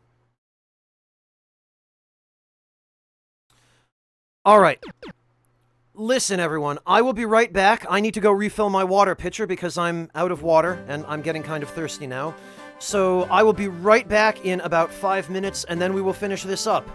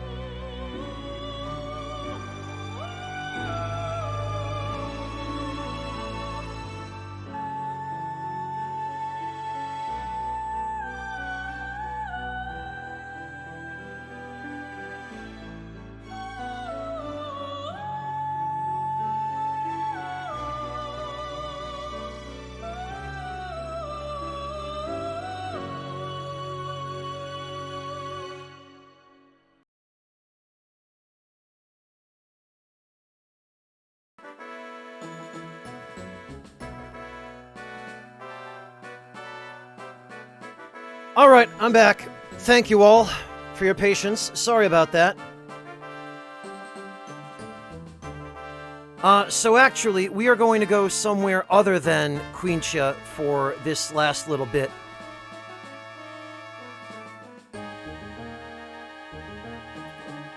We're going to go get a weapon that I apparently missed, which we need for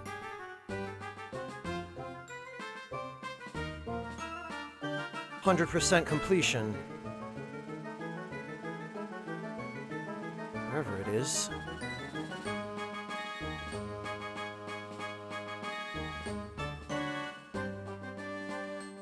What a river, mining prison. What the hell? Vandal Plain, Fort Dantis. Gasso Forest.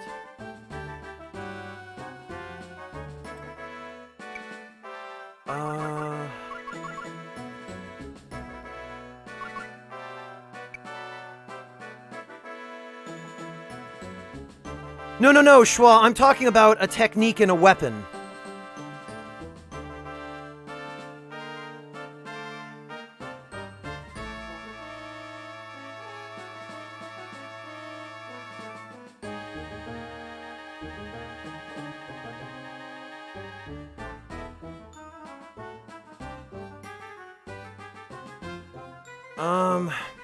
There it is, Danjo Forest.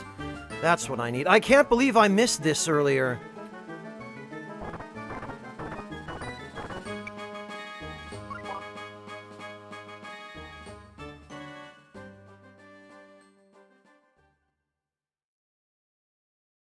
I know where it is, Zappa. I just must have forgotten to pick it up somehow. Which was confusing me for most of the game, because I could have sworn I was supposed to have gotten it earlier.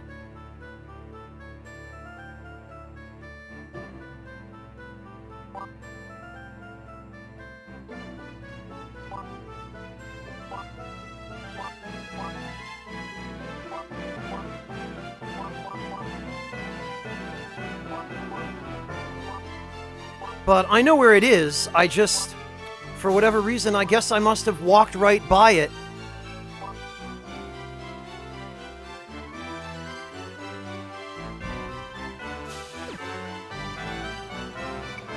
When I first came through here.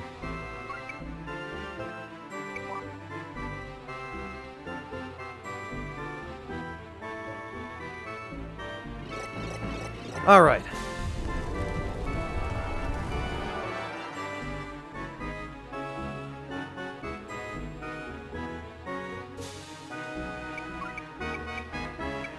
And we're just gonna have everyone spam their techniques.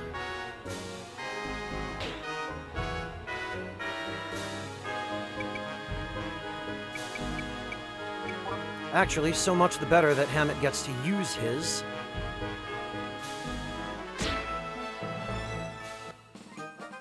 Oh, good.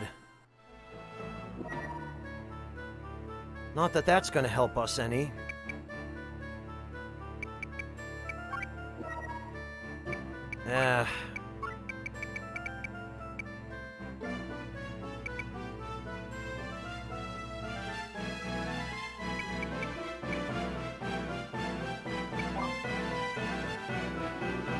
Oh, this guy's probably going to try and move up to heal. Okay.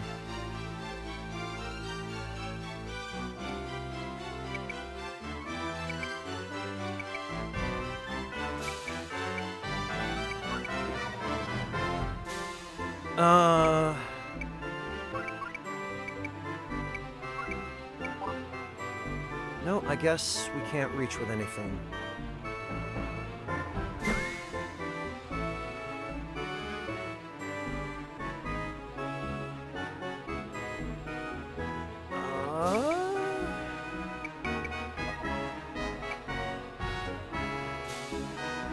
Actually, we really ought to just have Prateau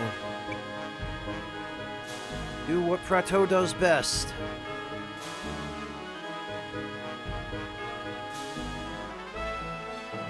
Can we reach that mage?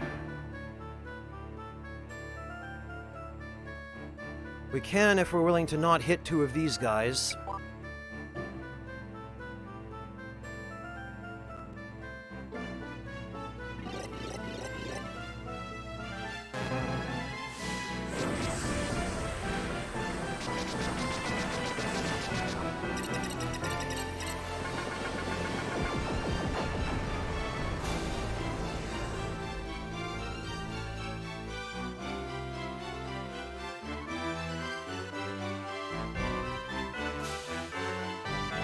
All right.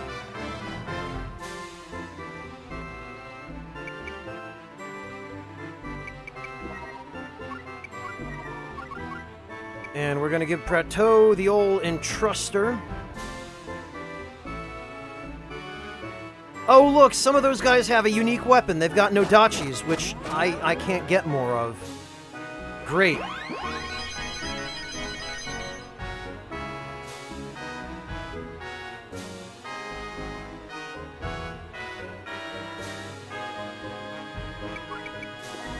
Okay. Once more.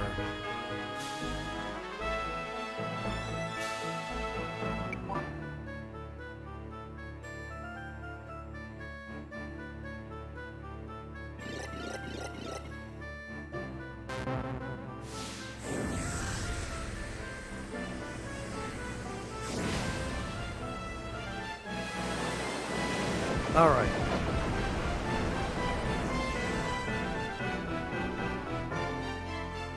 Most important thing is we want the mage out of the way. Now, I'm fairly sure...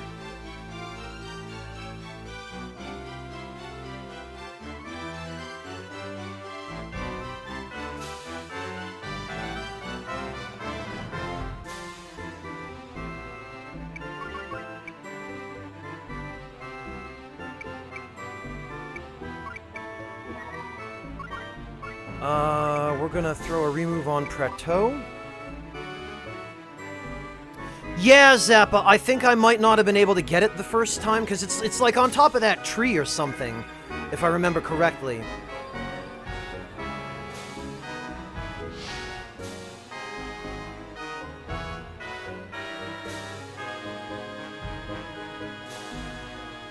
Because I think...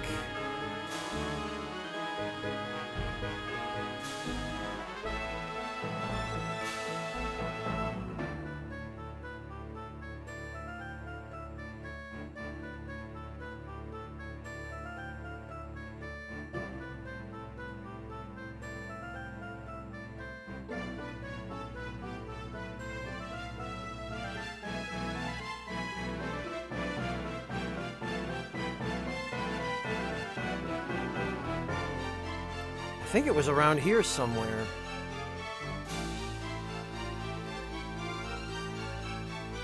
Or like up here.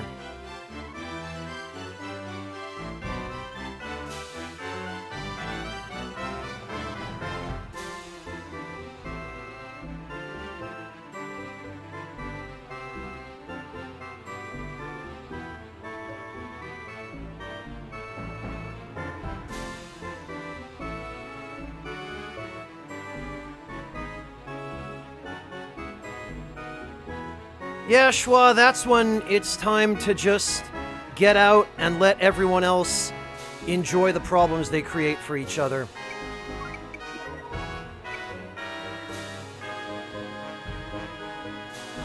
Alright, actually, I think now we can hit everybody. We can. Well, almost everyone. I don't think that's actually where it is, Zappa. Because I just checked that, and I don't believe there's anything on that space.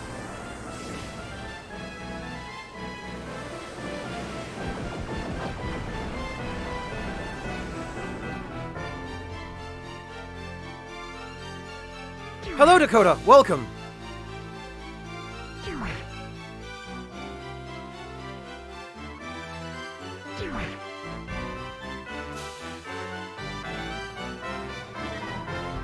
Okay, good. Range slash and no mini mark. Vlad and Hammett have got the fort held down here.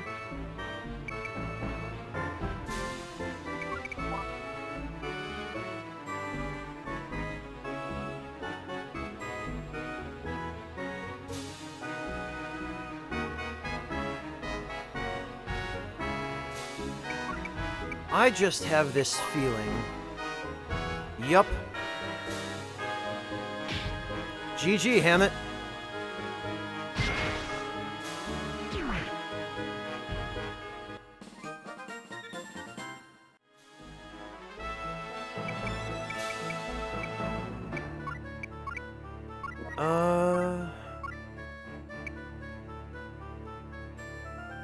Yeah, then this guy.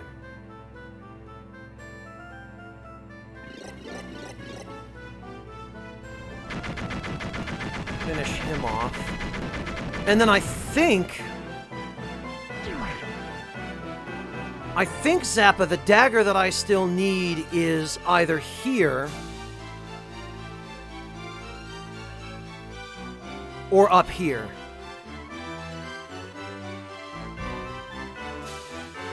Or like it might be somewhere over here, but I don't think it is.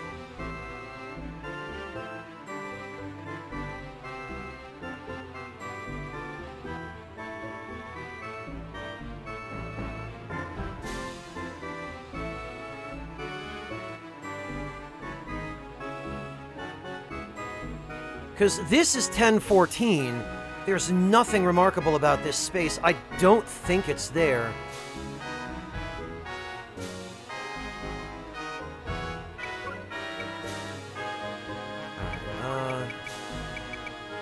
Actually, we should move Pike out of the way.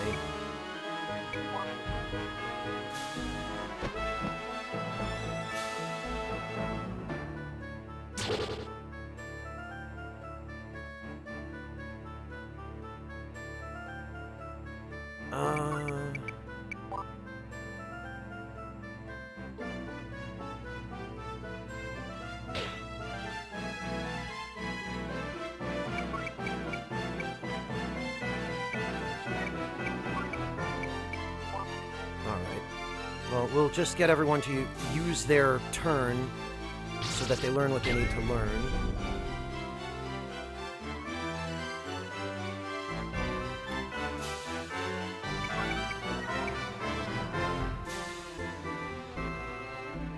Okay, there are 5 enemies left. Okay, yeah, that's fine, actually.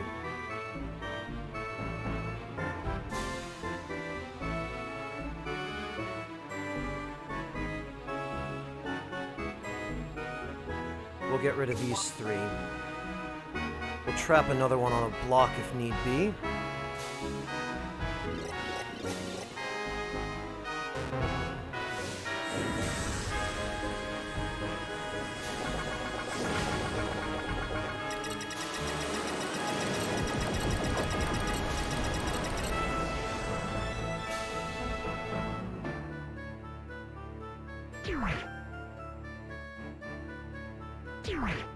All right.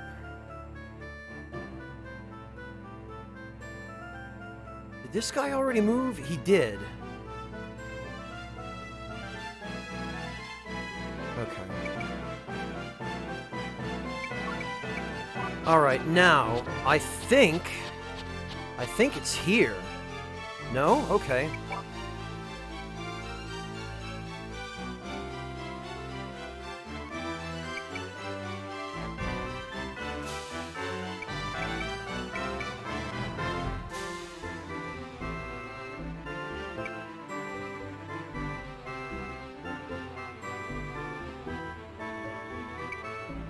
Alright, so that guy would have to go... Okay, what is his range?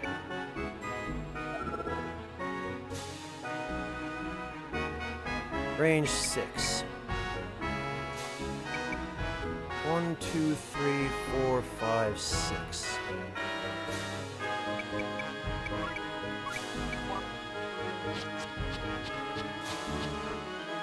Oh, he got a little bit of extra range because of...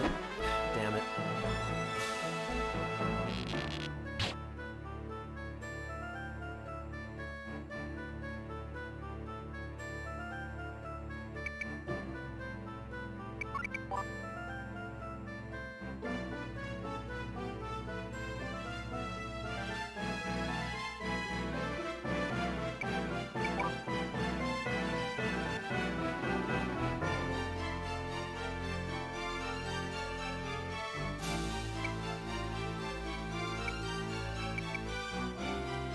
Alright, I have a feeling. Yup.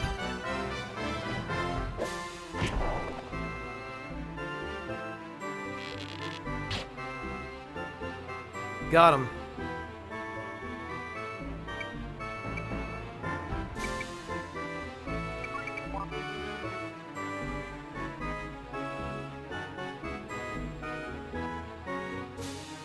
Now...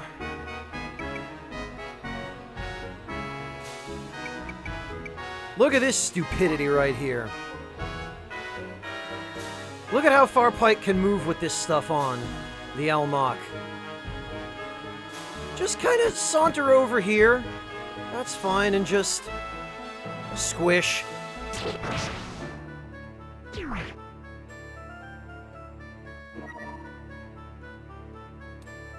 Because the armor he's wearing has a movement range of 30, Zappa.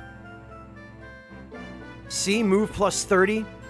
But it gives him 1 HP, so...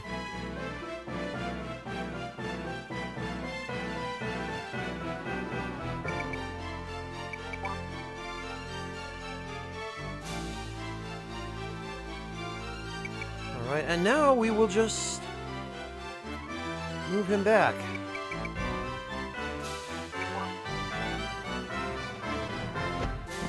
Oh, alright, fine. Pardon me, sir! That's so stupid.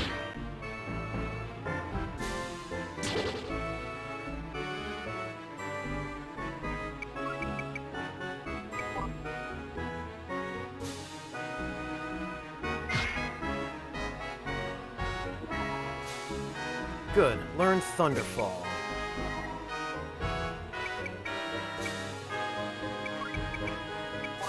Alright. Now for Joshua, learn both of those drain slashes.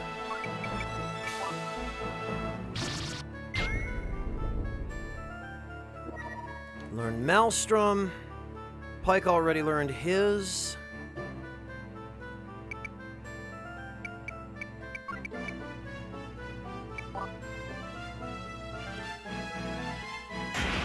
Dead.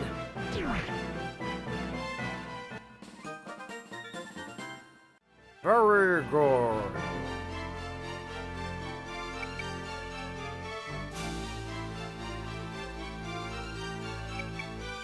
Alright, I don't think it's here, but... yeah, it's not. Charlie! Hey! You're up awfully late. Did you just get home from Frankfurt or something? Good to see you.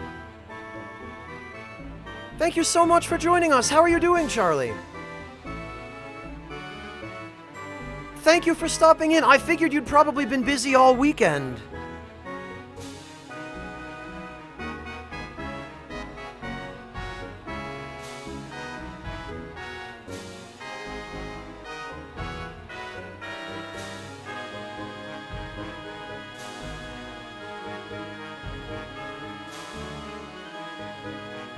I don't think it's here, Zappa, but I'm pretty sure it's up here somewhere.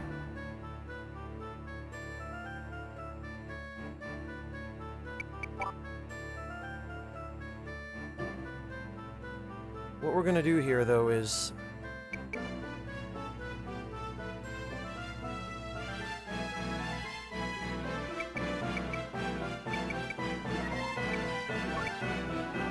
Guilty's back is exposed, so hopefully, yup, just as expected.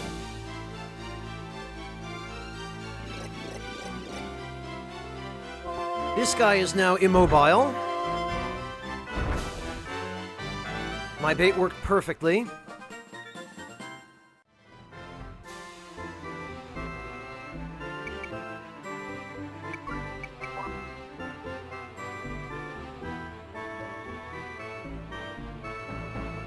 Good stuff, Dial D.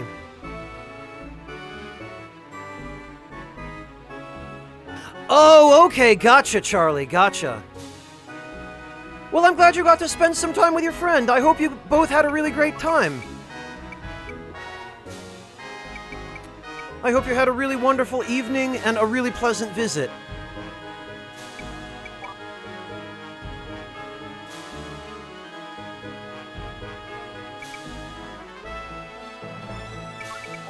And I hope Sunday goes well in Frankfurt with everything, Charlie. Thank you so much for stopping in, but God, you should go get some rest. It's so late now.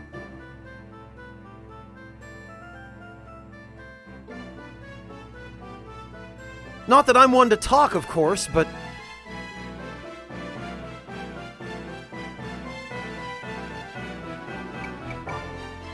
But I really appreciate your stopping in to say hi, Charlie. It's always a joy to see you. Thank you so much.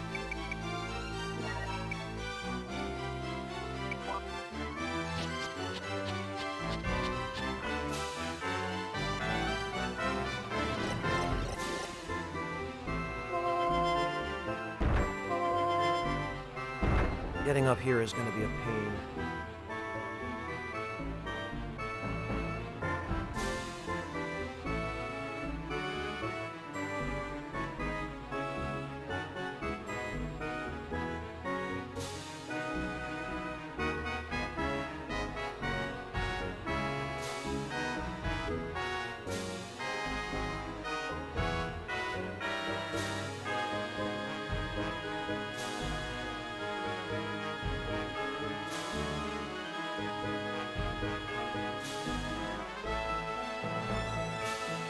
But I'm pretty sure it is actually up here.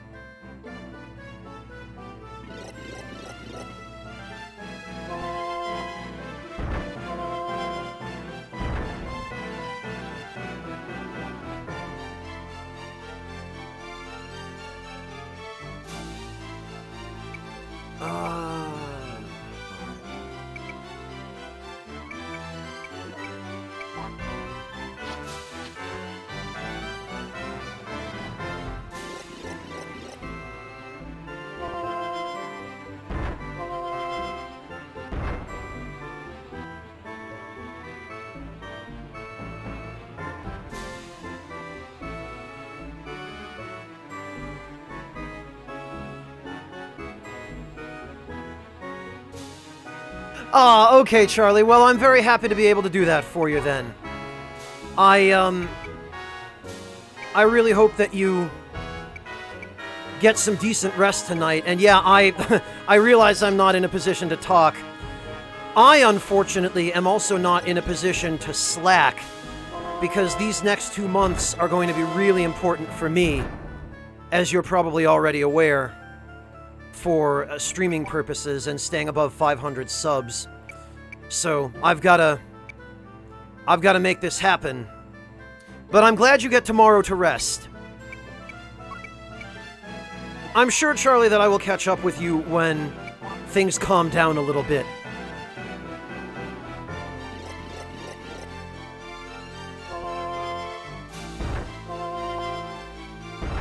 Zappa, if we're still talking about the Novacula, then I know where it is.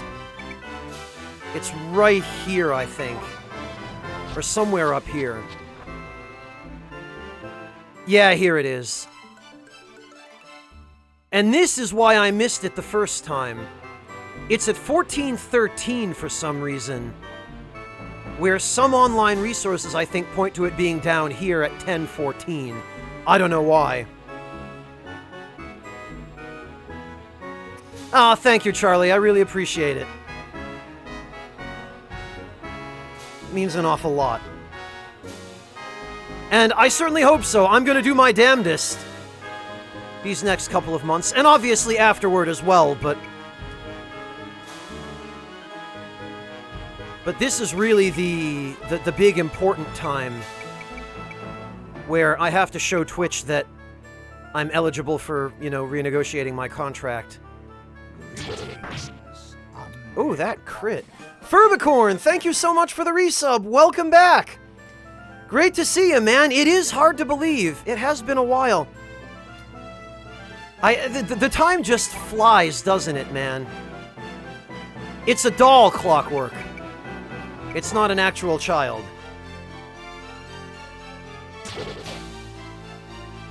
For goodness sake. Yeah, it was a misprint, Zappa, but you're looking at the Prima guide, though, right, Zappa? Because that's probably why. That's what you get for believing Prima. Fantastic, Charlie. I will definitely catch up with you tomorrow, then. There we go. Perfect. Yeah, I lose all track sometimes, Ferb. It's just... It's kind of incredible how the time goes by and you just forget. Or it just doesn't feel like it's going by as quickly as it is. Alright, now... That's what we want. It says switches places with a designated ally, but you can also use it on enemies, which I think is some kind of oversight.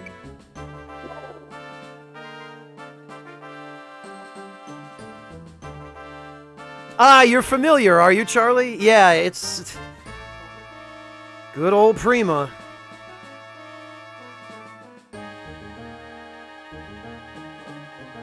No, Nuclear, when you kill enemies in this game, they just spray blood everywhere. Oh, I didn't mean to leave the equip screen. Ferb, how you been? Thank you, Charlie. I appreciate it. I look forward to catching up with you and hearing all about all the stuff that you've been up to.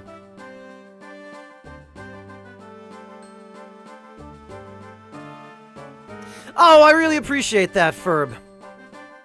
Yeah, it's... Just before you know it, another month has gone by. It's crazy. Alright, that goes here. This... Whoops. There we go. Vlad is all set to go. Lyra should be all set to go. Preto can have this sword back. Because that one's actually a weapon. And... Ah, I forgot to have Agress finish learn... Okay, well... That's fine. Because we have to do one more battle anyway. In order to...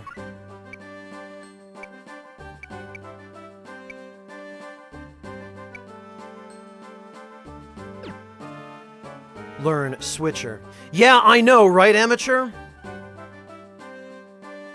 Ah, congrats, Ferb! That's awesome! A whole year on Twitch. It goes by quick, doesn't it?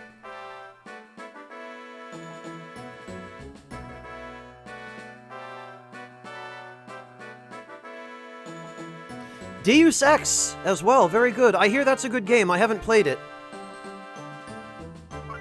But yeah, congrats on your 1-year anniversary, Ferb. I'm going on, I think actually I'm closing in on 4 years now, and it feels like I started last month. It's crazy. Like, I can't believe 4 years have gone by. You know, what happened? Where did they all go? Yeah, you're closing in not only on a 9-month, milestone, Charlie, but also you're nearly at 1,000 followers now, aren't you? You're closing in on a couple of big milestones.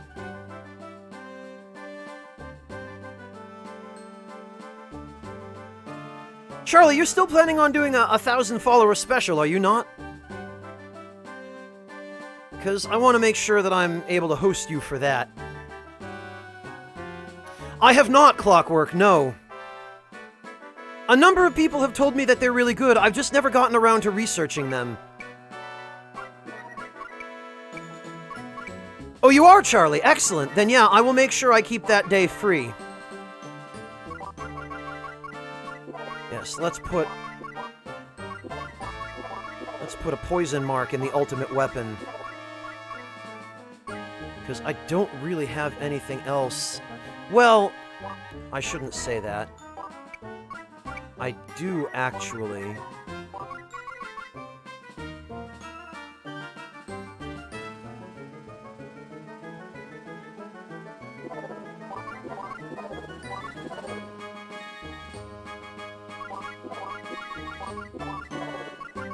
Yeah, this is fine.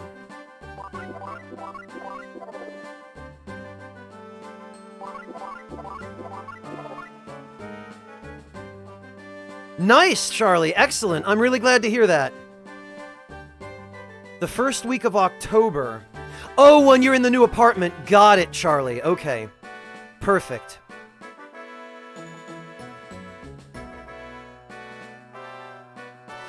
Ferb! Don't worry too much about that.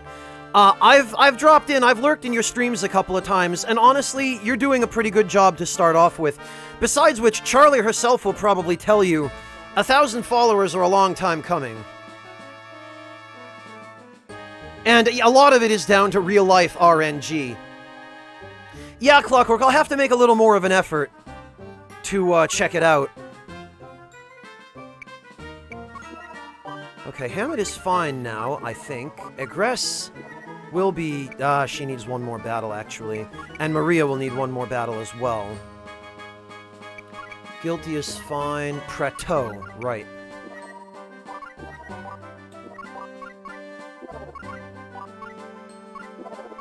And Drain Slash.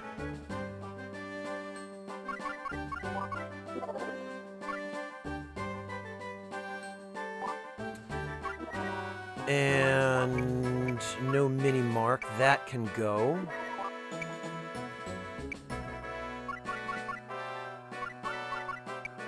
Because that is some hot garbage right there.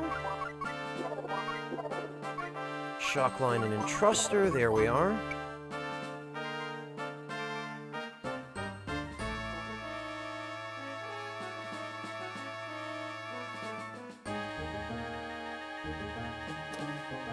Ferb, it's... especially when you're first starting out, it's really difficult to distinguish yourself and to get traffic. You really pretty much have to rely on raids from people. And I can't speak for others, but when I'm choosing somebody to raid, I try to choose someone who is playing something that I know my audience will stick around for, because otherwise the raid's a waste, right? And if I go raid someone who's playing something that I know none of my viewers are going to be interested in, then I've basically wasted that raid, you know, and all that energy just dissipates into the ether. So I try to, first of all, I try to raid people who are playing the same game I am, but obviously that never happens when I pick these old retro games. Because if you look at Twitch right now, if you look at the Vandal Hearts 2 list on Twitch, I am literally the only person playing this right now.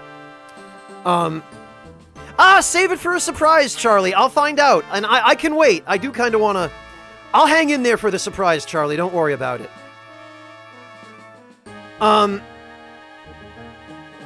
But then also, I try and pick small channels, especially channels that are smaller than mine, so that the raid actually makes a difference, you know, when people do stick around. And I would suggest that if you want to really capitalize on people sticking around for the raid, you should just hang out in circles where people are playing the kinds of games you are. I've seen you playing a lot of FF14 lately, so that's probably a good place to start, you know? Just make friends with people who play lots of FF14, and then they'll probably start raiding you a little bit, and then you'll get some raids where you have actual audience retention. Venmaru, if you plan on starting to stream around the time I finish up, then I'll come raid you.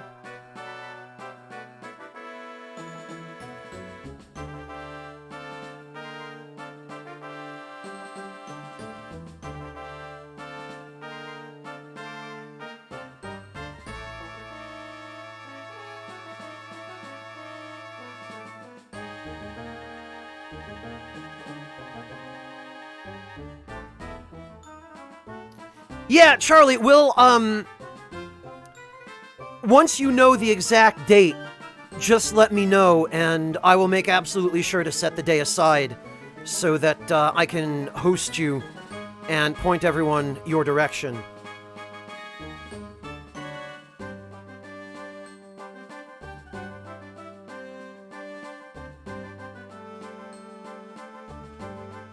Two days of FF14 for the days that your raid group does some endgame. Oh, okay.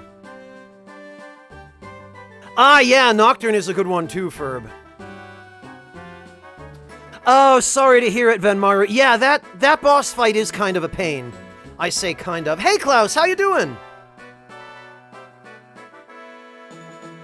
Well, Ferb, if you like any of the games in the Final Fantasy Tactics type genre, or, you know, Ogre Battle or Tactics Ogre or anything like that, then yeah, you'll really enjoy Vandal Hearts.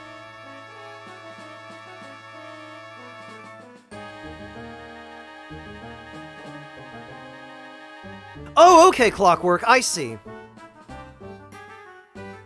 Yeah, I've been having that myself lately, Klaus. Twitch has been kind of hit or miss.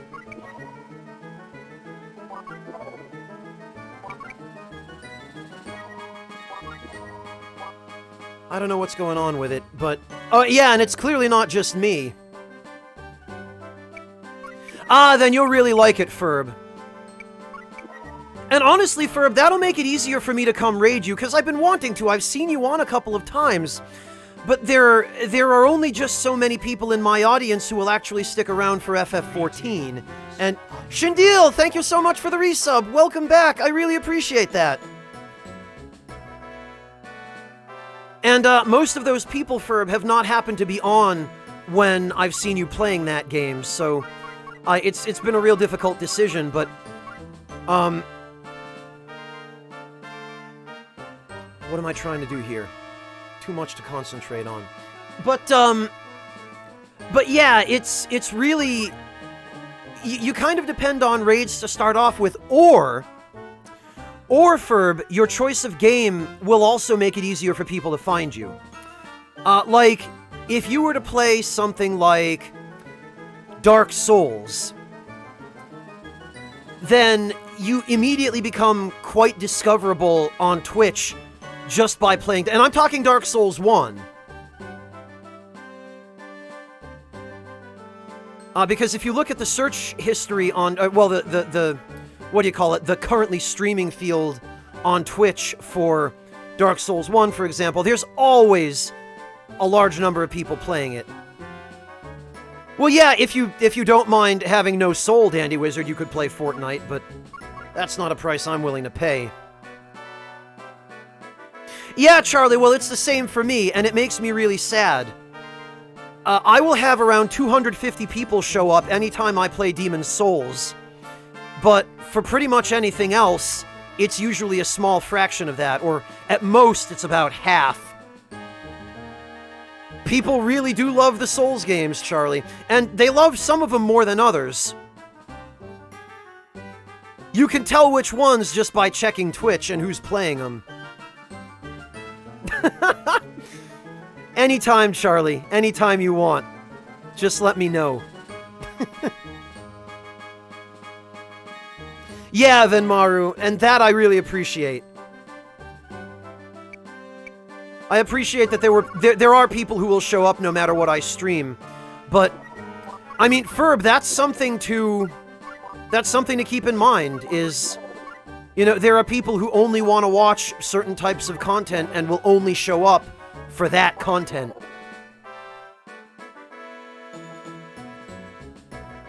I really appreciate that, Chris Keys. It really means a lot to me that there's a smaller core group of people who will show up no matter what.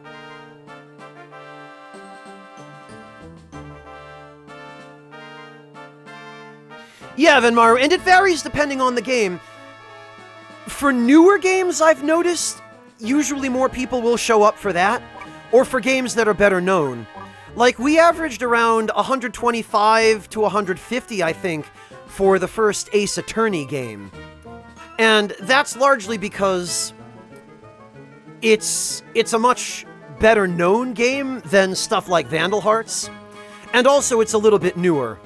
Although only a little bit newer, come to think of it, I think the original Ace Attorney games only came out a couple of years after Vandal Hearts. But it really all depends on what there's a widespread appetite for.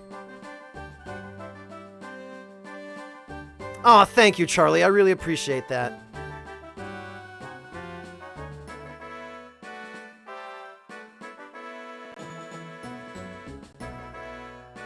Yeah, Schwa, well, you're not alone in that.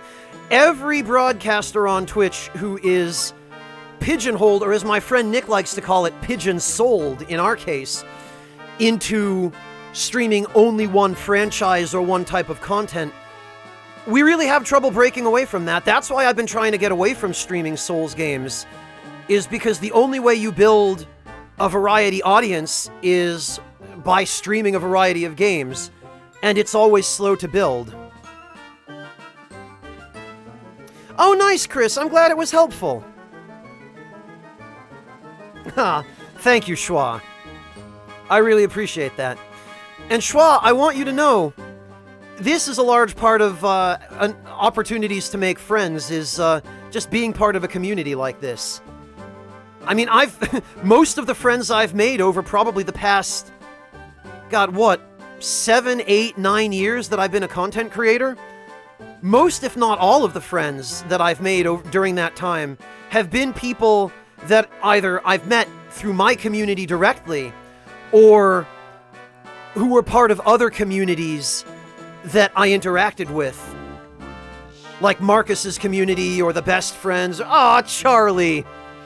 Thank you so much for gifting that sub to Schwa, Charlie. That was awfully sweet of you. Yeah, I'm gonna probably pull tons of views when I play Elden Ring, Dandy Wizard, and then almost all of those people are gonna just peace out when I switch over to something that's not FromSoft again afterward.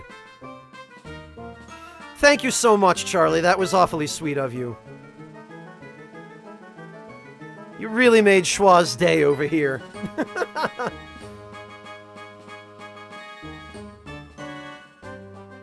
Oh, see, that's really encouraging to me, Amateur. It's a relief to hear that people are interested in other stuff besides just the Souls content. Actually, I don't even think there's a point in having the paralyzed mark here. We can just move Absolute Zero over here. There we are.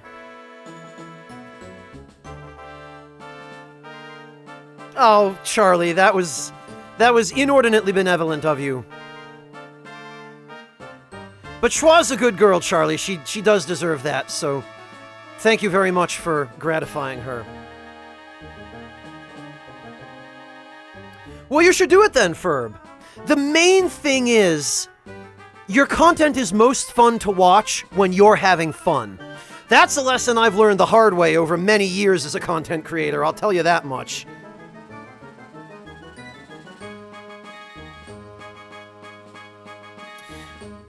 That is really surprising to me, Venmaru, because most of the people who watched the Persona 4 transferred VODs over to YouTube, or a good number of them anyway, complained that I was just transferring VODs and not making new content.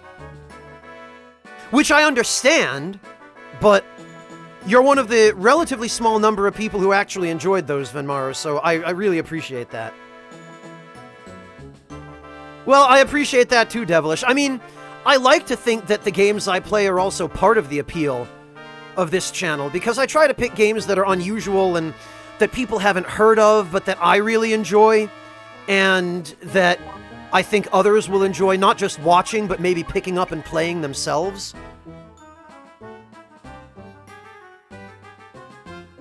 Aw, Charlie. You're so sweet. Thank you. Aw, geez, Alex. Yeah, Eclectic. Like, honestly, YouTube being shitty is the only thing keeping me from still making content there. I miss it in a lot of ways.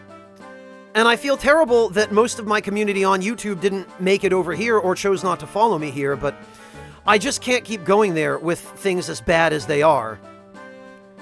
But if they ever got their shit together and stopped being just greedy corporate scumbags, which I don't see ever happening, but if it ever did, I would be happy to start creating stuff there again. Just, you know. No, Schwa. Overall, my YouTube community has been awesome as well. It's others in the Souls community who have suffered that. Marcus has had a lot of people in his community be really rotten to him. Even guys like Pat and Plague have had people from the Souls community show up just to be rotten to them when they played Souls games. But I overall have been really lucky. Of course, I've also been really careful and selective. But all of that stuff goes into, you know, building and maintaining a community. Yeah, Charlie, they do definitely need to improve the VOD system on Twitch. Absolutely. They need to make them easier to sort, and they need to make navigation more intuitive. And they need to have a better upload system to Twitch. Because if Twitch could manage that... Well, Clockwork, I think a lot of it comes from a place of entitlement. But that entitlement, in a lot of cases, to me, seems to come from just a lack of life experience and a lack of empathy and a lack of perspective. A lot of it seems to be just young kids who still live with their parents and have never actually had to support themselves or, you know, earn money to pay bills. And they just don't have the perspective of, well, this is what's necessary in order for a content creator to continue being able to create content and not starve to death and end up homeless, you know? And it sounds condescending when I describe it like that, but in a lot of the cases of those kids, you know, yeah, their attitudes could definitely be better. That I can hold them accountable for, but, you know, a lot of them just haven't had enough time to live to learn that stuff. Well, yeah, Foxflyer, I don't feel like Lobos is ever going to have trouble with that. Guys like Vadi, though, I feel bad for Vadi, because Vadi is stuck. He can never make anything but Souls content, or his audience will string him up and or just abandon him. Like, he is well and truly stuck. And I genuinely sympathize with him there. That's not a place I want to be. But that's why I've branched out into variety content. Because I don't want to end up stuck in the place where Vadi is. You know? I really appreciate that, Comrade Penguin. Yeah, FF7 is a fun game. I enjoyed that stream.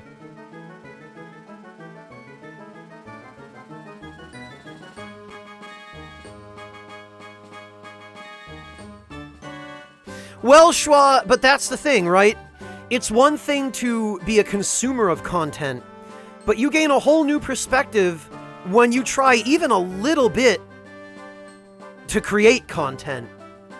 Because it teaches you pretty quick what the pros go through, even just doing it on an amateur level. Like, even just buying a cheap external capture device and hooking it up to a halfway decent PC and streaming some old games via, I don't know, emulators, or you know, streaming some low requirement, more modern games like indie stuff. A lot goes into doing it well. Even on the amateur level. So imagine what the people who make their living on that have to do to keep an audience happy. You know, the bar for quality is really high. And I'm still striving to improve the quality of what I do. There are definitely a lot of things still left that I can do to improve it. But I've tried to focus on the big major things with the largest payoffs first, you know? And since you've done some of it yourself, Schwa, I know you have a little bit of experience too. You know already how hard it is. Well, Charlie, there are the people who feel that way, but I don't know how large a proportion of his audience they actually make up. Northern Lion, on the other hand, is a lucky guy, because he's been doing variety content pretty much from the beginning. And so, you know, people will pretty much just show up for him regardless of what he plays. And I like Northern Lion. He's a good guy. I've only talked to him once or twice directly. But I like him a lot. He strikes me as a pretty chill, pretty laid back, nice dude. Bone, thank you so much for the 220 bits. I really appreciate that. Good luck, Ferb. Thank you so much for joining us. Good luck with XCOM and have fun. I'm glad to hear that, Quietus. It's nice to know that I'm on the right track with this stuff.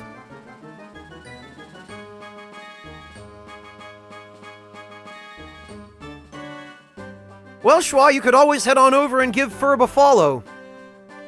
Because I'm going to try and wrap this up fairly soon. I want to... In fact, in the time I've been talking about this, I probably could have done one more battle.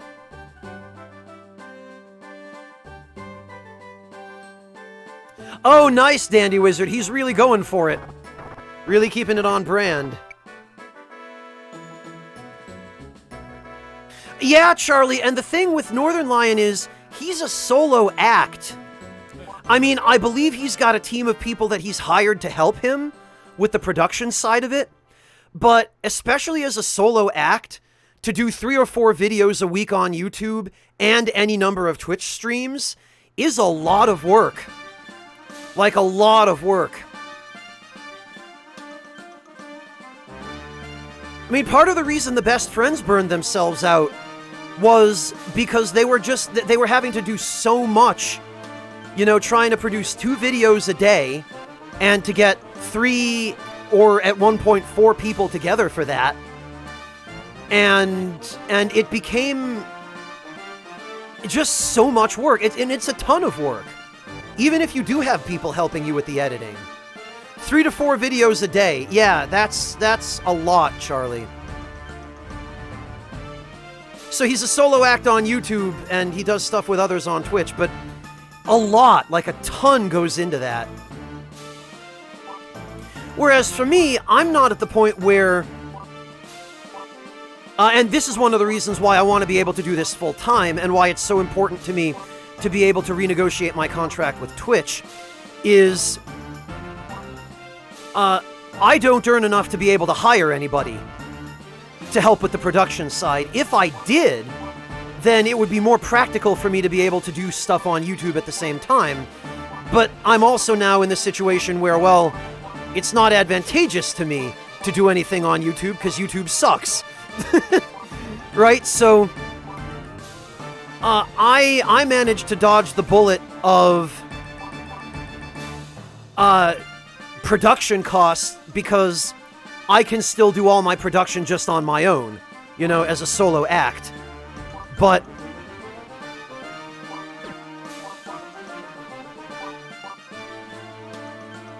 to do all of that by yourself is just an enormous amount of work.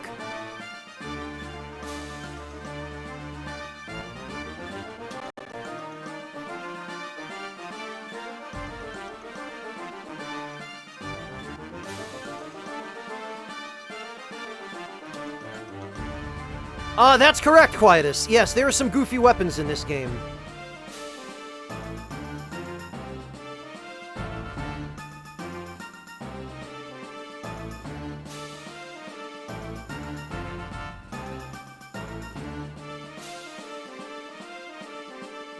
Yeah, Schwa, that's YouTube's biggest problem, is that rampant copyright nonsense.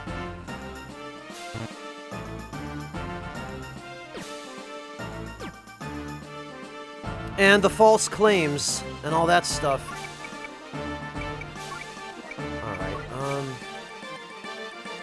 yeah, here we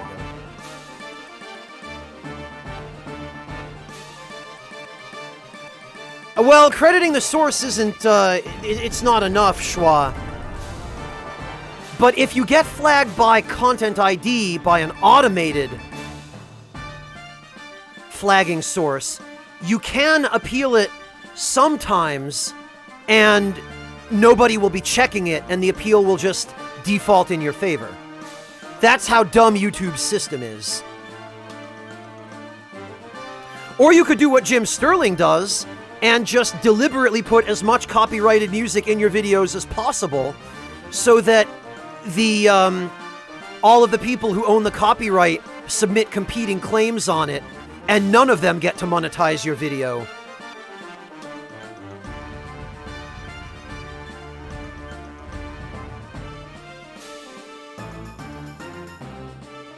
Yeah, Klaus, I know that feeling, man. I'm right there with you. Yeah, Charlie, I like going to eat after streams. I like to finish up a stream and then go have dinner, and then maybe nap.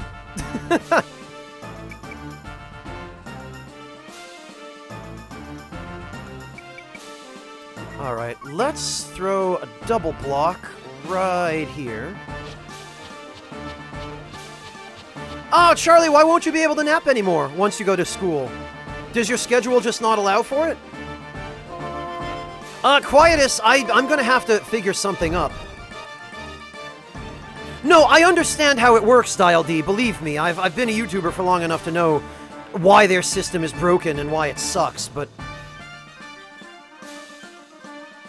the fundamental problem, the whole source of the problem, is copyright law, which is designed to screw over anyone trying to be creative so that the big companies can sue you and get tons of money.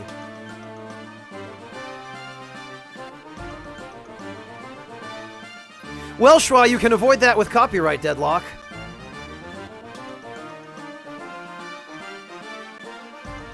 Well, or of the claimant, amateur. Yeah.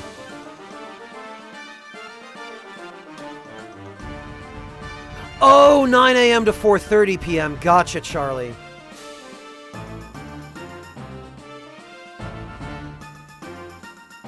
You start the stream at 7 p.m. and you go till what, 11 p.m.? So, at that point, after the stream, you have dinner and then you basically go to bed, I guess. I mean, I guess technically it's not really a nap, because it's just sleep, but... oh, you're gonna go all the way to midnight, okay.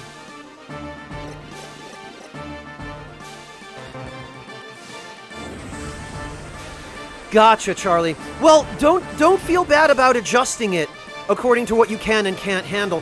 And honestly, Charlie, it may be, especially based on what you described to me about the way your school works, it may be that you'll be able to leave school a little bit earlier than 4:30 p.m. If, for whatever reason, you're able to get done everything you need to do earlier on. Or maybe you'll have days where... like, how many days a week are you going, Charlie? Are you doing just Monday through Friday? Or do you have a more unusual schedule? 4 to 5 days, okay.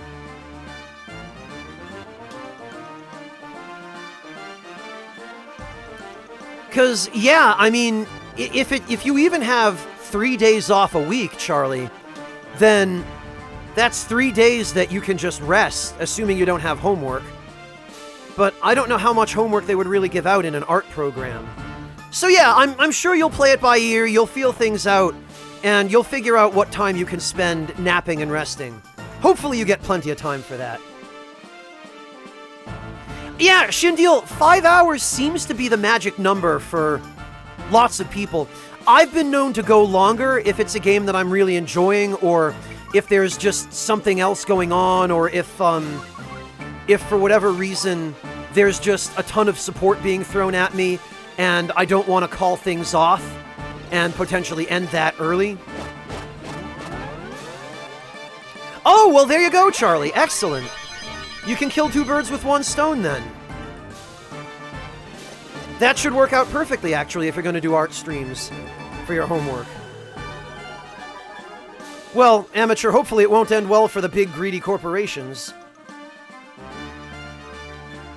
Yeah, Quietus, well, that's pretty much what Ripple Laser is, that Gradius reference.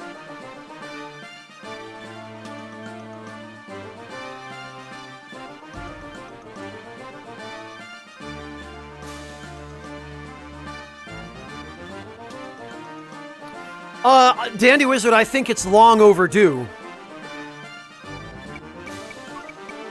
I don't know how successful it's going to be, but it was definitely long past time.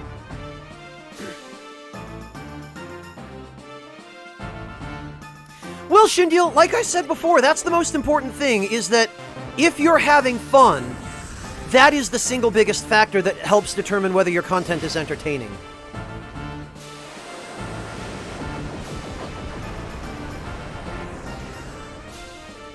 Yeah, Quietus, I know that feeling too. I had a job a number of years ago where what I was doing used to be fairly physically oriented. Lots of stuff outside. I was working with kids, mind you, but there was a lot of cleaning and heavy lifting and whatnot. So I can relate. Honestly though, Quietus, I want to be able to do this for a living. And that's what I'm working toward now, is, I'm trying really hard to meet the eligibility criteria for renegotiating my contract with Twitch so that I can earn enough by doing this to make a living, hopefully doing just this. And that is why these next couple of months are going to be so important for me.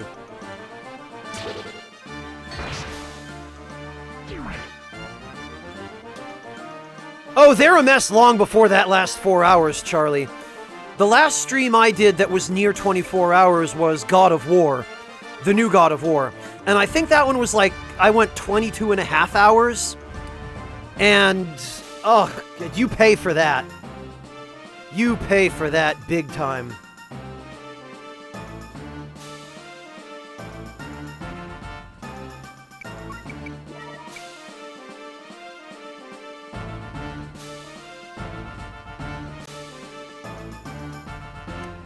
See, well, we do our best, Charlie. We do our best. I always encourage anyone in my community who is trying to break into content creation to support each other. Because what people say about the market for content creators, well, I say content creators, but the market really for user-generated content in general being saturated is really pretty true. And the best thing that we can all do is support each other as best we can. And I 150% agree on that, Klaus. Charlie does deserve all the love. She is awesome, and you should all go follow her. Quietus, thank you so much for the sub. Welcome to the Ragtime Lounge. Really glad to have you.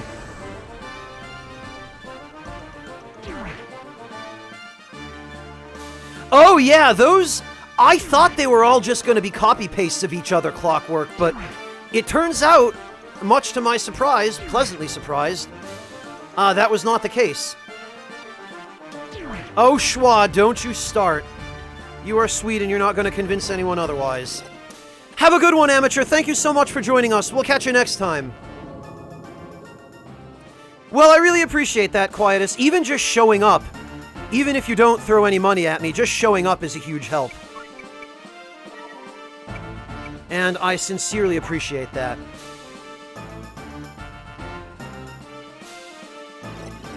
No, Charlie, I will not stop. I will not stop ensuring that you receive the love you deserve. It's definitely a lot more difficult to break in now, Dandy Wizard, than it was 10, 15 years ago. There we go. Okay, now all of Aggressive's stuff is taken care of.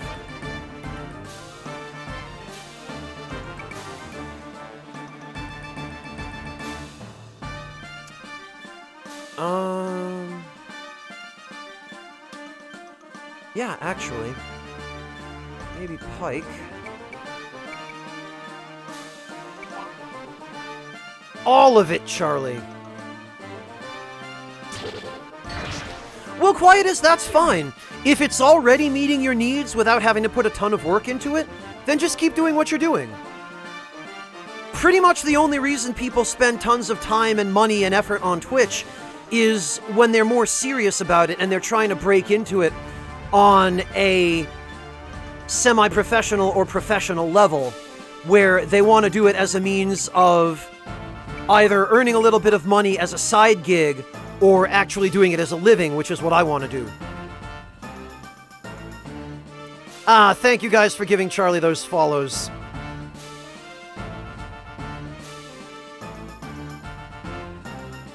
Well, there you go, Quietus. Actually, Quietus,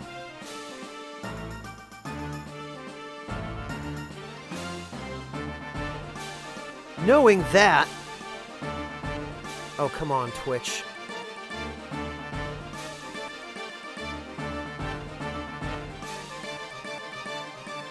Freaking Twitch.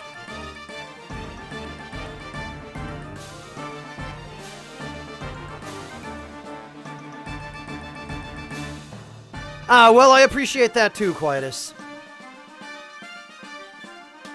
Yeah, you know what, Schwa? That's a great idea. What if all 72 people here just went over to follow Charlie? What if we did that? I mean, I'm already following her, so...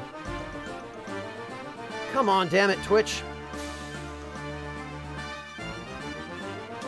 Twitch just does not want to display this for me. Alright, fine, we'll do this the hard way.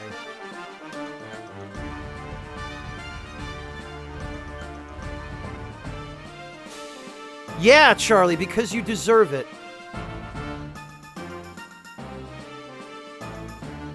Twitch.tv/quietusplays. I'm gonna give you a follow too, dude.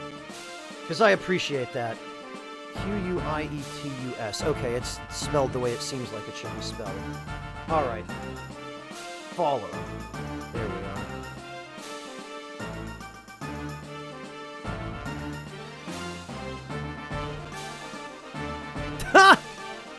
Ha! Charlie, I could unfollow and then follow again so that I could be 1,000. Oh, we're competing for the top slot for 1,000th follower on Charlie's channel. Get to it, guys. Go do it.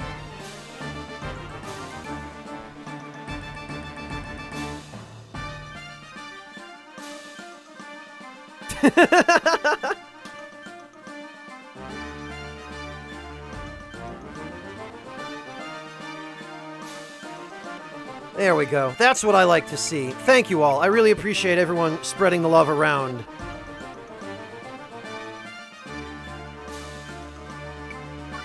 Oh, Dial D, I wouldn't want to get rid of you anyway. Just taking some of the workload off. Alright, let's see.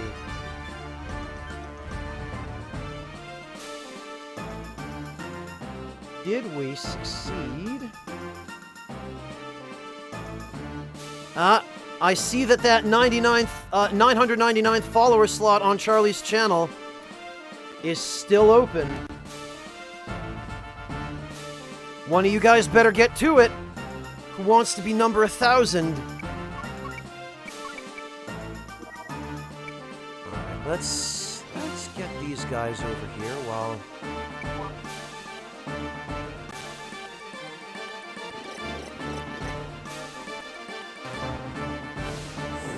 Did we do it? We did it. Let's see. There it is, 1,002 followers. Congratulations, Charlie, and thank you everyone so much for showing Charlie your support. And I promise you, to those of you who did follow her at my request, you won't be disappointed. Charlie is great. She is wonderful, and you will love her. I guarantee you that. Happy 1,000, Charlie!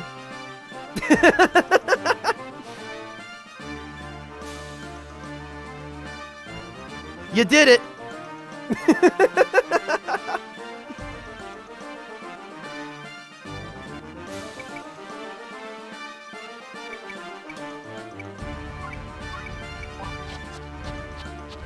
Congratulations, and thank you again, everyone, for spreading the love around and sharing your support.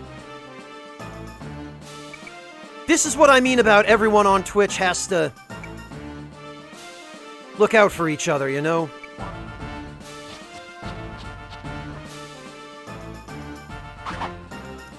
Well, Schwa, it's the little miracles that make the big difference, right? And those are miracles that we very much have control over and that we can create with our own hands. I don't sit around waiting for divine miracles to happen. I go out and make them happen myself.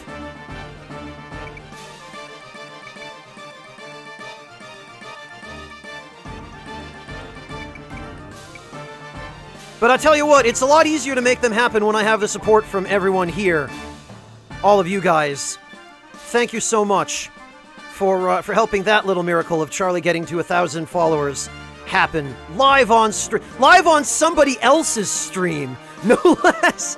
Not even during one of her streams, but during somebody else's. What a way for that to happen. I don't know. I just love that that's how it plays out. But congratulations, Charlie. I'm so happy for you. Oh, no worries, Quietus. Like, I know I say this a lot, but you guys are the entire reason why I'm here. If I didn't have all of you, I would just be a guy sitting in his office playing video games in his spare time. You know, all of you are literally my reason for being here, my entire reason.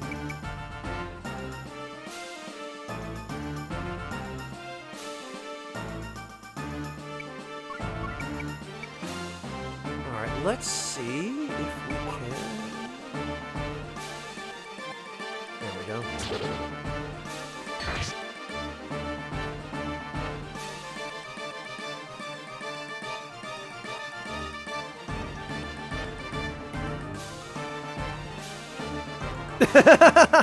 Whoops, schwa. Yeah, that's...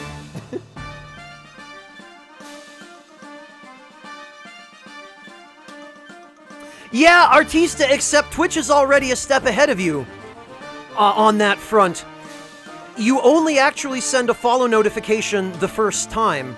If you unfollow and then refollow somebody, it doesn't send a notification again, and I believe that is specifically intended to prevent people from spamming follow notifications. So you only get the once. You've got to make it count.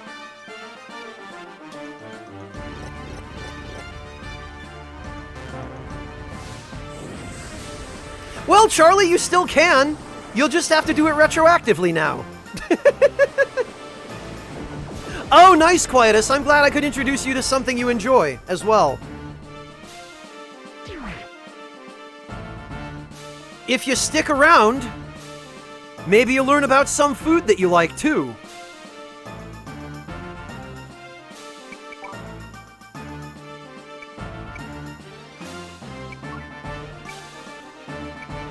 Oh, okay, right. Egress has already learned hers.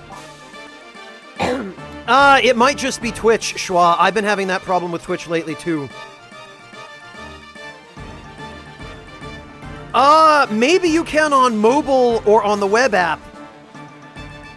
Or, rather, the desktop app, Dandy Wizard. But I've never been able to do it on the web app.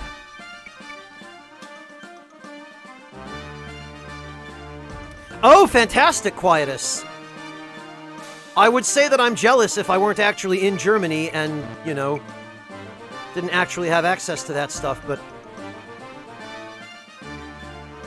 Well, Foxfire, yeah, if you're hungry enough, you'll like just about any bland, nasty thing. Hunger is the best seasoning, as they say. But why resort to peanuts when you could have something better? Alright, let's hit this guy for real this time. Well, Shindeal, I'm glad that you were willing to get in on it. I'm happy that, that you participated. You don't have to go if you don't want to, Shindeal, but... if you're feeling like you need to take a break, you can. Aw, Charlie!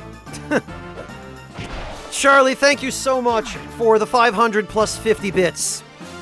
Really appreciate that. You are such a sweetheart, Charlie. Thank you. And don't worry about it. This is what I mean. We look out for each other here on Twitch. Besides which, Charlie, you're my friend. We look out for each other anyway. Well, Foxfire, there's always takeout. No, Dandy Wizard, I would say... he specifically said there's a German deli. My point was, I would say I'm jealous if, you know, I didn't actually live in Germany and there were, you know, actual German delis. Because, you know, if I were anywhere else, I would be jealous.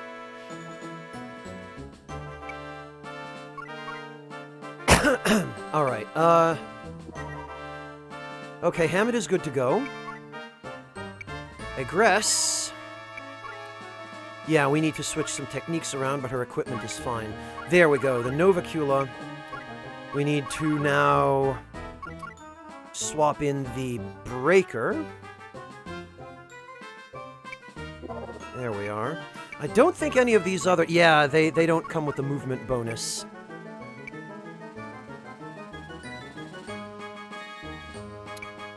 Alright. Guilty is all set. Prateau is all set. Lyra is all set. Vlad is all set now. Yeah, Charlie, it is, isn't it? You poor girl, you should go get some rest. Well, I mean, I know you intended to fall asleep listening to the stream, so I guess so much for you getting rest.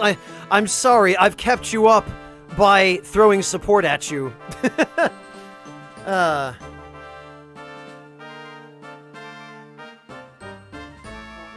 Yeah, Quietus, it's...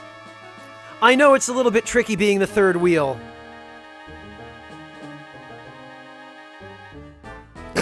Charlie, don't teach him that!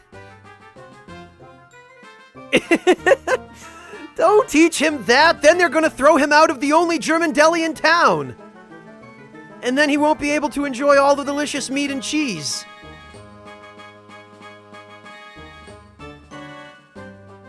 Oh yeah, that's...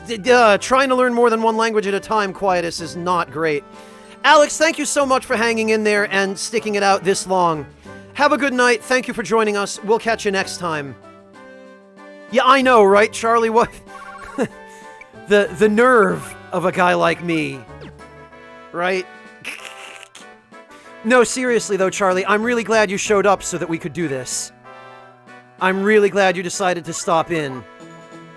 So that we could get you 1,000 follows when you're not actually even streaming.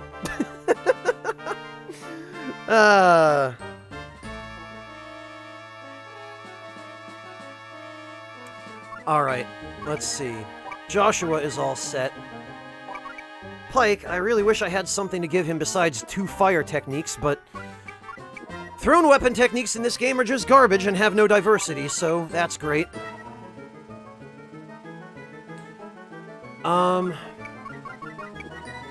Oh, right. I just remembered.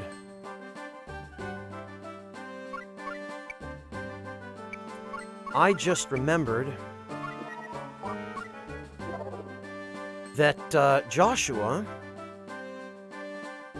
would benefit probably from Drain Slash. And then Hammett, we can ditch Double Slash for Triple Slash, because that will make him much more effective.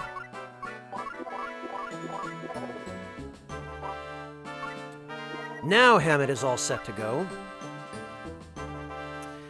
Well, Charlie, you're amazing too. And you deserve it. Honestly, Dandy Wizard, I'm not terribly bothered about having 1,000 subs. All I care about is that I stay above 500 long enough to meet Twitch's criteria and renegotiate so that I can do this full time. Which in turn will enable me to be here properly and more often for all of you. Which is exactly what I want. That's what I care about a lot more than just having 1,000 subs. Alright, let's see, there it is.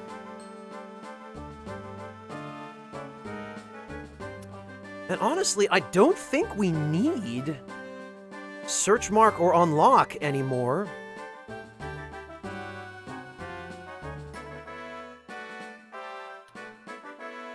Because I'm pretty sure we're done with treasure chests.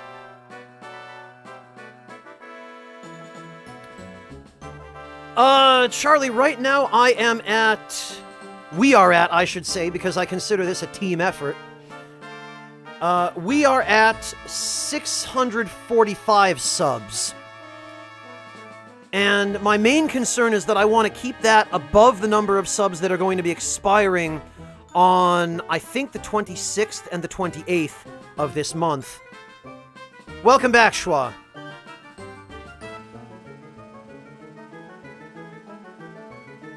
It is funny, Dandy Wizard, but you have to take into account that not everyone can make it all the time.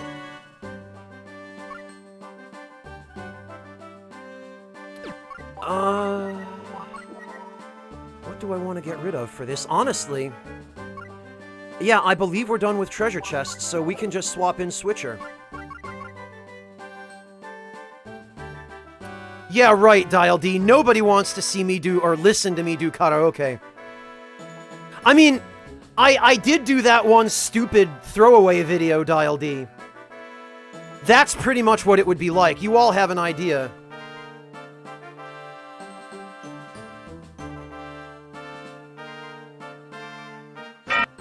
That one.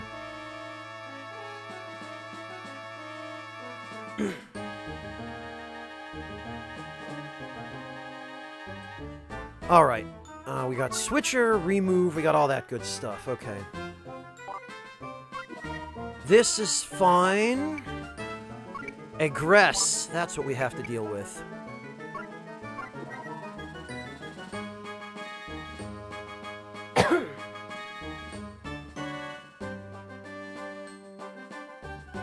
Well, Quietus, but I think a lot of people will find that entertaining.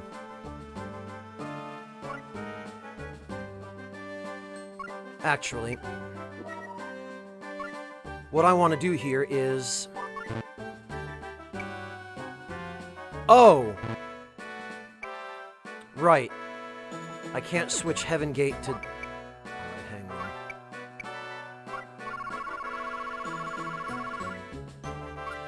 Oh, yeah, that's definitely Twitch at work, Schwa. I'm sorry to hear that. Well, if you've got to go, Schwa, thank you so much for joining us. It's always a pleasure to see you.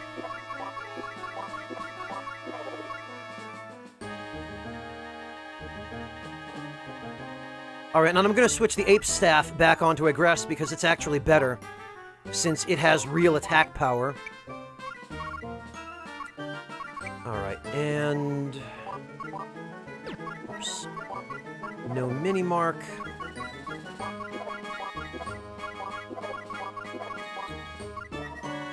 And Reanimator. There we go. Well, Charlie, but you lived in, what was it, Iowa? For a year? They say y'all in parts of Iowa. So I wouldn't be surprised if that's where you picked up.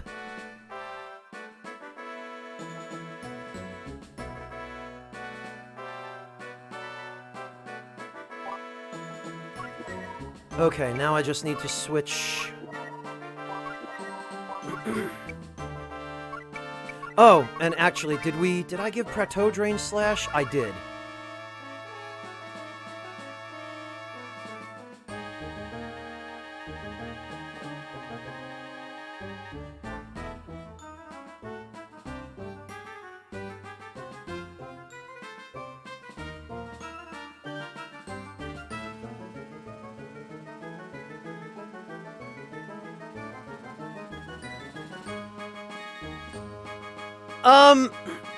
Dial D, if you're gonna break into the the singing songwriting scene, you gotta do it in a big way.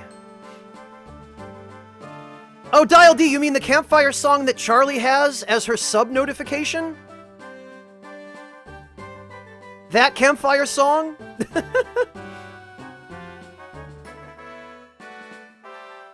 Ah, Quietus, well, there you go. It sure is a small world, isn't it?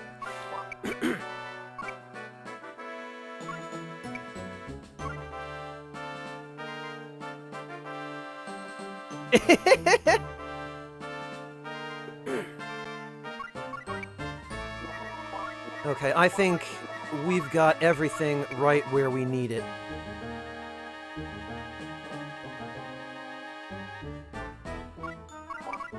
Perfect. Alright, transfer done.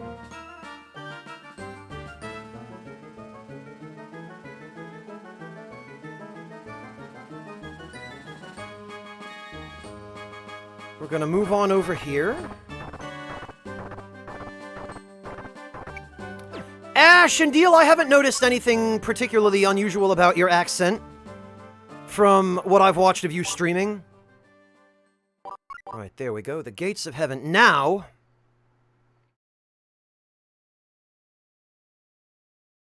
There we go, 100.3%. Now we have officially acquired all of the weapons. Oh god, Charlie. Oh god. I don't think we would even... I don't even know if the latency would enable us to do a duet. We'd have to be together in person for that. Which... I guess, I mean... I could come visit you.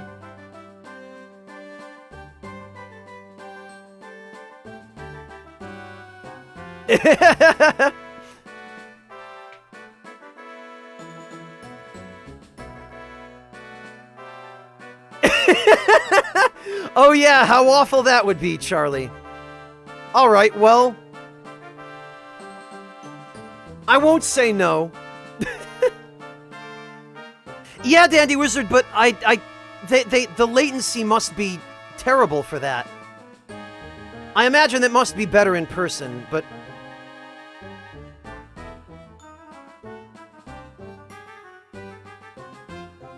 Yeah, alright, Charlie, let's take a rain check on that. Until we can maybe figure it out. So that we don't have to deal with me being 5 seconds off from you. In person is probably best.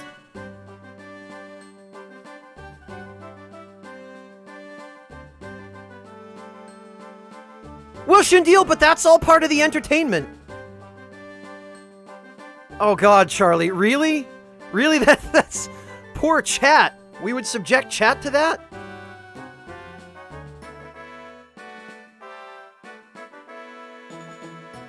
Oh dear.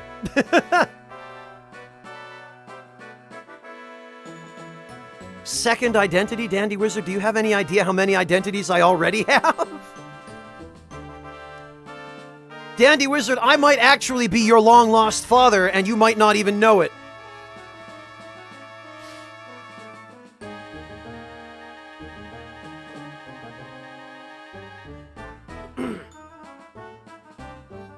Oh good, I'm glad it's not just me, Charlie.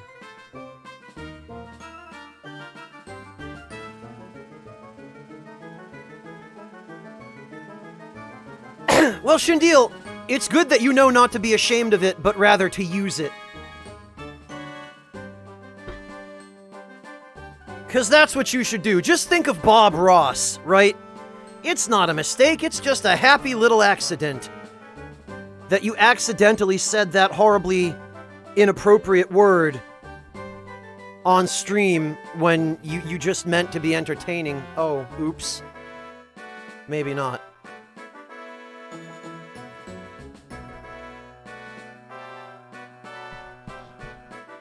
You don't know that, Dandy Wizard? Oh, the hell with that, Artista. I don't smoke. Or drink, or do drugs. I would never touch any of that stuff. I have to be the one kid out of my entire elementary school who actually bought into the DARE program.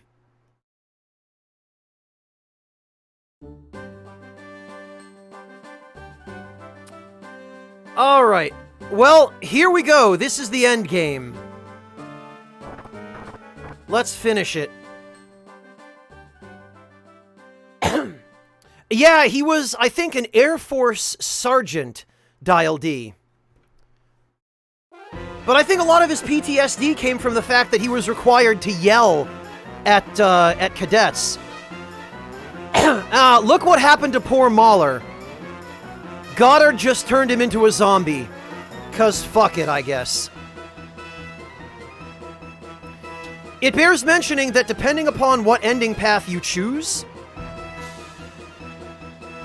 if you end up not saving Yuri or Clive, and if you piss off Adele, Mahler will not be a zombie here, and Adele will participate in this battle, and you'll have to fight and kill her. And the bad path here is Adele and Mahler just decide to fight together to the end and follow Goddard. Charlie, I will show you what your accent is.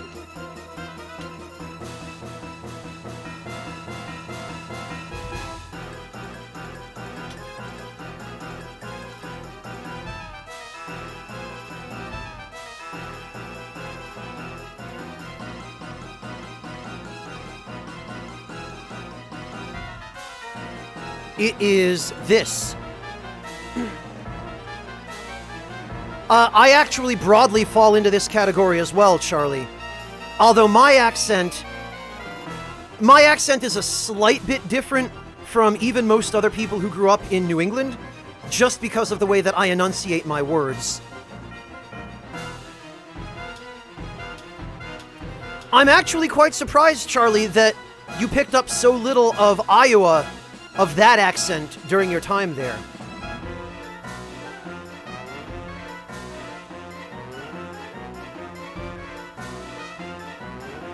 Kill, kill, kill, kill, kill. Well, he's been turned into a killer by that spell. He was exploited for his devotion and faith, and that is his reward. He is to be pitied. Seen? Maybe, Dial D. Heard? Yes. Well, Redial Nick, you just kind of have to be aware of your own accent, or someone else who is familiar with it has to be able to pinpoint it for you.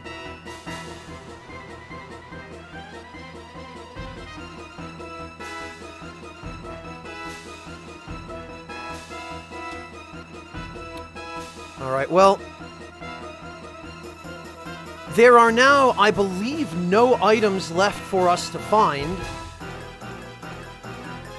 since this final battle sequence is, once we're in here, we're not getting out, we're done.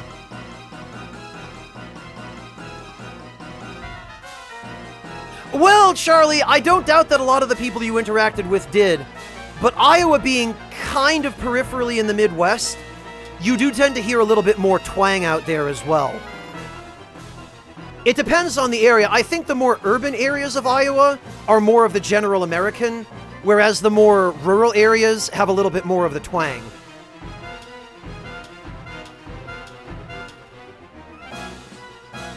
Alright, so check this out. What we can do here...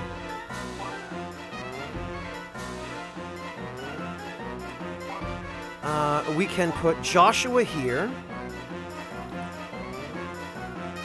We can put Maria here.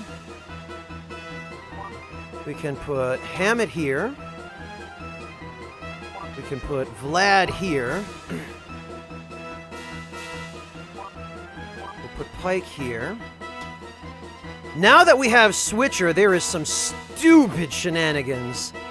Absolute stupid shenanigans.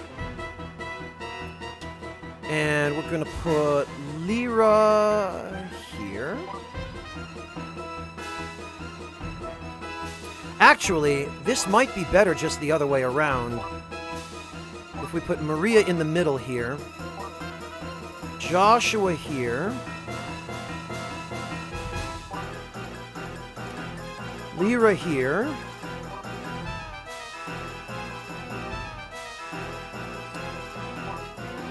Pike up there as bait, Hammett down here, Vlad over on the side,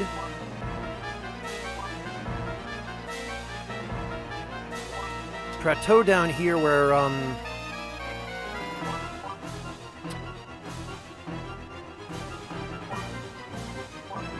Mahler can't reach him. Guilty over here. Actually, no, maybe it would be better to just put Pike here anyway. Charlie, no problem. Thank you so much for stopping in. It's always a great joy to see you. And no problem. You deserve all of the support that we can offer and more. Congratulations on 1,000 followers. And I look forward to seeing you. Well, I guess I'll catch up with you tomorrow.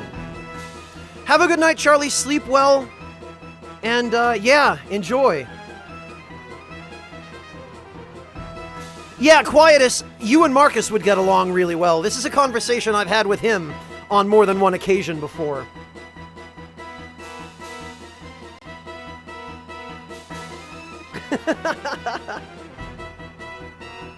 You did, Schwa. You should be able to message Charlie, actually, the two of you, since you're both on my Discord. And there's nothing stopping you from heading over and following Charlie and joining her Discord either, Schwa. But I have a feeling you two will probably get along really well.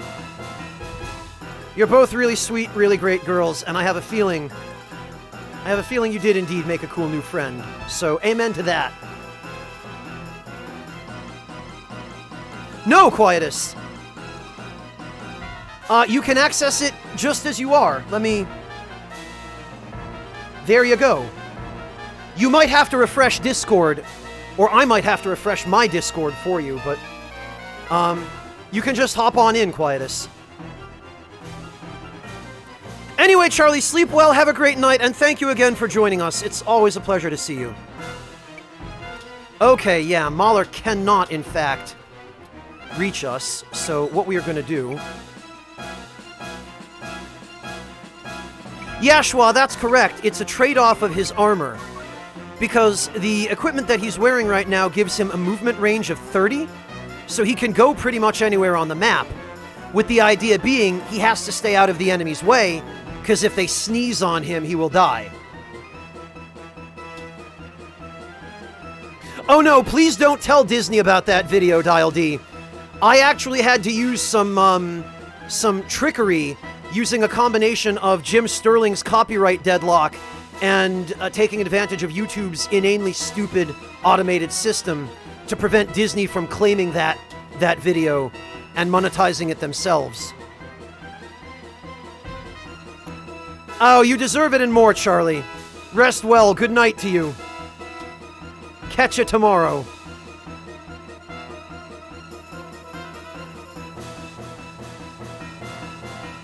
Well, that's good, Shindeal. That's what you should do. You should be yourself.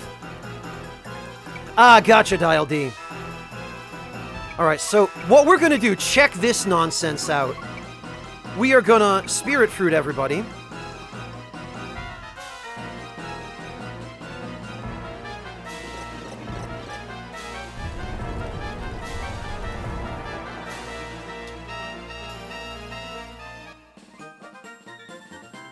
Yay, a level up!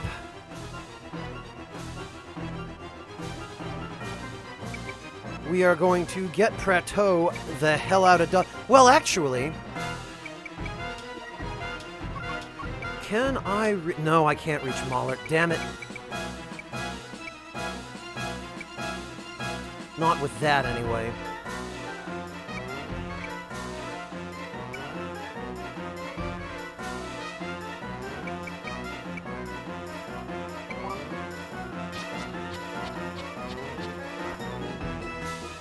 Well, Lord Louise, I have a very specific plan here. We are about to pull some shenanigans. I just want to make sure Mahler has wasted his turn before I do this.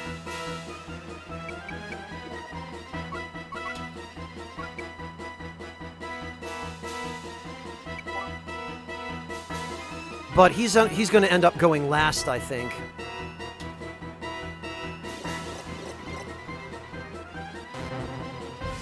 I should have gone with my original plan and put Pike up where Mahler could reach him.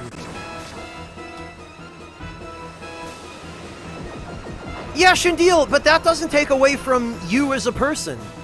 That's just who you are, and you should be proud of that. You should be yourself. You shouldn't worry about measuring up to me somehow.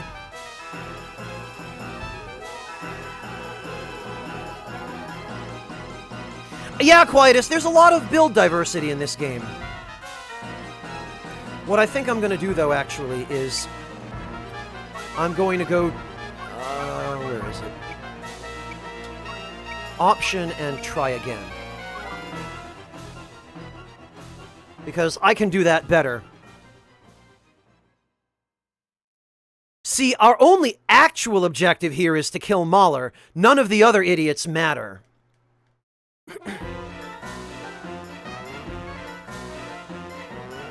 So what I want to do, ideally, is put Maria in the center here. Vlad there. Hammett there, Lyra, Joshua. Okay, yeah, that's fine. And...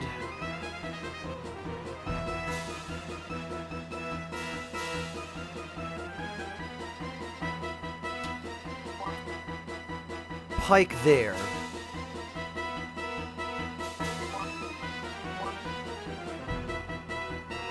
There we go. Now... Alright.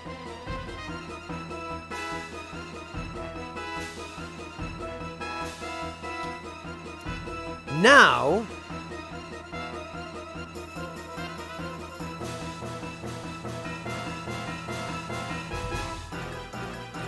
Yeah, okay. Now we are going to have Pike move over here. Mahler is going to go for him first. There we go. Oh, no, Schwa. I've done a couple of resets of other battles before this. I wasn't specifically doing an Iron Man run. But check this out. Now that Mahler has wasted his turn, and now that nobody else can reach him, watch this.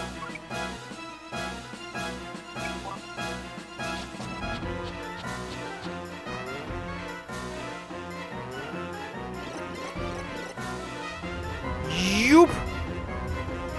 Later, loser! Oh no, look, I teleported the boss right into my allies who are now ready to raffle stomp him. Oh no.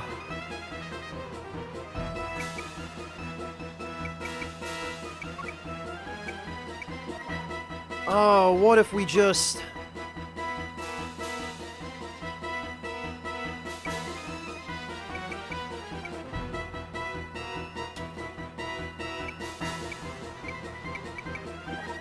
What if we just did a big ol' spirit fruit over here?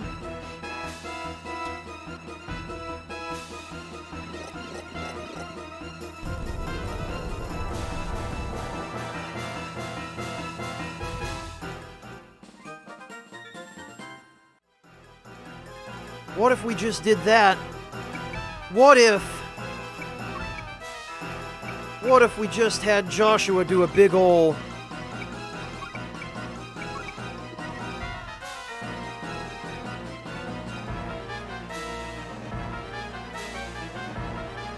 big ol' giant swing here.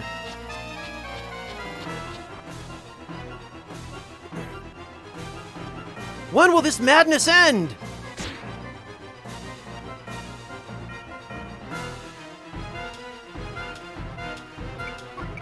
And now, what if we had Hammett do a big ol' triple slash?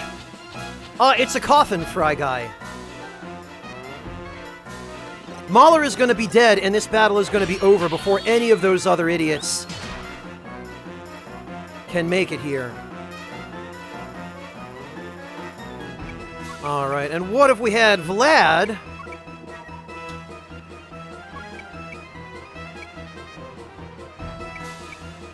do a big ol' berserker?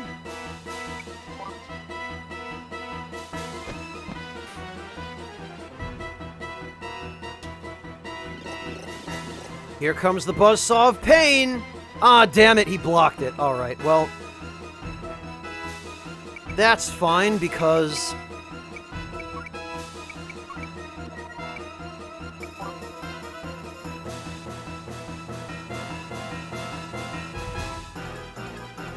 it won't save him! It's Kenshiro time!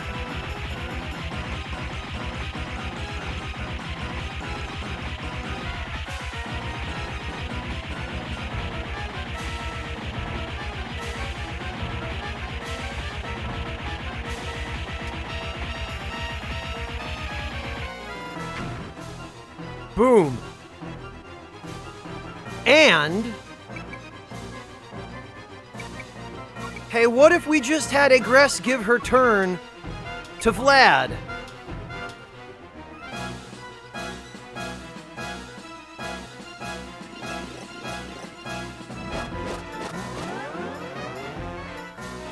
Oh, I wondered if that was the inspiration behind your name, your what do you call it, username, Shindeal. And now that Mahler's back is turned, we can go ahead and buzzsaw him for real this time. Sorry, Mahler, it's been fun, but...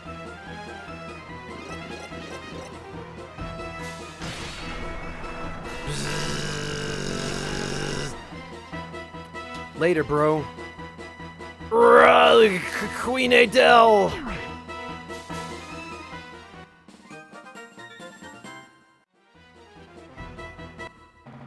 And we just win!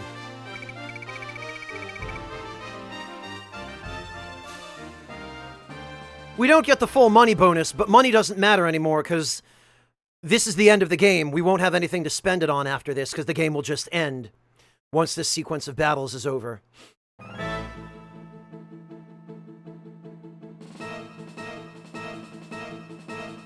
Do you believe that? That freak was still alive! Look, it's Mahosa! The prince is mine! You die now! Somebody is going to die now, Mahosa. Alright, let's see. 1, 2, 3, 4, 5, 6, 7, 8, 9, 10. 5, 6, 7, 8, 9, 20. 1, 2, 3. Okay, there we go.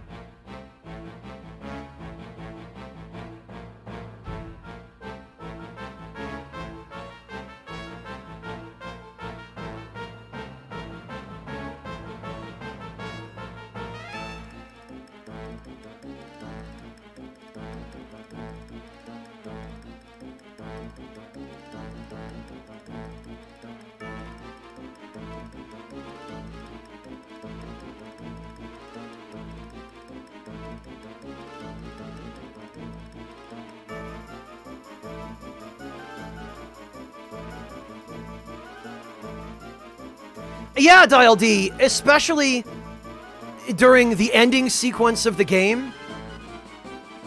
Okay, so I want Maria to be right about there. Which means we're just gonna have to move everyone up a little.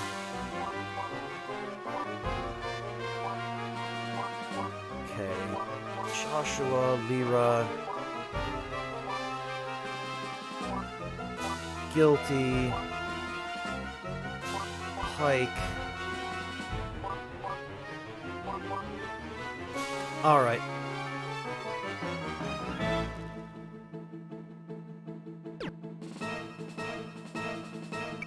Okay.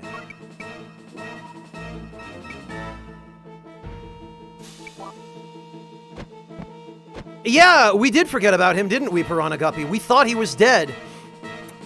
But the last time we saw him was when he basically took over the forward war camp of the United Natra army.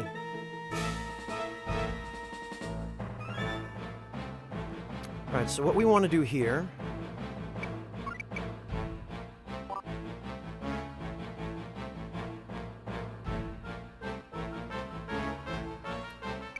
what we want to do here is...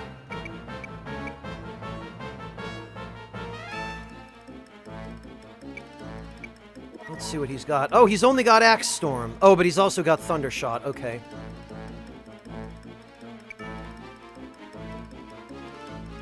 So what we want to do, ideally, is...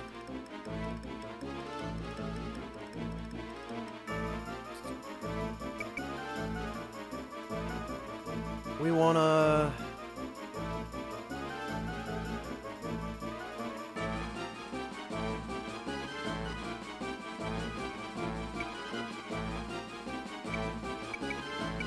we want to put a double block right here.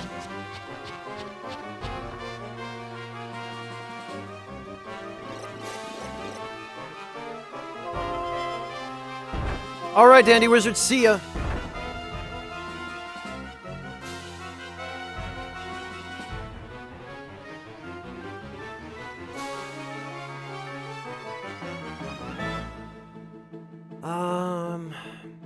Yeah, we definitely don't want him being able to bring Axe Storm to bear. But then again, if we could kill him in one turn, we wouldn't need to worry about that.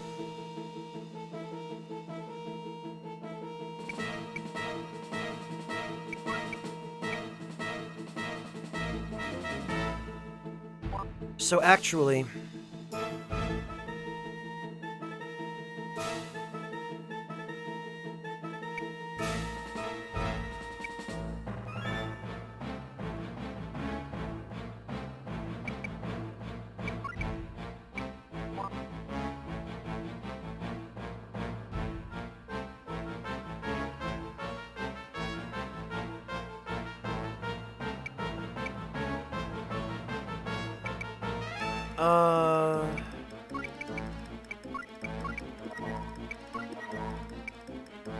Yeah, you know.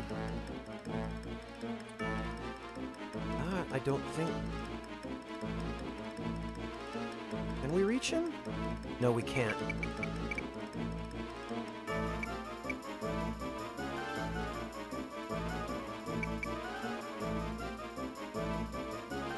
Although...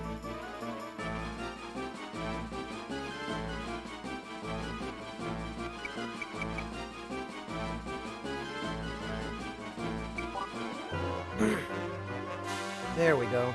Very good, Schwa. Excellent. I'm sorry. Don't come back again. Please. Ha! Nice.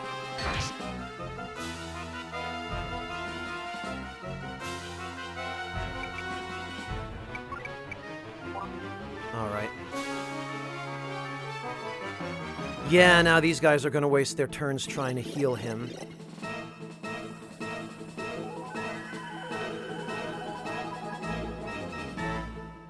And actually...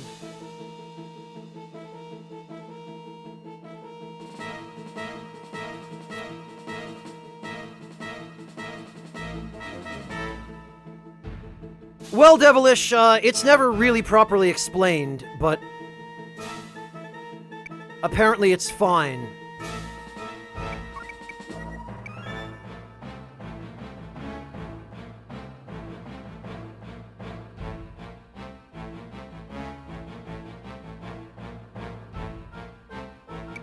Actually, we're gonna do this. Oh, and he's gonna walk right into it. Brilliant.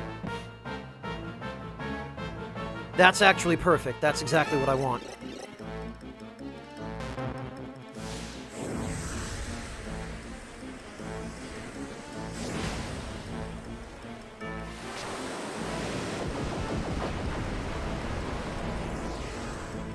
We want to soften him up a little. Now, the main thing is...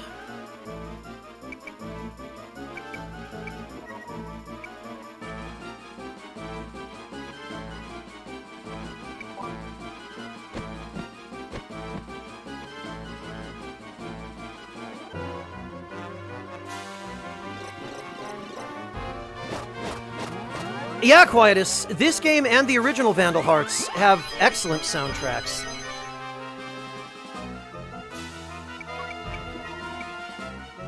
Alright, what we are going to do then...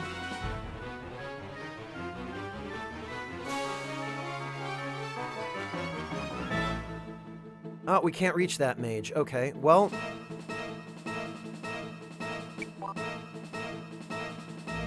and then this guy's going to walk into it.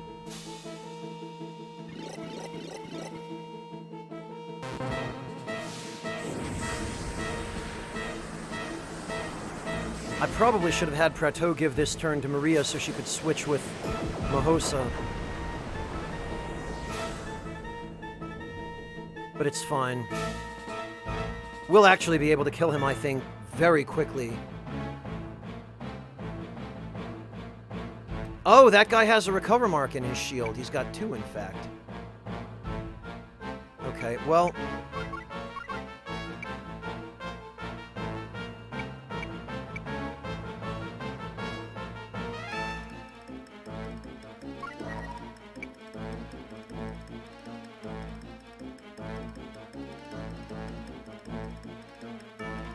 Do those mages have anything besides healing spells? Black Hole. And Heal Max. Okay, so one of them has a heal.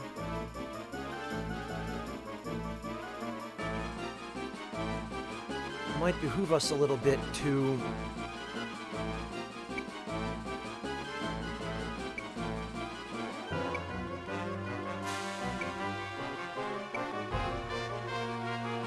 Ah, okay. He weighs 238. Ooh. 213. Doesn't matter because he can't move. 265. Okay.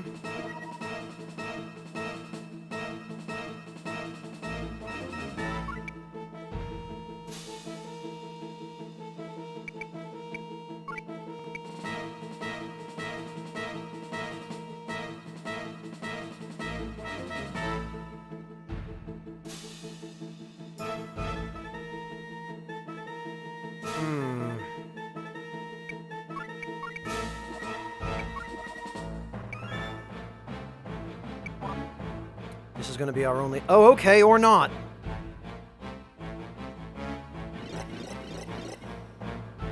Of course he would go for the heal first.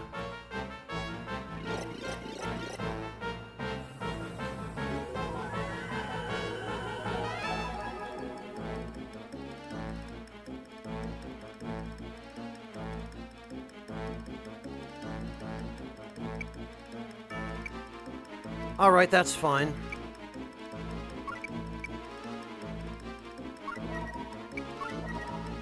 We can, as a matter of fact...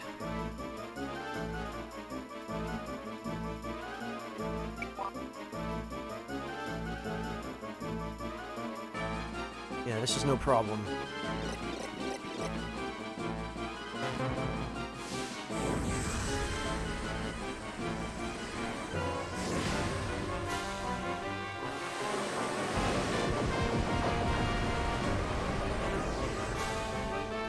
Honestly, Schwa, that sounds like it's the best kind of place. Those tiny little hole-in-the-wall family-run operations, you know? GG Vlad.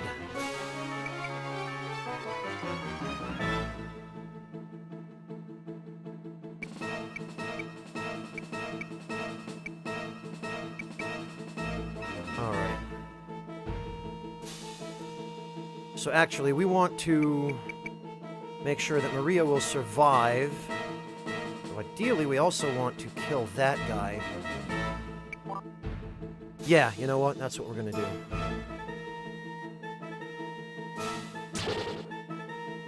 Squish.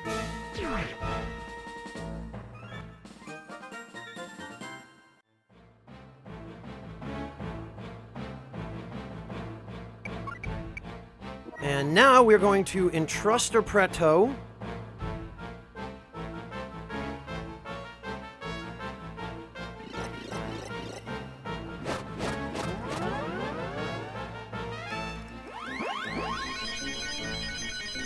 Nice, Schwa. It's always nice when places like that recognize you.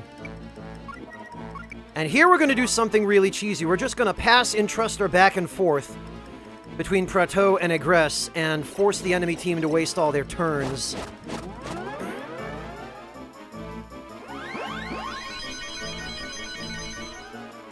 That's a good thing, Schwa. Plus, I really like places like that too, where they don't play obnoxiously loud music, and there aren't tons of people, and it's nice and quiet, and you can just go there and enjoy a meal in peace.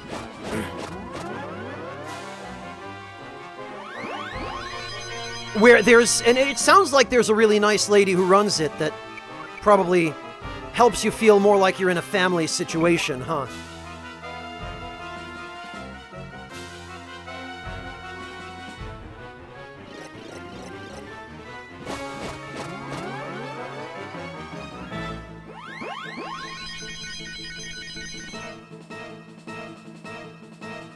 So lots and lots of silly tech you can do in this game. Yeah, Quietus, I've never been fond of that kind of thing. I hate loud music. I hate venues that are just where people are speaking so loudly that you can't hear yourself think. Usually those are venues where there are tons of people who are all also trying to talk over some obnoxious music. Alright, here we go. Technique. Switcher. Most of these guys have already acted. And that last guy is going to act on this turn. So he won't be able to reach us with a spell, and by the time he can, it'll be too late!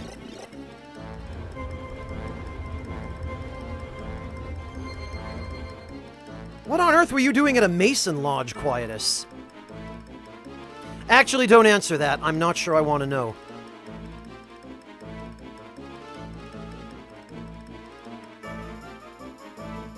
Oh, okay. Well, that explains it. I don't know why I wasn't expecting such a simple answer. Alright, well, it is time.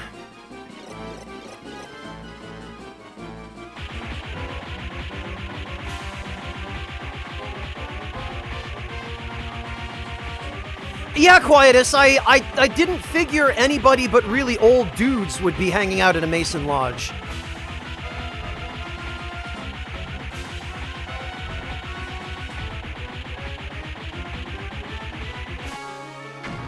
Oh, okay, Schwa. Here it works a little bit differently in that it basically is used to circumvent the fact that the battle system allows enemies and allies to move simultaneously.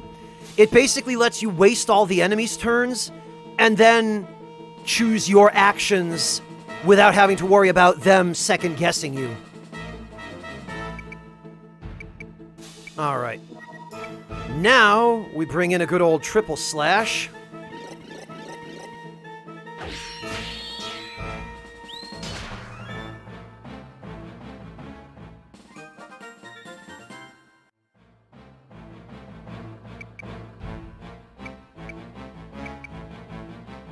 Lyra can finish him.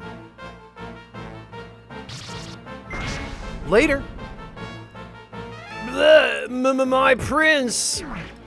Good bloody riddance. And we win.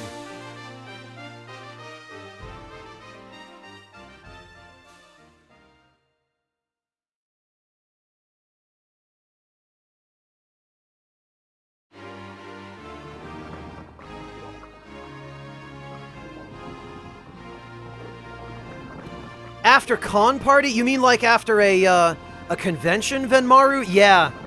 I never could stand that stuff.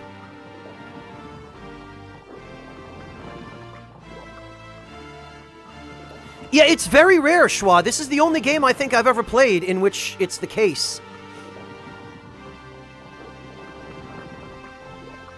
You have chased me this far. Your persistence is remarkable. It shall be rewarded, for you shall witness the resurrection of Life Tree. Life Tree? The one in the story of creation? None other. The dialogue here, I believe, is also a little bit different if you don't get the best ending. The pinnacle of the ancient civilization that was destroyed by Nervith. It evolves our senses to the point of becoming one with the universe. To obtain its power, I had to see the church-state fall and gain access. So you used your followers to provoke the war, and tried to control Natra's rule, all for the Life Tree silo. Yes, there is another reason. I also needed to prepare the environment for Life Tree's resurrection. Environment? The same environment that prevailed 1,000 years ago. Life Tree needs the energies of fear, despair, hatred, and anger. But with the spell for inciting killing madness, I can recreate it. So that spell that turns people into mindless killing zombies, this was the reason he needed the spell.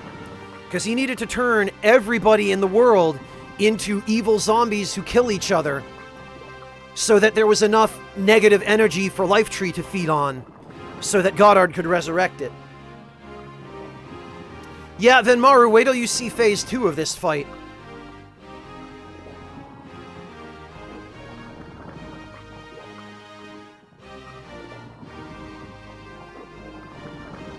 Ah, very nice, Venmaru. Well, that's always a plus.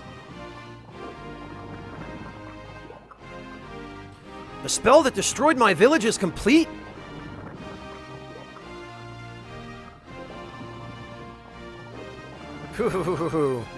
An orgy of terror and killing will soon bloody the Ronant continent. The spilled blood will let me be one with Life Tree to hear the voice of God. So that was his plan. God damn you! We won't let that tragedy happen. Say your prayers.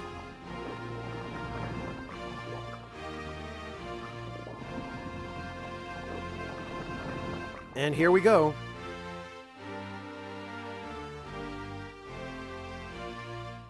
Well, Jin, I think the idea is that it's a tree which absorbs life. No, that's what it originally did, Venmaru. Life Tree is the thing that destroyed the world 1,000 years ago. It's the thing that Nervith had to burn the world in order to save the world. He had to burn all of the vestiges of Life Tree.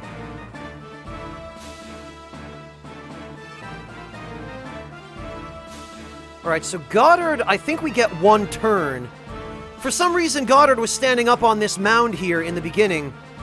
But here, he's backed off a little. Also, 999 HP and 999 MP, and resistance to every element. Because, fuck you. Why not? Look at this jerk's stats. Also, this thing right here is Life Tree.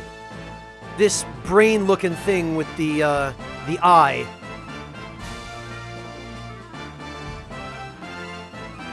Right, so what do we want here? We want Joshua there.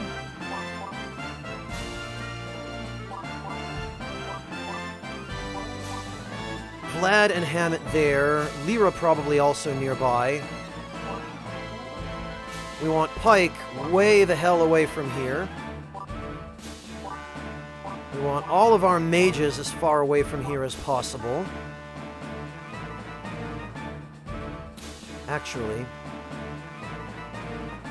ideally we want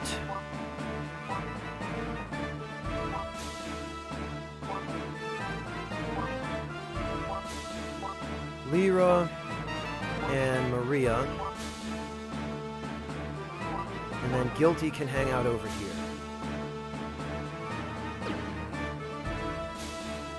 So what we want to do is we want to have... Actually, Pike can just pass his turn. That way Goddard will be forced to move. Because Goddard has Exodus, and he's got 999 MP. So we are not going to be able to run him out of MP on this. We're just going to have to Zerg him before he can cast it more than once. Or ideally, before he can cast it at all. So, to that end, what we want to do is we want to switch with him over here.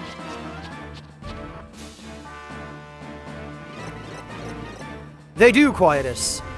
Yeah, he's going to spam it, Jin, unless we troll-a-lol him so that he can't spam it.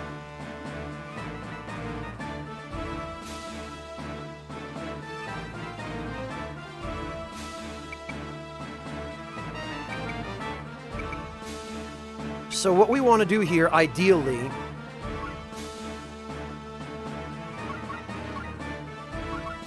is... I guess just hit him for now, because there's not much else we can do. Gotta build some EP. We definitely want these support bonuses. Oh, schwa.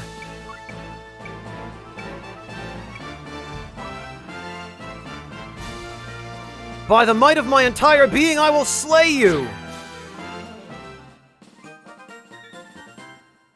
Sure, that's cool.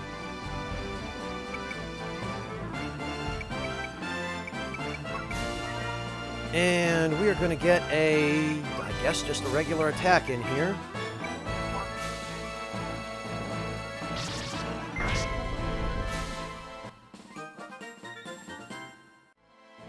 So Goddard is not going to be able to cast Exodus now on all 4 of them without hitting himself.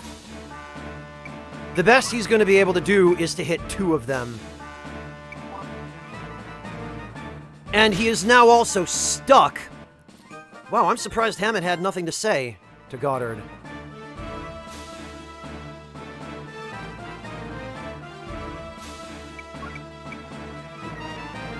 So we're going to give Pike an Entruster.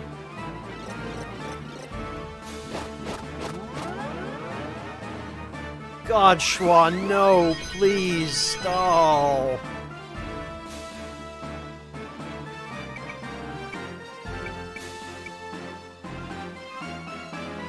Alright, now we should...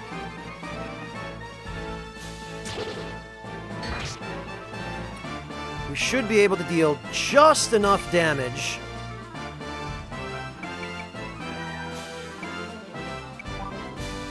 to kill him before he can do any damage to us. It's a damage increase, Redial Nick.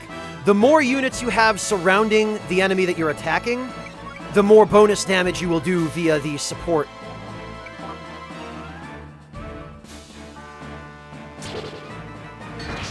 And a support bonus of +4 is the most you can get. Because you've got 4 dudes surrounding him, and then you have someone use a ranged attack on him. Don't think you've won! You're too late, I already...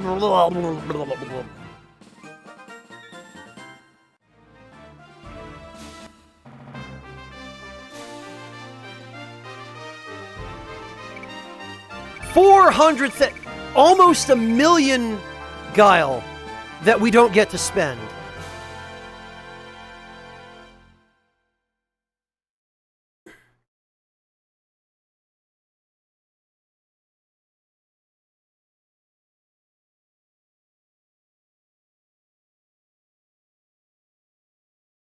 Defeat Goddard. But where is he? Is he dead? But what did he mean about being too late? What?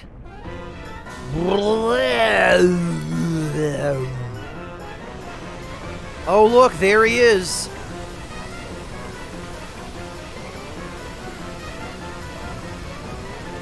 So this is Goddard fused with Life Tree. What the hell? I feel it all, see it, hear it, everything. I had been in the dark until now. It is all revealed to me. It can't be. Goddard?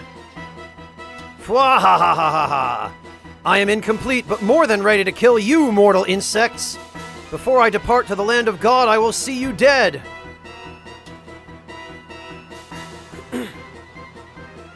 Alright, well...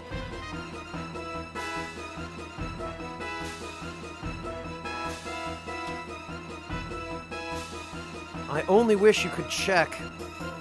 Yeah, we've got Goddard Hearts. I wish you could check the unit that...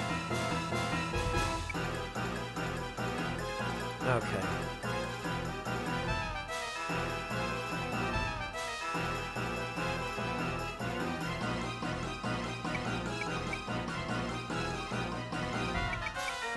Actually, do we have...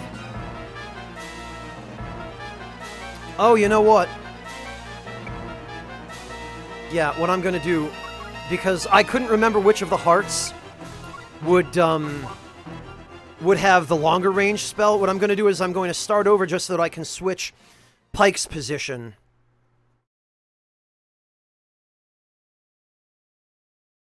Quietus, honestly, as long as people are having fun, screw it. I can't be bothered to crack down on it. Alright. So...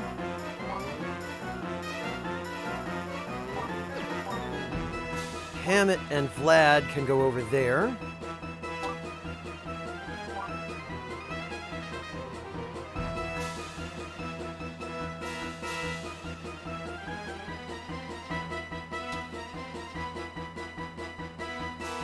And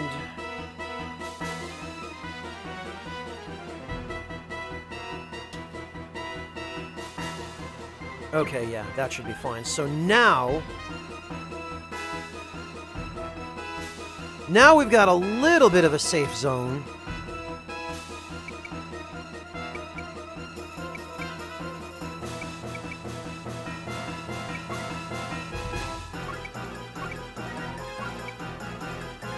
So we're going to hit this with Thunderfall.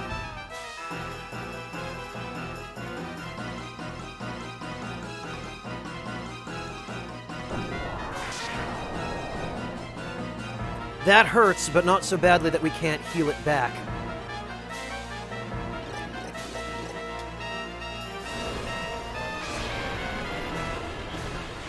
For some of these techniques, it's really too bad we only get them for literally only a few battles at the end of the game.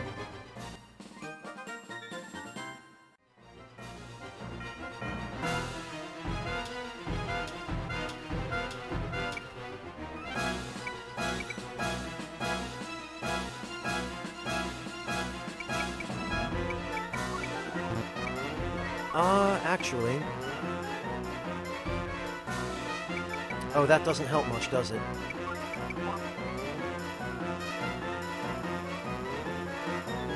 Yeah, see, now most of the other Goddard Hearts are going to pass their turns. So ideally what we want to do here is get Spirit Fruit on everybody. At least as many of them as possible. Well, the minions are the boss, Redial Nick. Once we kill all 4 hearts, we win.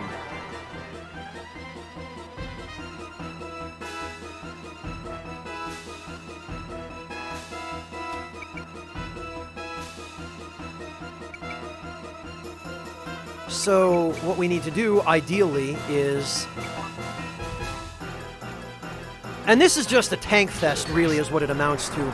We need to get rid of this heart in the corner, which will buy us room to breathe. I think maybe we could start off by punching it a little. I don't think these things can block attacks. Look at Goddard freaking out when he's having this heart just punched and punched.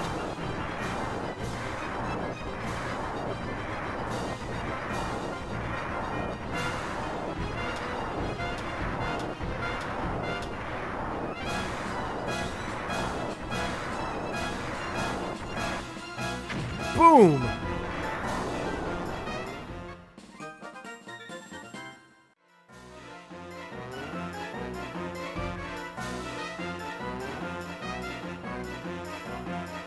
Oh crap, and I forgot to equip Egress with the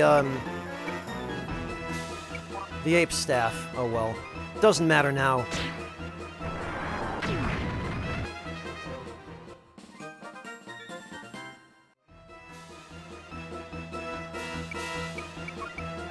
Yeah, damn it. Oh well. She's got her shield, which is the most important thing.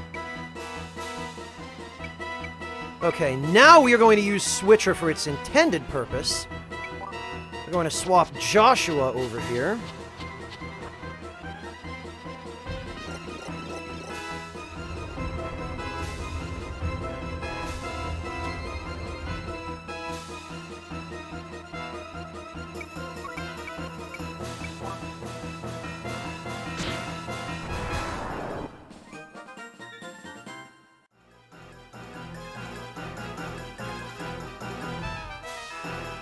And who is left?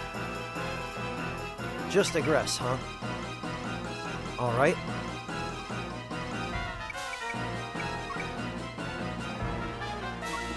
In that case, entrust her on Prateau.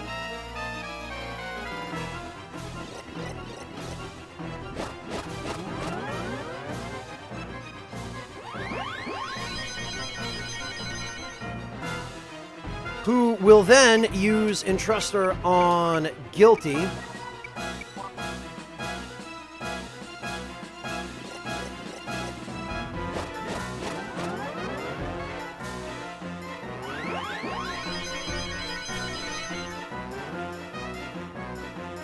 Who will then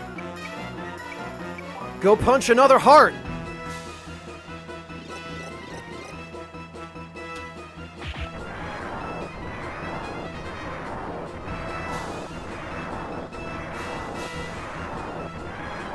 I just love the idea that I'm inflicting this much pain on Goddard.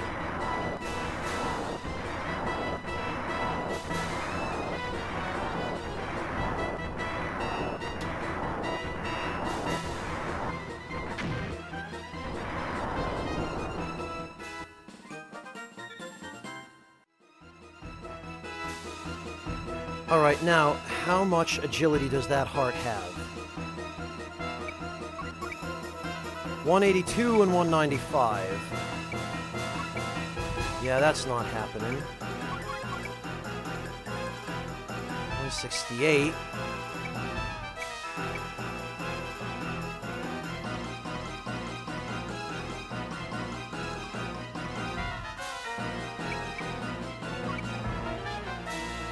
$172.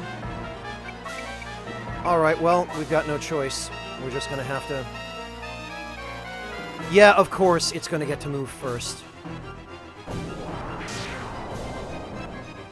But that's fine. We can heal this. Oh wait, no, we can't, because Agress doesn't have her staff. Oh well.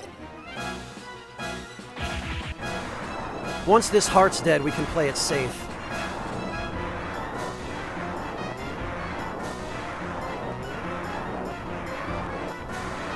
God, his hit animation. Look at him just janking around.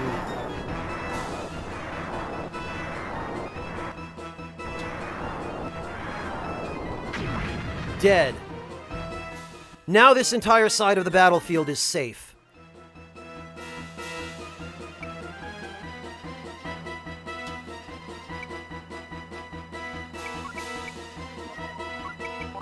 Now, Agress can just heal up. For what good it does. Actually, that was kind of a waste.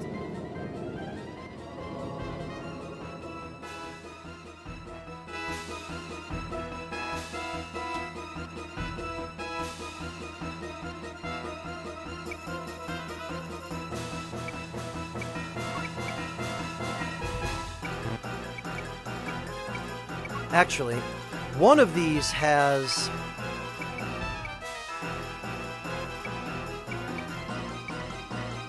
Yeah, okay, so this is the one we need to get rid of next.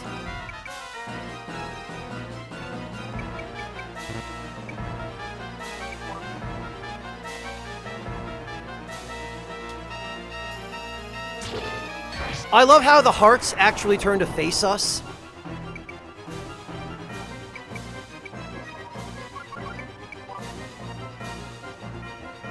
There we go.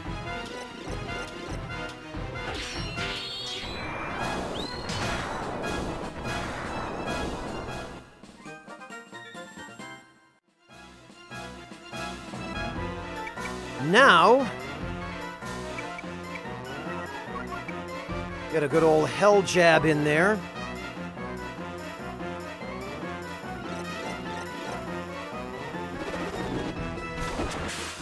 Oh, come on. All right, I guess they can guard those. I stand corrected. Wow, well...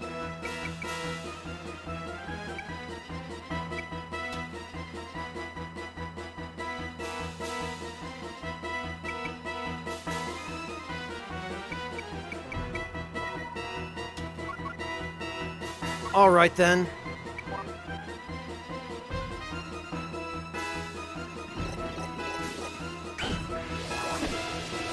Really?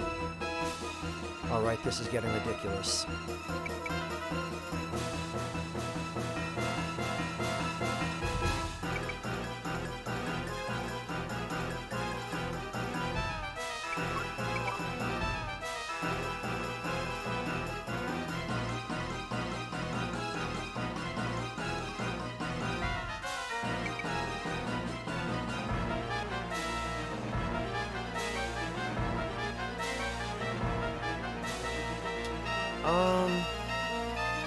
Yeah, Lyra is going to move over here. Because I'm pretty sure I know exactly what this thing is going to do. Yep. He's going to go for both. He's not going to get both, though.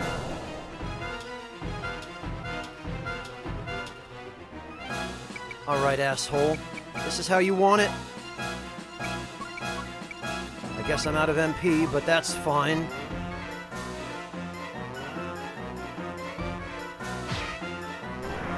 It's not really a tricky final battle. In a lot of ways, it's actually kind of lame. But I think somebody on the dev team said, hey, how could we have a gigantic, really scary enemy as the final boss? Well, with the restrictions of this game system, you have to be able to damage it somehow.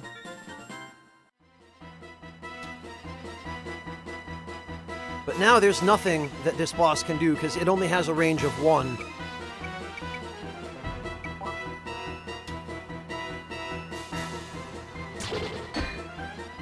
For God's sake, look at this.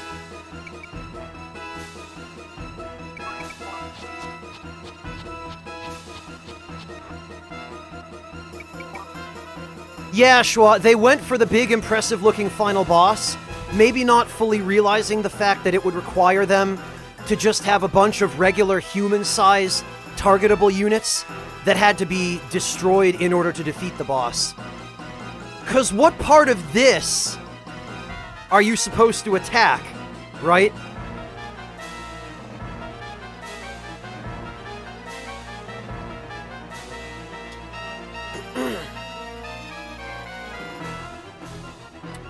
Or the alternative is, you have a gigantic unit like this that can move around, but that only actually takes up 1 space, which is nonsense.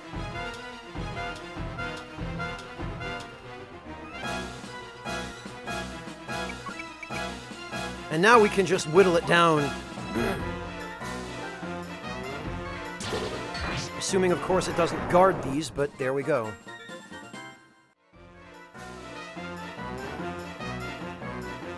This was 1999, Redial Nix, so Shadows of the Colossus, I don't know off the top of my head when Shadows of the Colossus came out.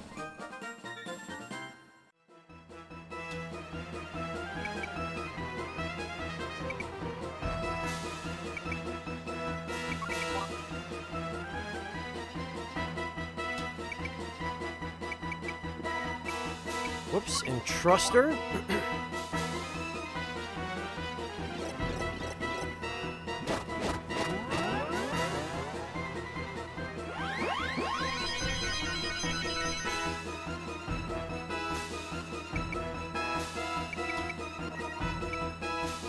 Alright.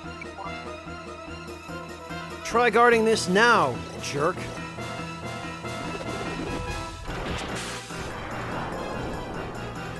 That's a little better. Look at everyone leveling up.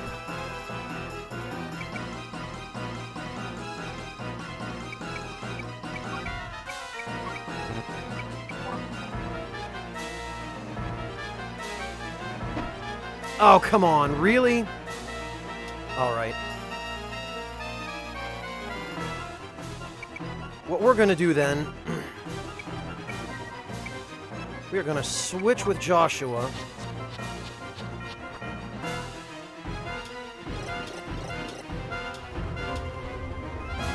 Hey Sam, how you doing? You picked a hell of a time to show up. We're just finishing up the final battle now. Good to see you though, Sam. How are you doing?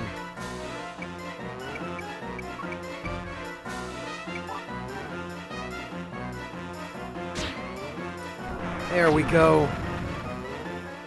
Get that support bonus. Oh no! Goddard, what will ever happen to you now? Grah! It's disappearing, everything! Yeah! Oh, there he goes. So much for your stupid life tree, idiot. Glad to hear you're well, Sam.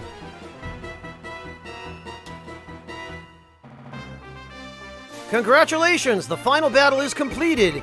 You is a true hero! The truck have started to move. Hey, Kitty, welcome! You got here at the very end, Kitty, but it's good to see you. You da wiener!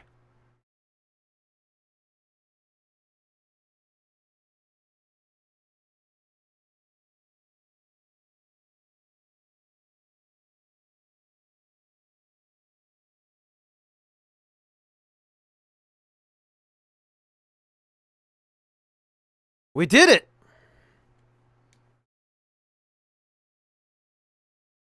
Whew, yeah, he was something special. Special is one word for it. What was that? Ugh! The cathedral is collapsing. We'll be buried under the rubble. Hurry, we have to get out. Wait! Uh-oh. Oh no! Wah! It's still alive! Uh-oh. Look at him, his skin's all falling off. He's got tentacles for legs now. My dream thwarted by mere worms like you. Yeah, never would have seen that one coming, Sam. You're not getting away. It's alive only by its force of will. You are coming with me to hell. No! I love how it doesn't even show the same model of the sword that he's equipped with.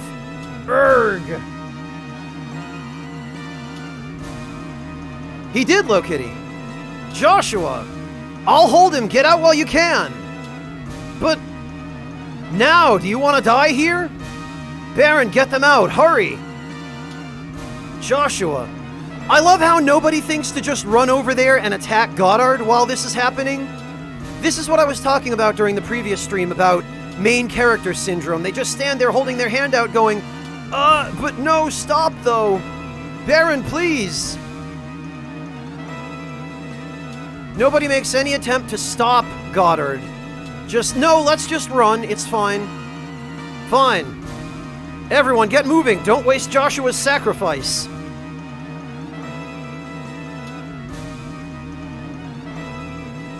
Pike and Maria, with this neat little, finally a nod of respect between them.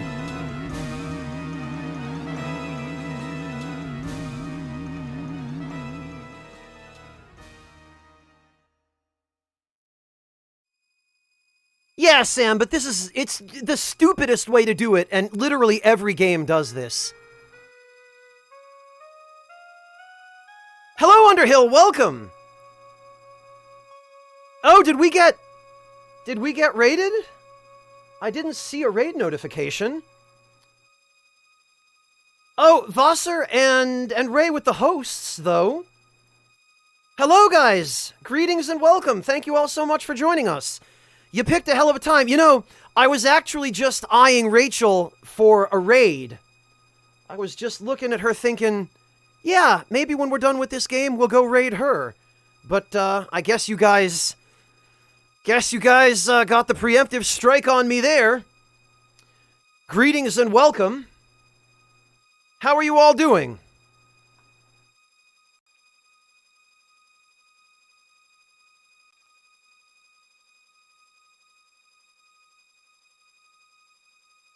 Ah, Soul Arts, okay. That's your username now. Hello, good to see you, friend. I'm glad you could make it. Underhill, good to see you as well. Thank you all so much. Welcome, everybody, from, I'm gonna guess it was Rachel's stream. Alright, tell you what, we're gonna... oh, really, Twitch? We're gonna do this again? Oh, okay. Alright.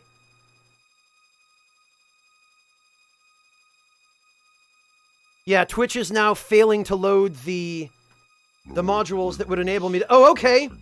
But somebody anonymous already beat me to it anyway. Thank you, anonymous sub-gifter, for gifting Underhill and... Soul Arts subs to the channel. Really appreciate that. I figured as much, Underhill. Well, Ray, if you're still here, thank you so much. I really appreciate that. I hope you're doing okay. I hope you're not working yourself too hard.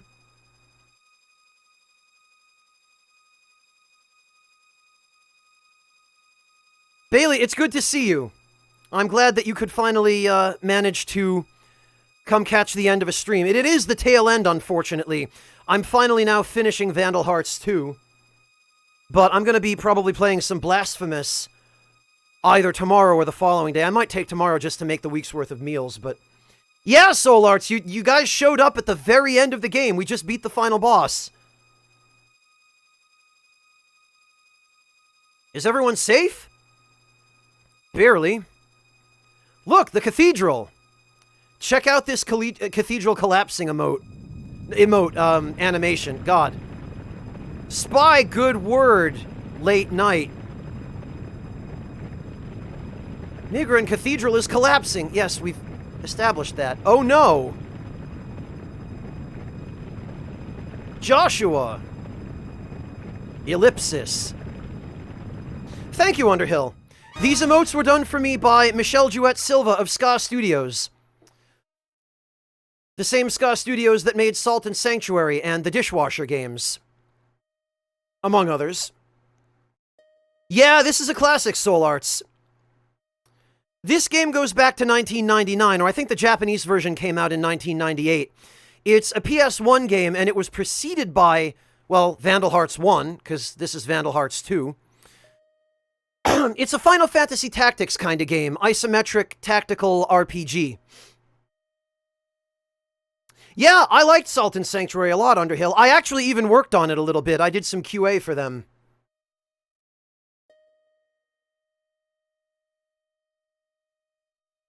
You were only 2 when this game came out. That's incredible, Bailey. That's, man, making me feel old over here.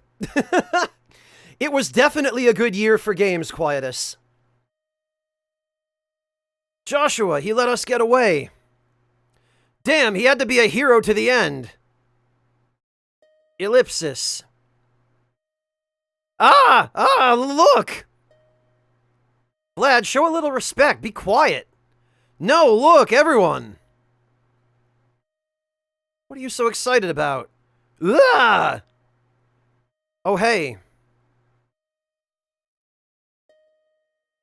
It's Joshua. Look, he didn't die.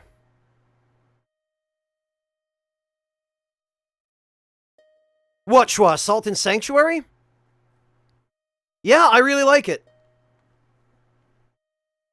Yeah, Bailey, like I said, PS1 game. Vandal Hearts 1 was a PS1 game as well.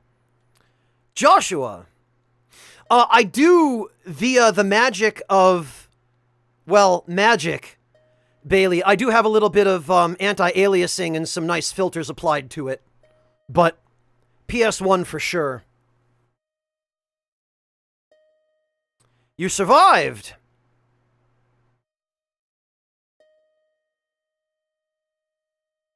I'm sorry if you were worried about me. How did you get out unharmed? I thought that I was done for sure this time. But someone came to my help.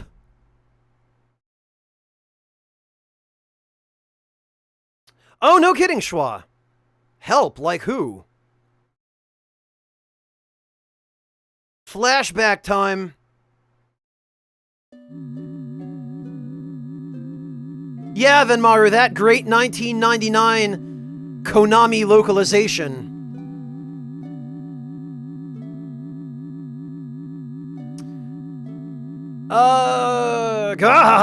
There is no escape.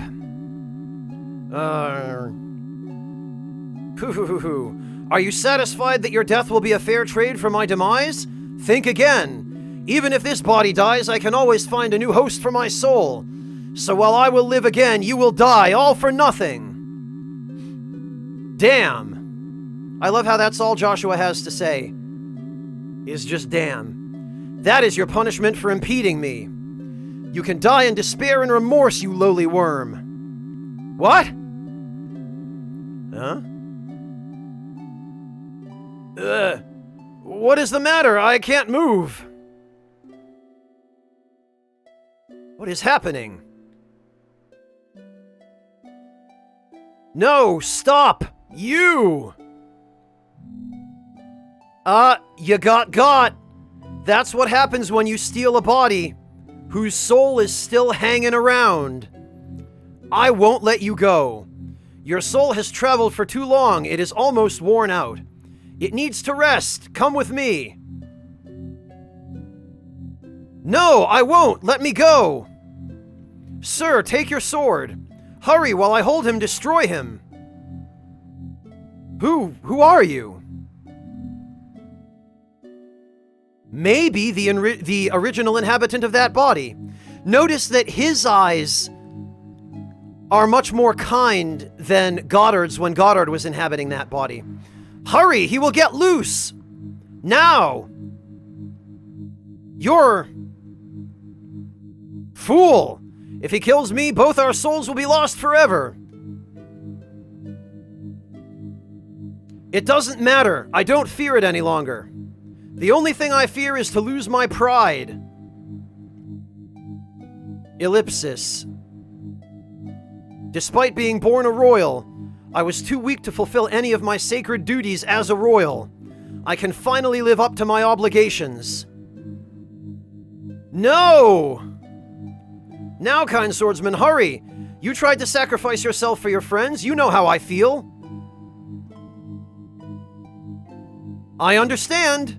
With lots of ellipses.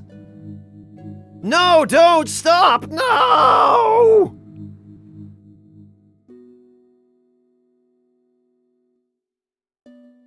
Well, Soul Arts, you could play Vandal Hearts 1. Although Vandal Hearts 1 had a somewhat different art style from this. It was still sprite-based, but they were more cartoony kind of sprites. They still looked really good in my opinion, but I've streamed that game. It's in the VODs on the channel if you want to take a look. Really? No kidding. It was the first style of game you started developing. Okay. King Franz. So, he got used all his life because he was born a royal. People destroyed his life, but still he kept his pride as the king. To the very end, he's quite the hero. Yes.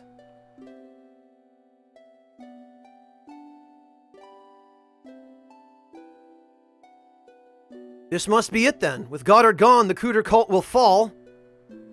Apart! God, the delays between these dialogue boxes. Peace will finally return to Natra. I wonder about that. Yeah? You're saying?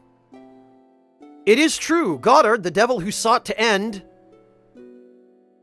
the world, is gone. However, God also fell. Hello, Crown. Welcome. You picked a hell of a time. Showed up right at the very end.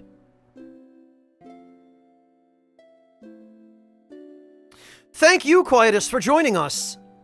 I hope you enjoy it. We're nearly done here. The game is just about over. So if you want to stick around for the ending, you're welcome to. Otherwise, good night to you and get some rest.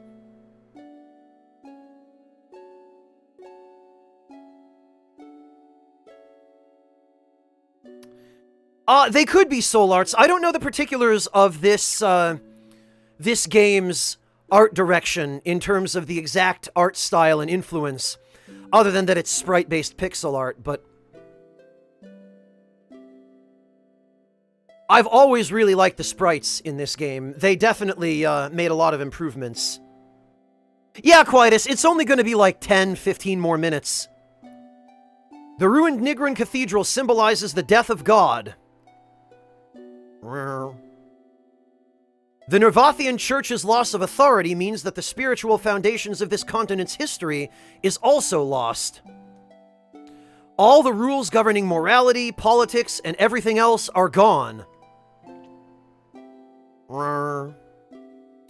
Without the spiritual foundations, could people really moderate their impulses and choose to live in peaceful harmony?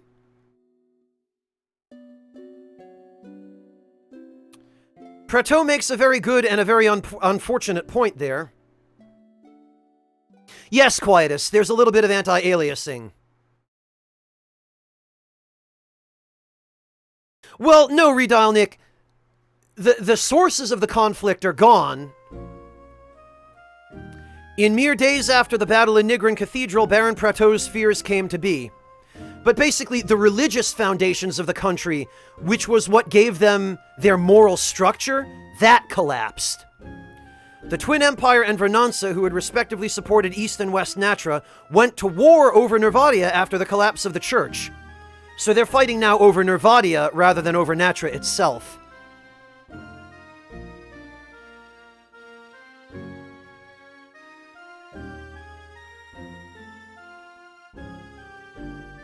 Within the Twin Empire, Archaeo's independence movement boiled over into mass uprisings. So we solved the immediate problem. But in the wake of that problem, lots of other problems happened as well. In Vernanza, Chancellor Witzel, its wealthy dictatorial leader, was assassinated by a terrorist opposed to his rule. His killing resulted in the nation's spiraling descent into a brutal civil war.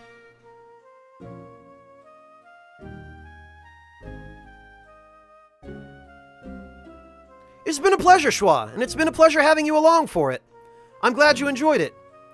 In such ways, the feudal states that had held stable rule since the War of Segregation saw their power and influence dwindle.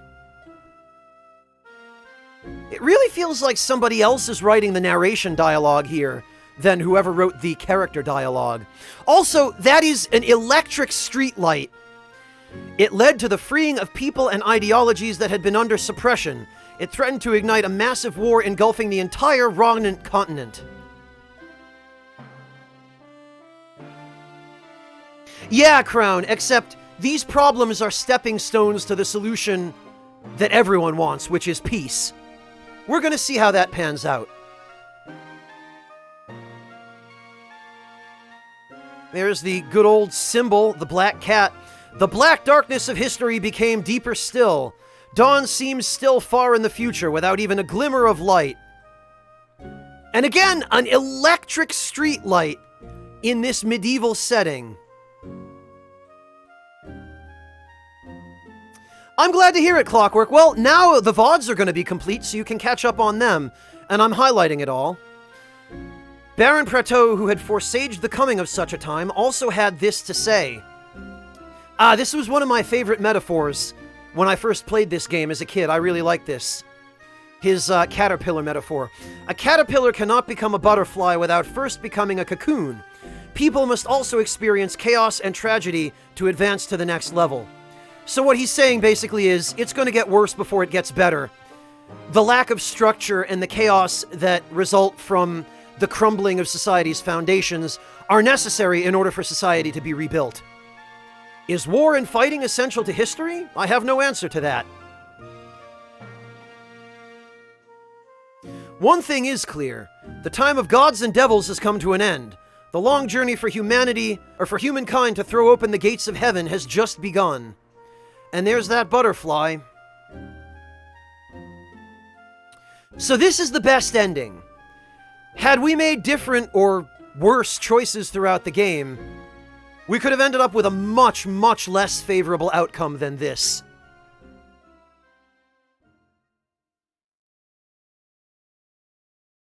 Well, Schwa, all life is ephemeral in its own way. So here they do the same thing they did during the credits of Vandal Hearts 1, where we get each individual character's epilogue. It is Piranha Guppy. I'm impressed you remembered. Main script, 2D unit design, and 2D magic design. One guy. Game design, main programming, and battle programming. One guy. With a star in his name. 'Cause Konami. Baron Prateau. Yeah, Redial Nick, but after the Civil War, the outcome is better. Relying on his steely will and courage, the Baron helped quell the raging Civil War. So basically, everything you're seeing now is what happened after the stuff Joshua just described.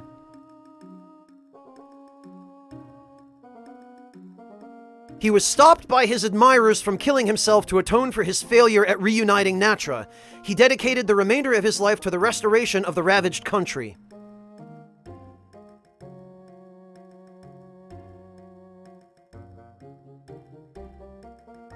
I don't think it's the same guy, Bone.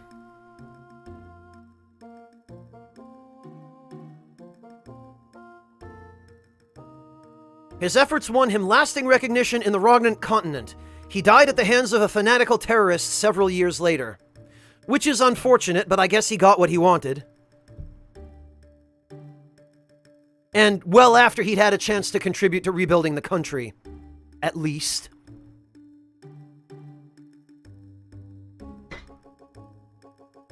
"2D and 3D map graphics, hidden script demo graphics. One guy." So very typical of Konami, this is a small team. Main programming, 3D animation programming. One guy, Yamato Ponce Koji. Lyra, Lady Knight.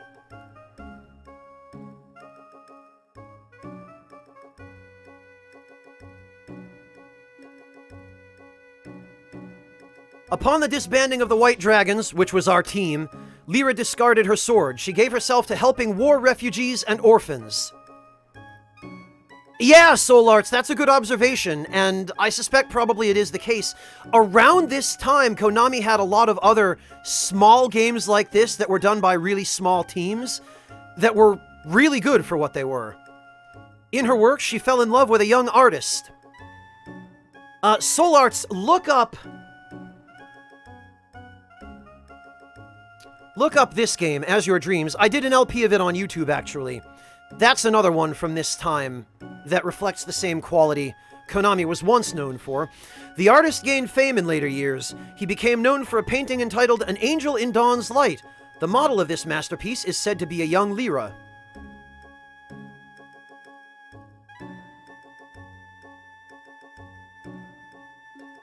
Ah, did you, Soul Arts? Okay. Title illustrations, subtitle, 2D and 3D graphics, Yamazaki Keiko. 3D event programming, one dude, Junichiro Asahi. Pike! Warrior! Oh, this motherfucker over here. After leaving the White Dragons, Pike remained a mercenary. Eventually, Pike discovered a fine business acumen that brought him great wealth. He became a pimp, apparently, according to this image. Look at him! He's basically Hugh Hefner. However, his lack of maturity quickly asserted itself. In short order, he gambled his wealth away to utter destitution, which sounds very much like Pike.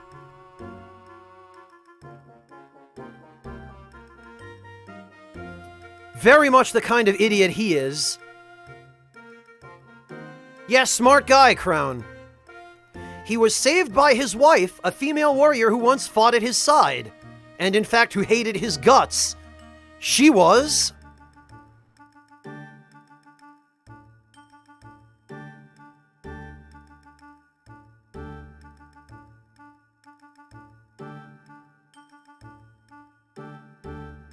And I think it's going to go straight into... Oh, no, I guess not. Hiroshi Tamawari is the composer for this game, in case anyone was wondering, I guess. Tomoo Sekine did the sound effects, I guess, the sound design. I don't know either of these names, although I feel like I should know the composer. Yup, Maria, Lady Knight, so there's Pike, and his wife. Never would have imagined those two would get married, since they were pretty much at each other's throats from the beginning. In a surprising turn of events, Pike's former antagonist chose to accept the Wastrel's marriage proposal. Yeah, someone really tough as nails, married him, Crown. Which is a good thing, because, well, it's about to tell us. He got way better than he deserved, Piranha Guppy. Way better. Because of his profligate ways, she was forced to endure crushing poverty. Through hard work, she successfully launched a chain of taverns. So Maria saved this idiot. He did not deserve her. Well, the very first words they exchanged with each other, Lady Low Kitty, was Maria threatening to split his skull open because he hit on her. She passed away at an old age, having kept her husband firmly and always under her thumb. Which I guess she probably kind of had to do, with a moron like Pike.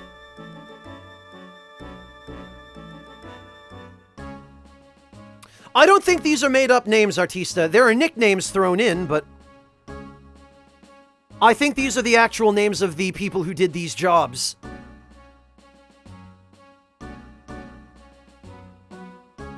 No, it doesn't, Lokitty. Ah, our reclusive loner Hammett. Even after the death of Goddard and the disbanding of the Cooter cult, the vengeful Hammett found no peace. His inner demons compelled him onward.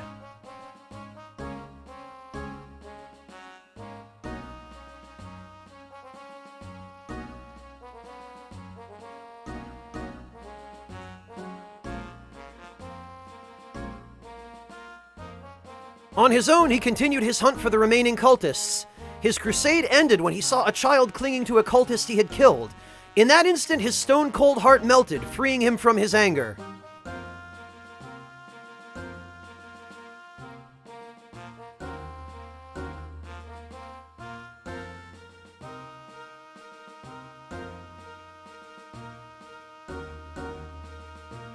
Several years later, he was purportedly seen living in an isolated mountain shack with an adopted child. Micromancer, thank you so much for the resub. Welcome back. So Hammett, at the very least, I guess, gets kind of an okay ending. He gets a little bit of closure. Which is nice, because the poor guy deserved it.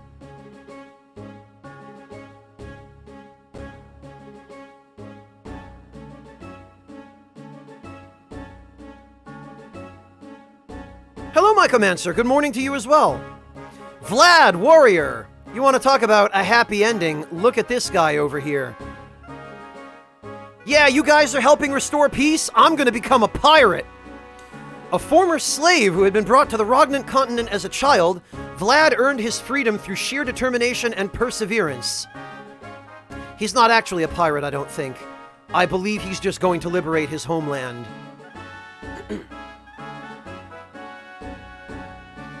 Well, Solarts, her parents were turned into mindless zombies. After helping quell the civil war in Natra, he returned to his island home. There, he organized rebels to overthrow the oppressive colonial rule of Vernanza. So Vlad went on to be his own hero.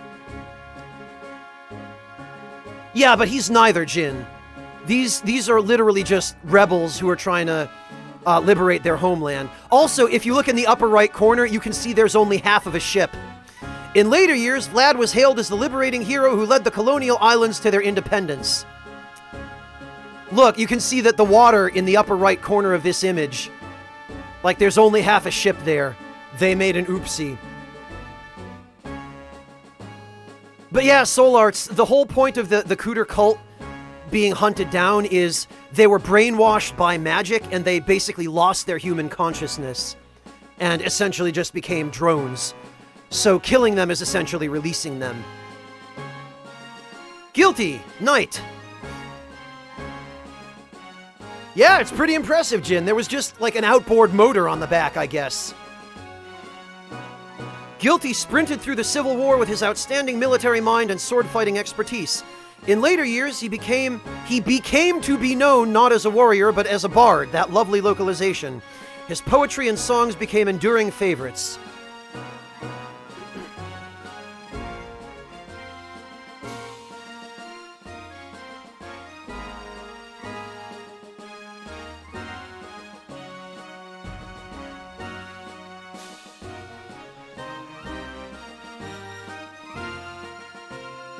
He married happily and was blessed with a loving family. In his old age, he disappeared without notice to go on an aimless journey. He has not been seen since.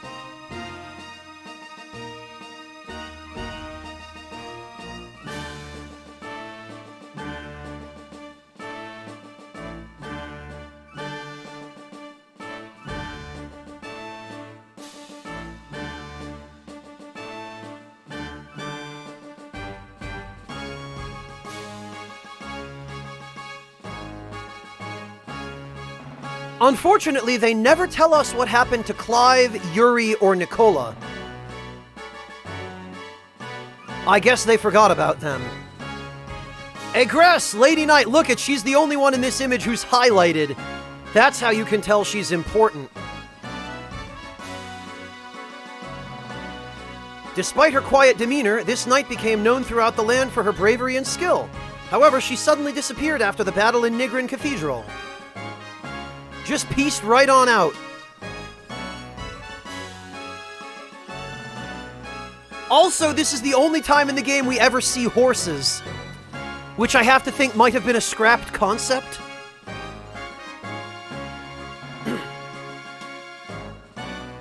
Might have been cool. In later years, there were tales of a silent foreign woman who fought alongside Khan, the leader of horse-riding nomads. Gee, I wonder who he could be based on. Together they conquered the eastern continent, but there is no record identifying her as a Gress. Moscow, Moscow, wirf die Gläser an die Wand. Forget it. Only people who are like 60 years old are going to get that joke anyway. And also people who speak German.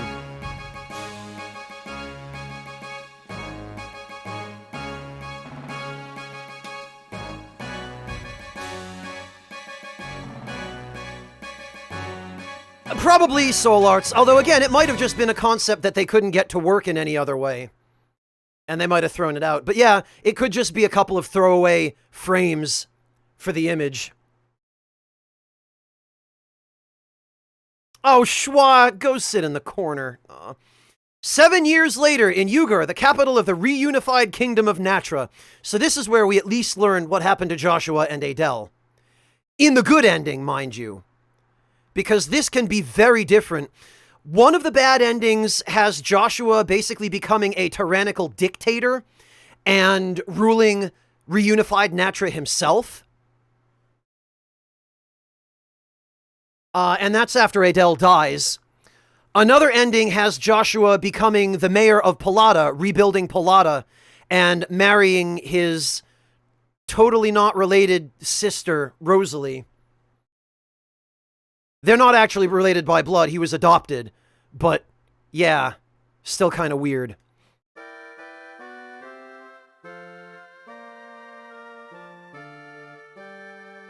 Now that we have attained a consensus among our esteemed national leaders, all we need is to sign our peace accord.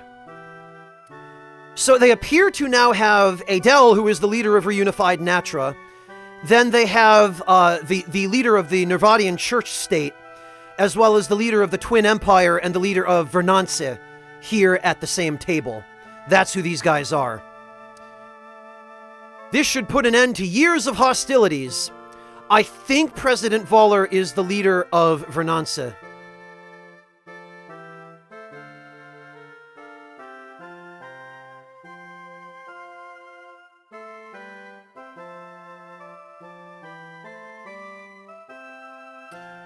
Emperor Lans III. Indeed, I never expected to be here with you. He, I believe, is the leader of the Twin Empire.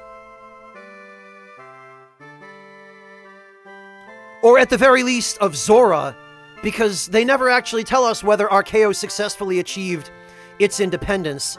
But he is at the very least emperor of one of those states.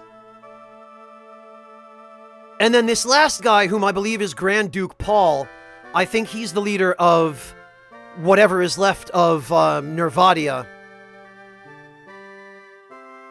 Or possibly he's just the leader of Archaeo. These two might just be the leaders of the individual components of the former Twin Empire, because they did say that the church state completely collapsed.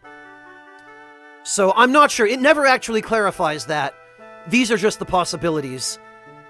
They never actually tell us who rules what, but our meeting would never have taken place without the perseverance of Natra's Queen Adele. Please, all I did was to serve as a bridge among you, my esteemed friends. I only pray for peace and prosperity on Rognant. I believe that is possible, so long as a certain Emperor decides to honor diplomatic agreements for a change.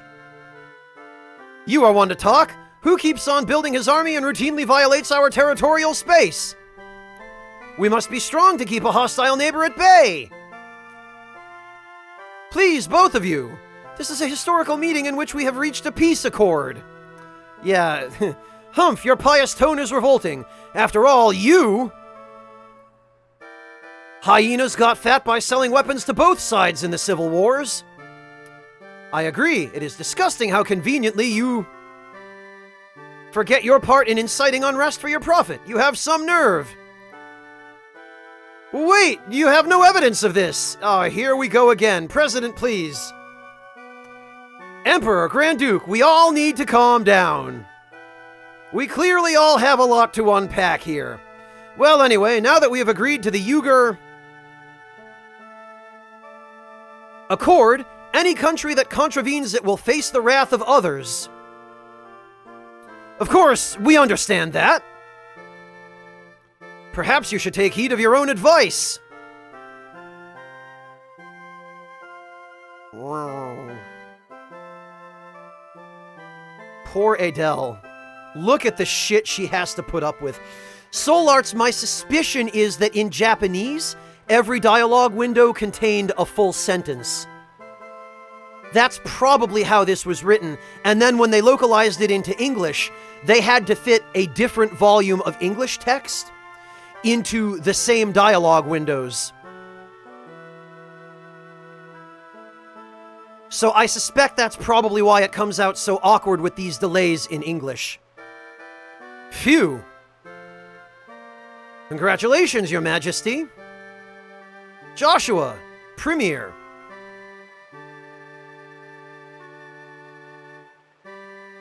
I wish to express my sincere happiness for your diplomatic handling of our esteemed guests. Look at him! He let his hair grow out!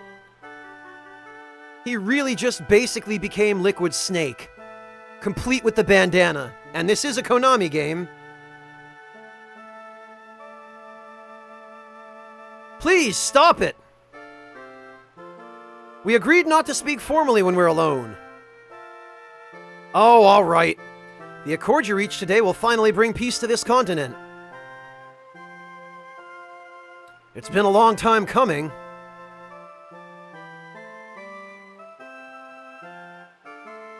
Peace for the time being. Eh? All the combatants were running out of war funds. They were all seeking a temporary ceasefire anyway when I came along. When their economies recover and their vanity and greed take over,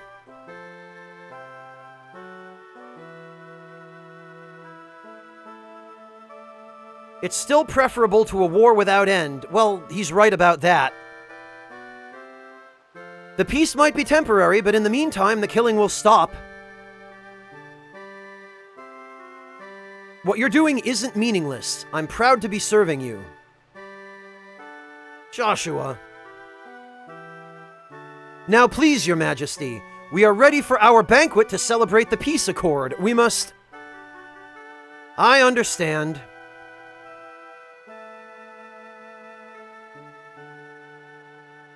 Eh? Joshua, before I become the queen again... Adele! Yay! He got his waifu in the end after all. Well, in this ending. Again, you can end up having to kill her, but I'll be damned if I'm going to go for that ending path. Queen Adele, having reunified Natra, established strong diplomatic ties throughout the Rondant continent to bring about lasting peace. So it did actually end up lasting, contrary to Adele's fears.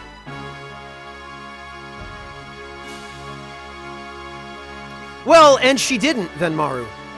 Domestically, she was adored for her compassionate rule. Her broad political reforms hastened the recovery of Natra from the war.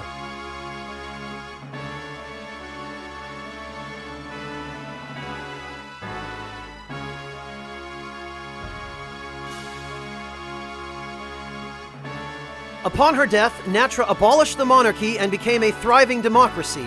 Fearing royalty would be used politically, she remained unmarried throughout her long life to ensure the royal lineage ended with her, which was a wise idea.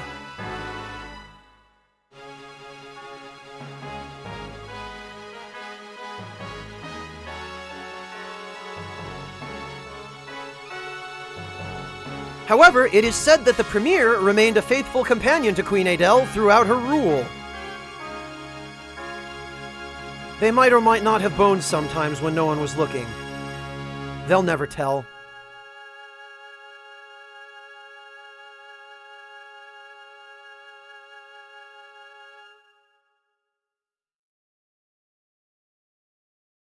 I know, Soul Arts, you picked a hell of a time to show up, huh?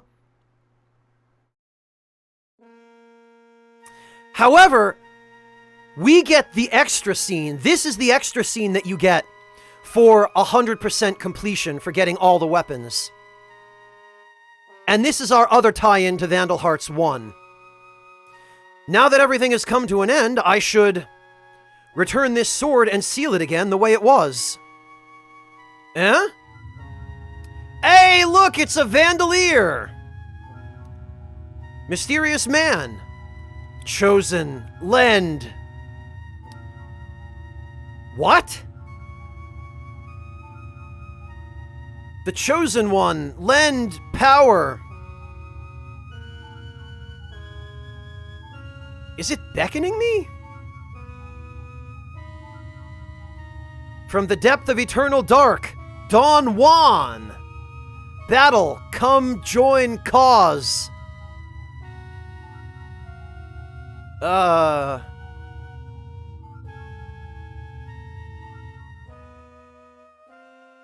Well, there we go. I guess maybe that was supposed to be a tie-in to Vandal Hearts 1 and also maybe a lead-in to a sequel? But the sequel that we actually got was a prequel, and it was a shitty game. You are the Weapon Master. There we are, and this is the Vandal Heart, the artistic rendering of the Vandal Heart sword from Vandal Hearts 1. And there it is. So, we did it. We are the Weapons Master. We got the best ending, and we got the little Vandal Hearts 1 tie-in. The Vandalier in that scene we just saw, the guy in the gold armor, possibly was Ash, the protagonist of Vandal Hearts 1. What's your question? Schwa, I swear, if you ask about that spaceship, if you ask about Vic Viper again, Schwa.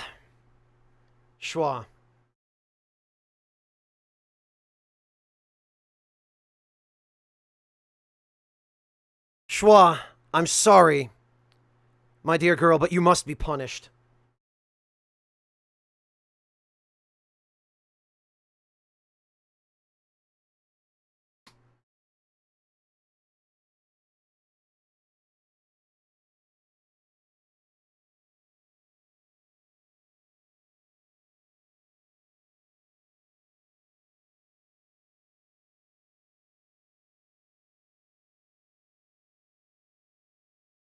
Okay, that's enough punishment.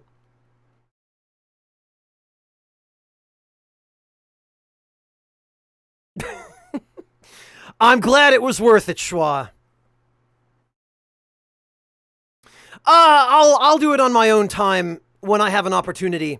Clockwork, thank you. I really appreciate it, but I really need to go get something to eat now because I, believe it or not, have not eaten at all yet today. So, what we are going to do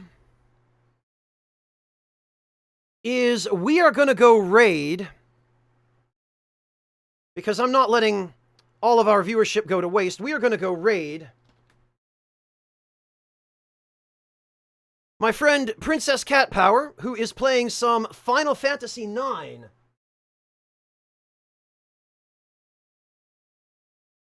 And I am going to go get some food and some rest. And I look forward to seeing all of you, if not later today or tomorrow, then the following day for some more Blasphemous. I think I'm going to continue Blasphemous. Thank you all so very much for joining me. I really appreciate everybody's kindness and generosity, especially to each other earlier on, and to Charlie and to everybody. And I look forward to seeing you sometime either tomorrow or the following day. I will catch all of you then. Take care, everybody.